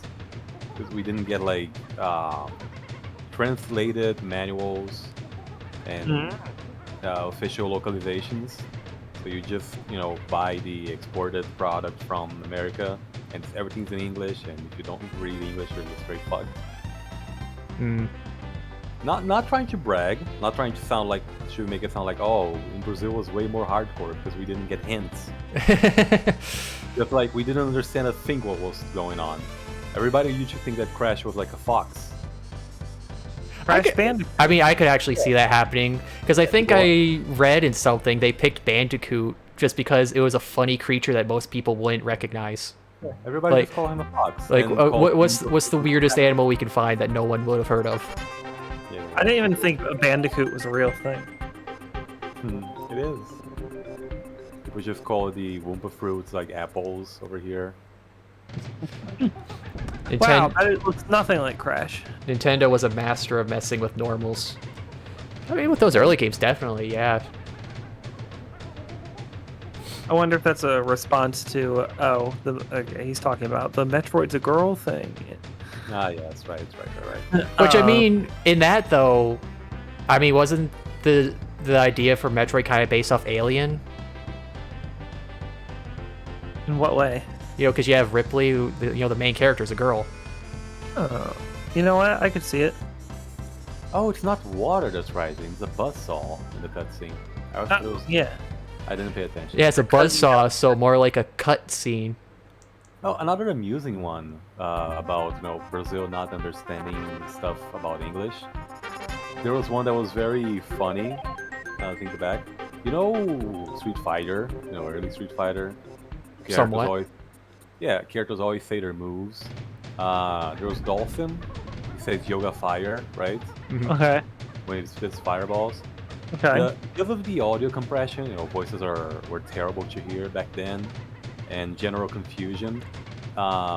It would sound like he's saying something different in Portuguese. People, conservative moms and dads will hear him say something like "Go Hex," and think, "Oh my God, this guy's like a voodoo sorcerer." This game is of the devil. Oh God.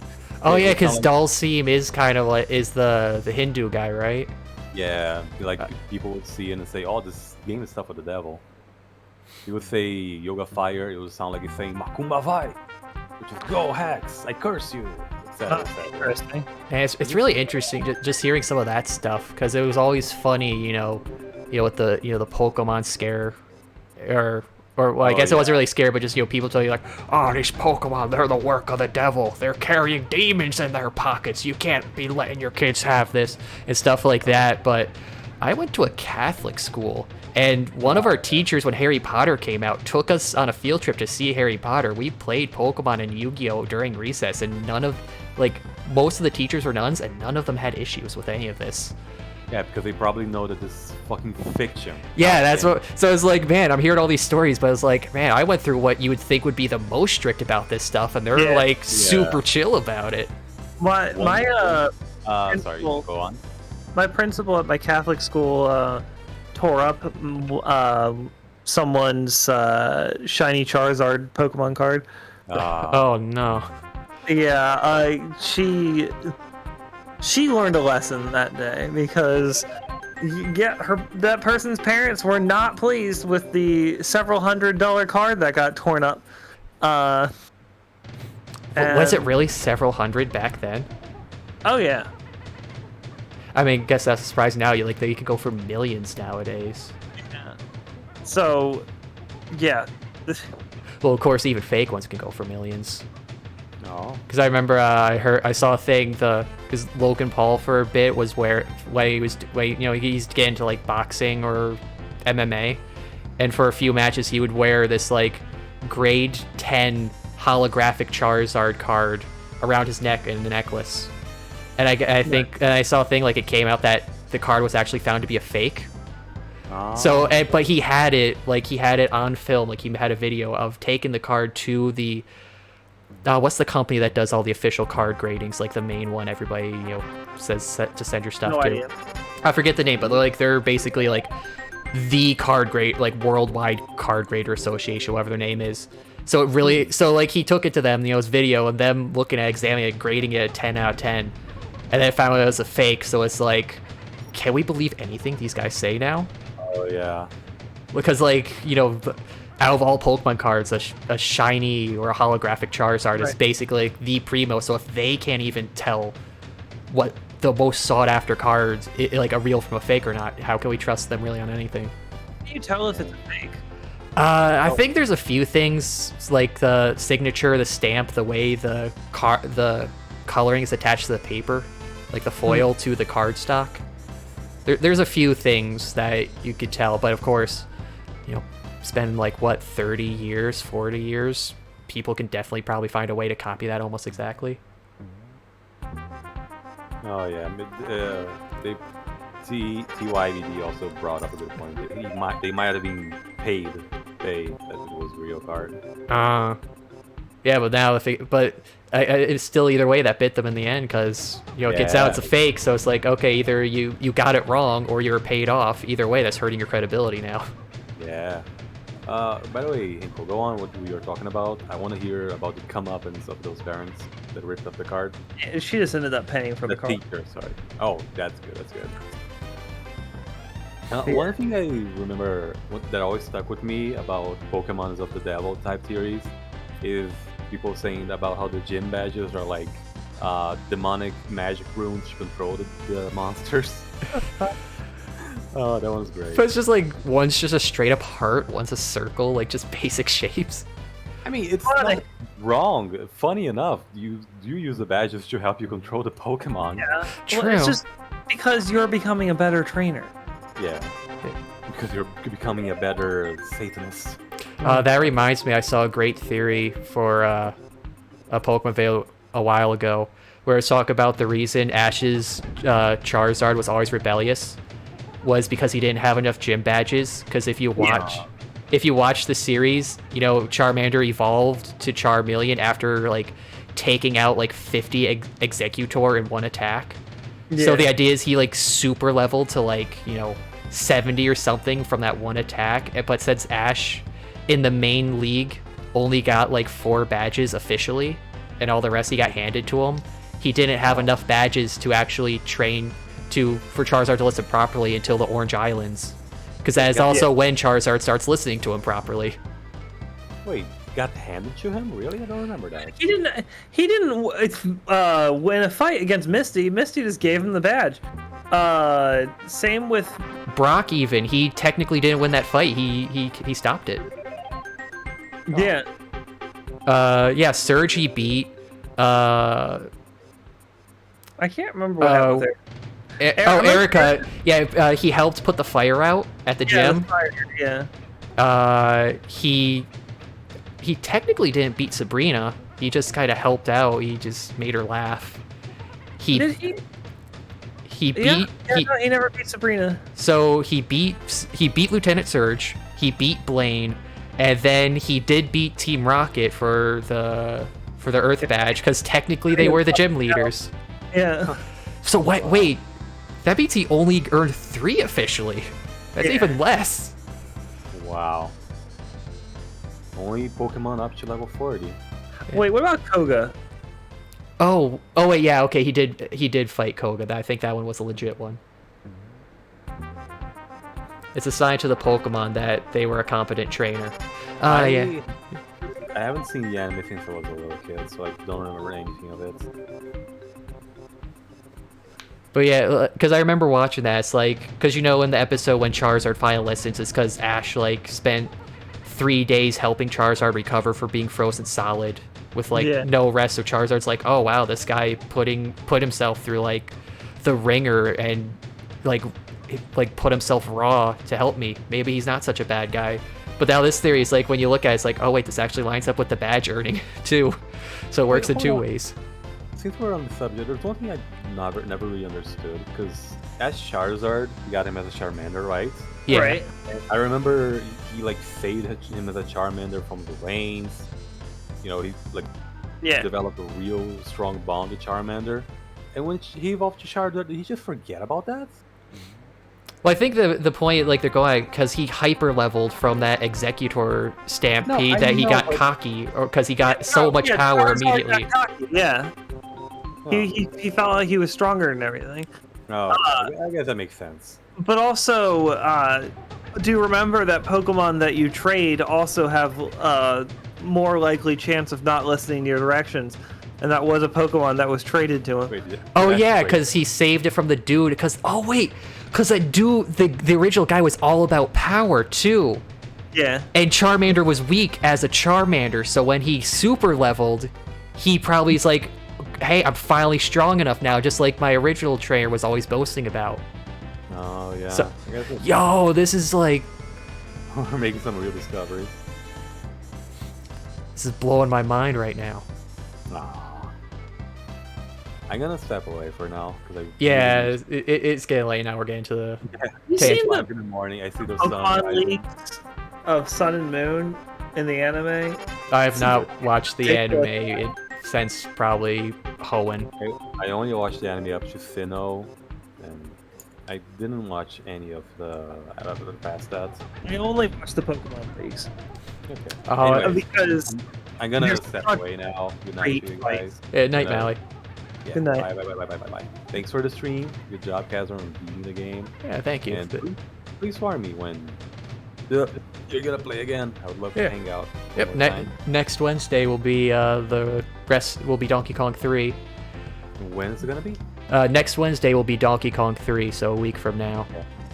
And then Bye. Bloodstained Friday. Oh, okay. Now bye for realsies. Yes. Good night. I guess with that, we'll wrap up the stream here.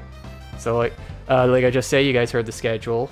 Donkey Kong Wednesdays, Bloodstained Friday, probably Friday, and then Sunday.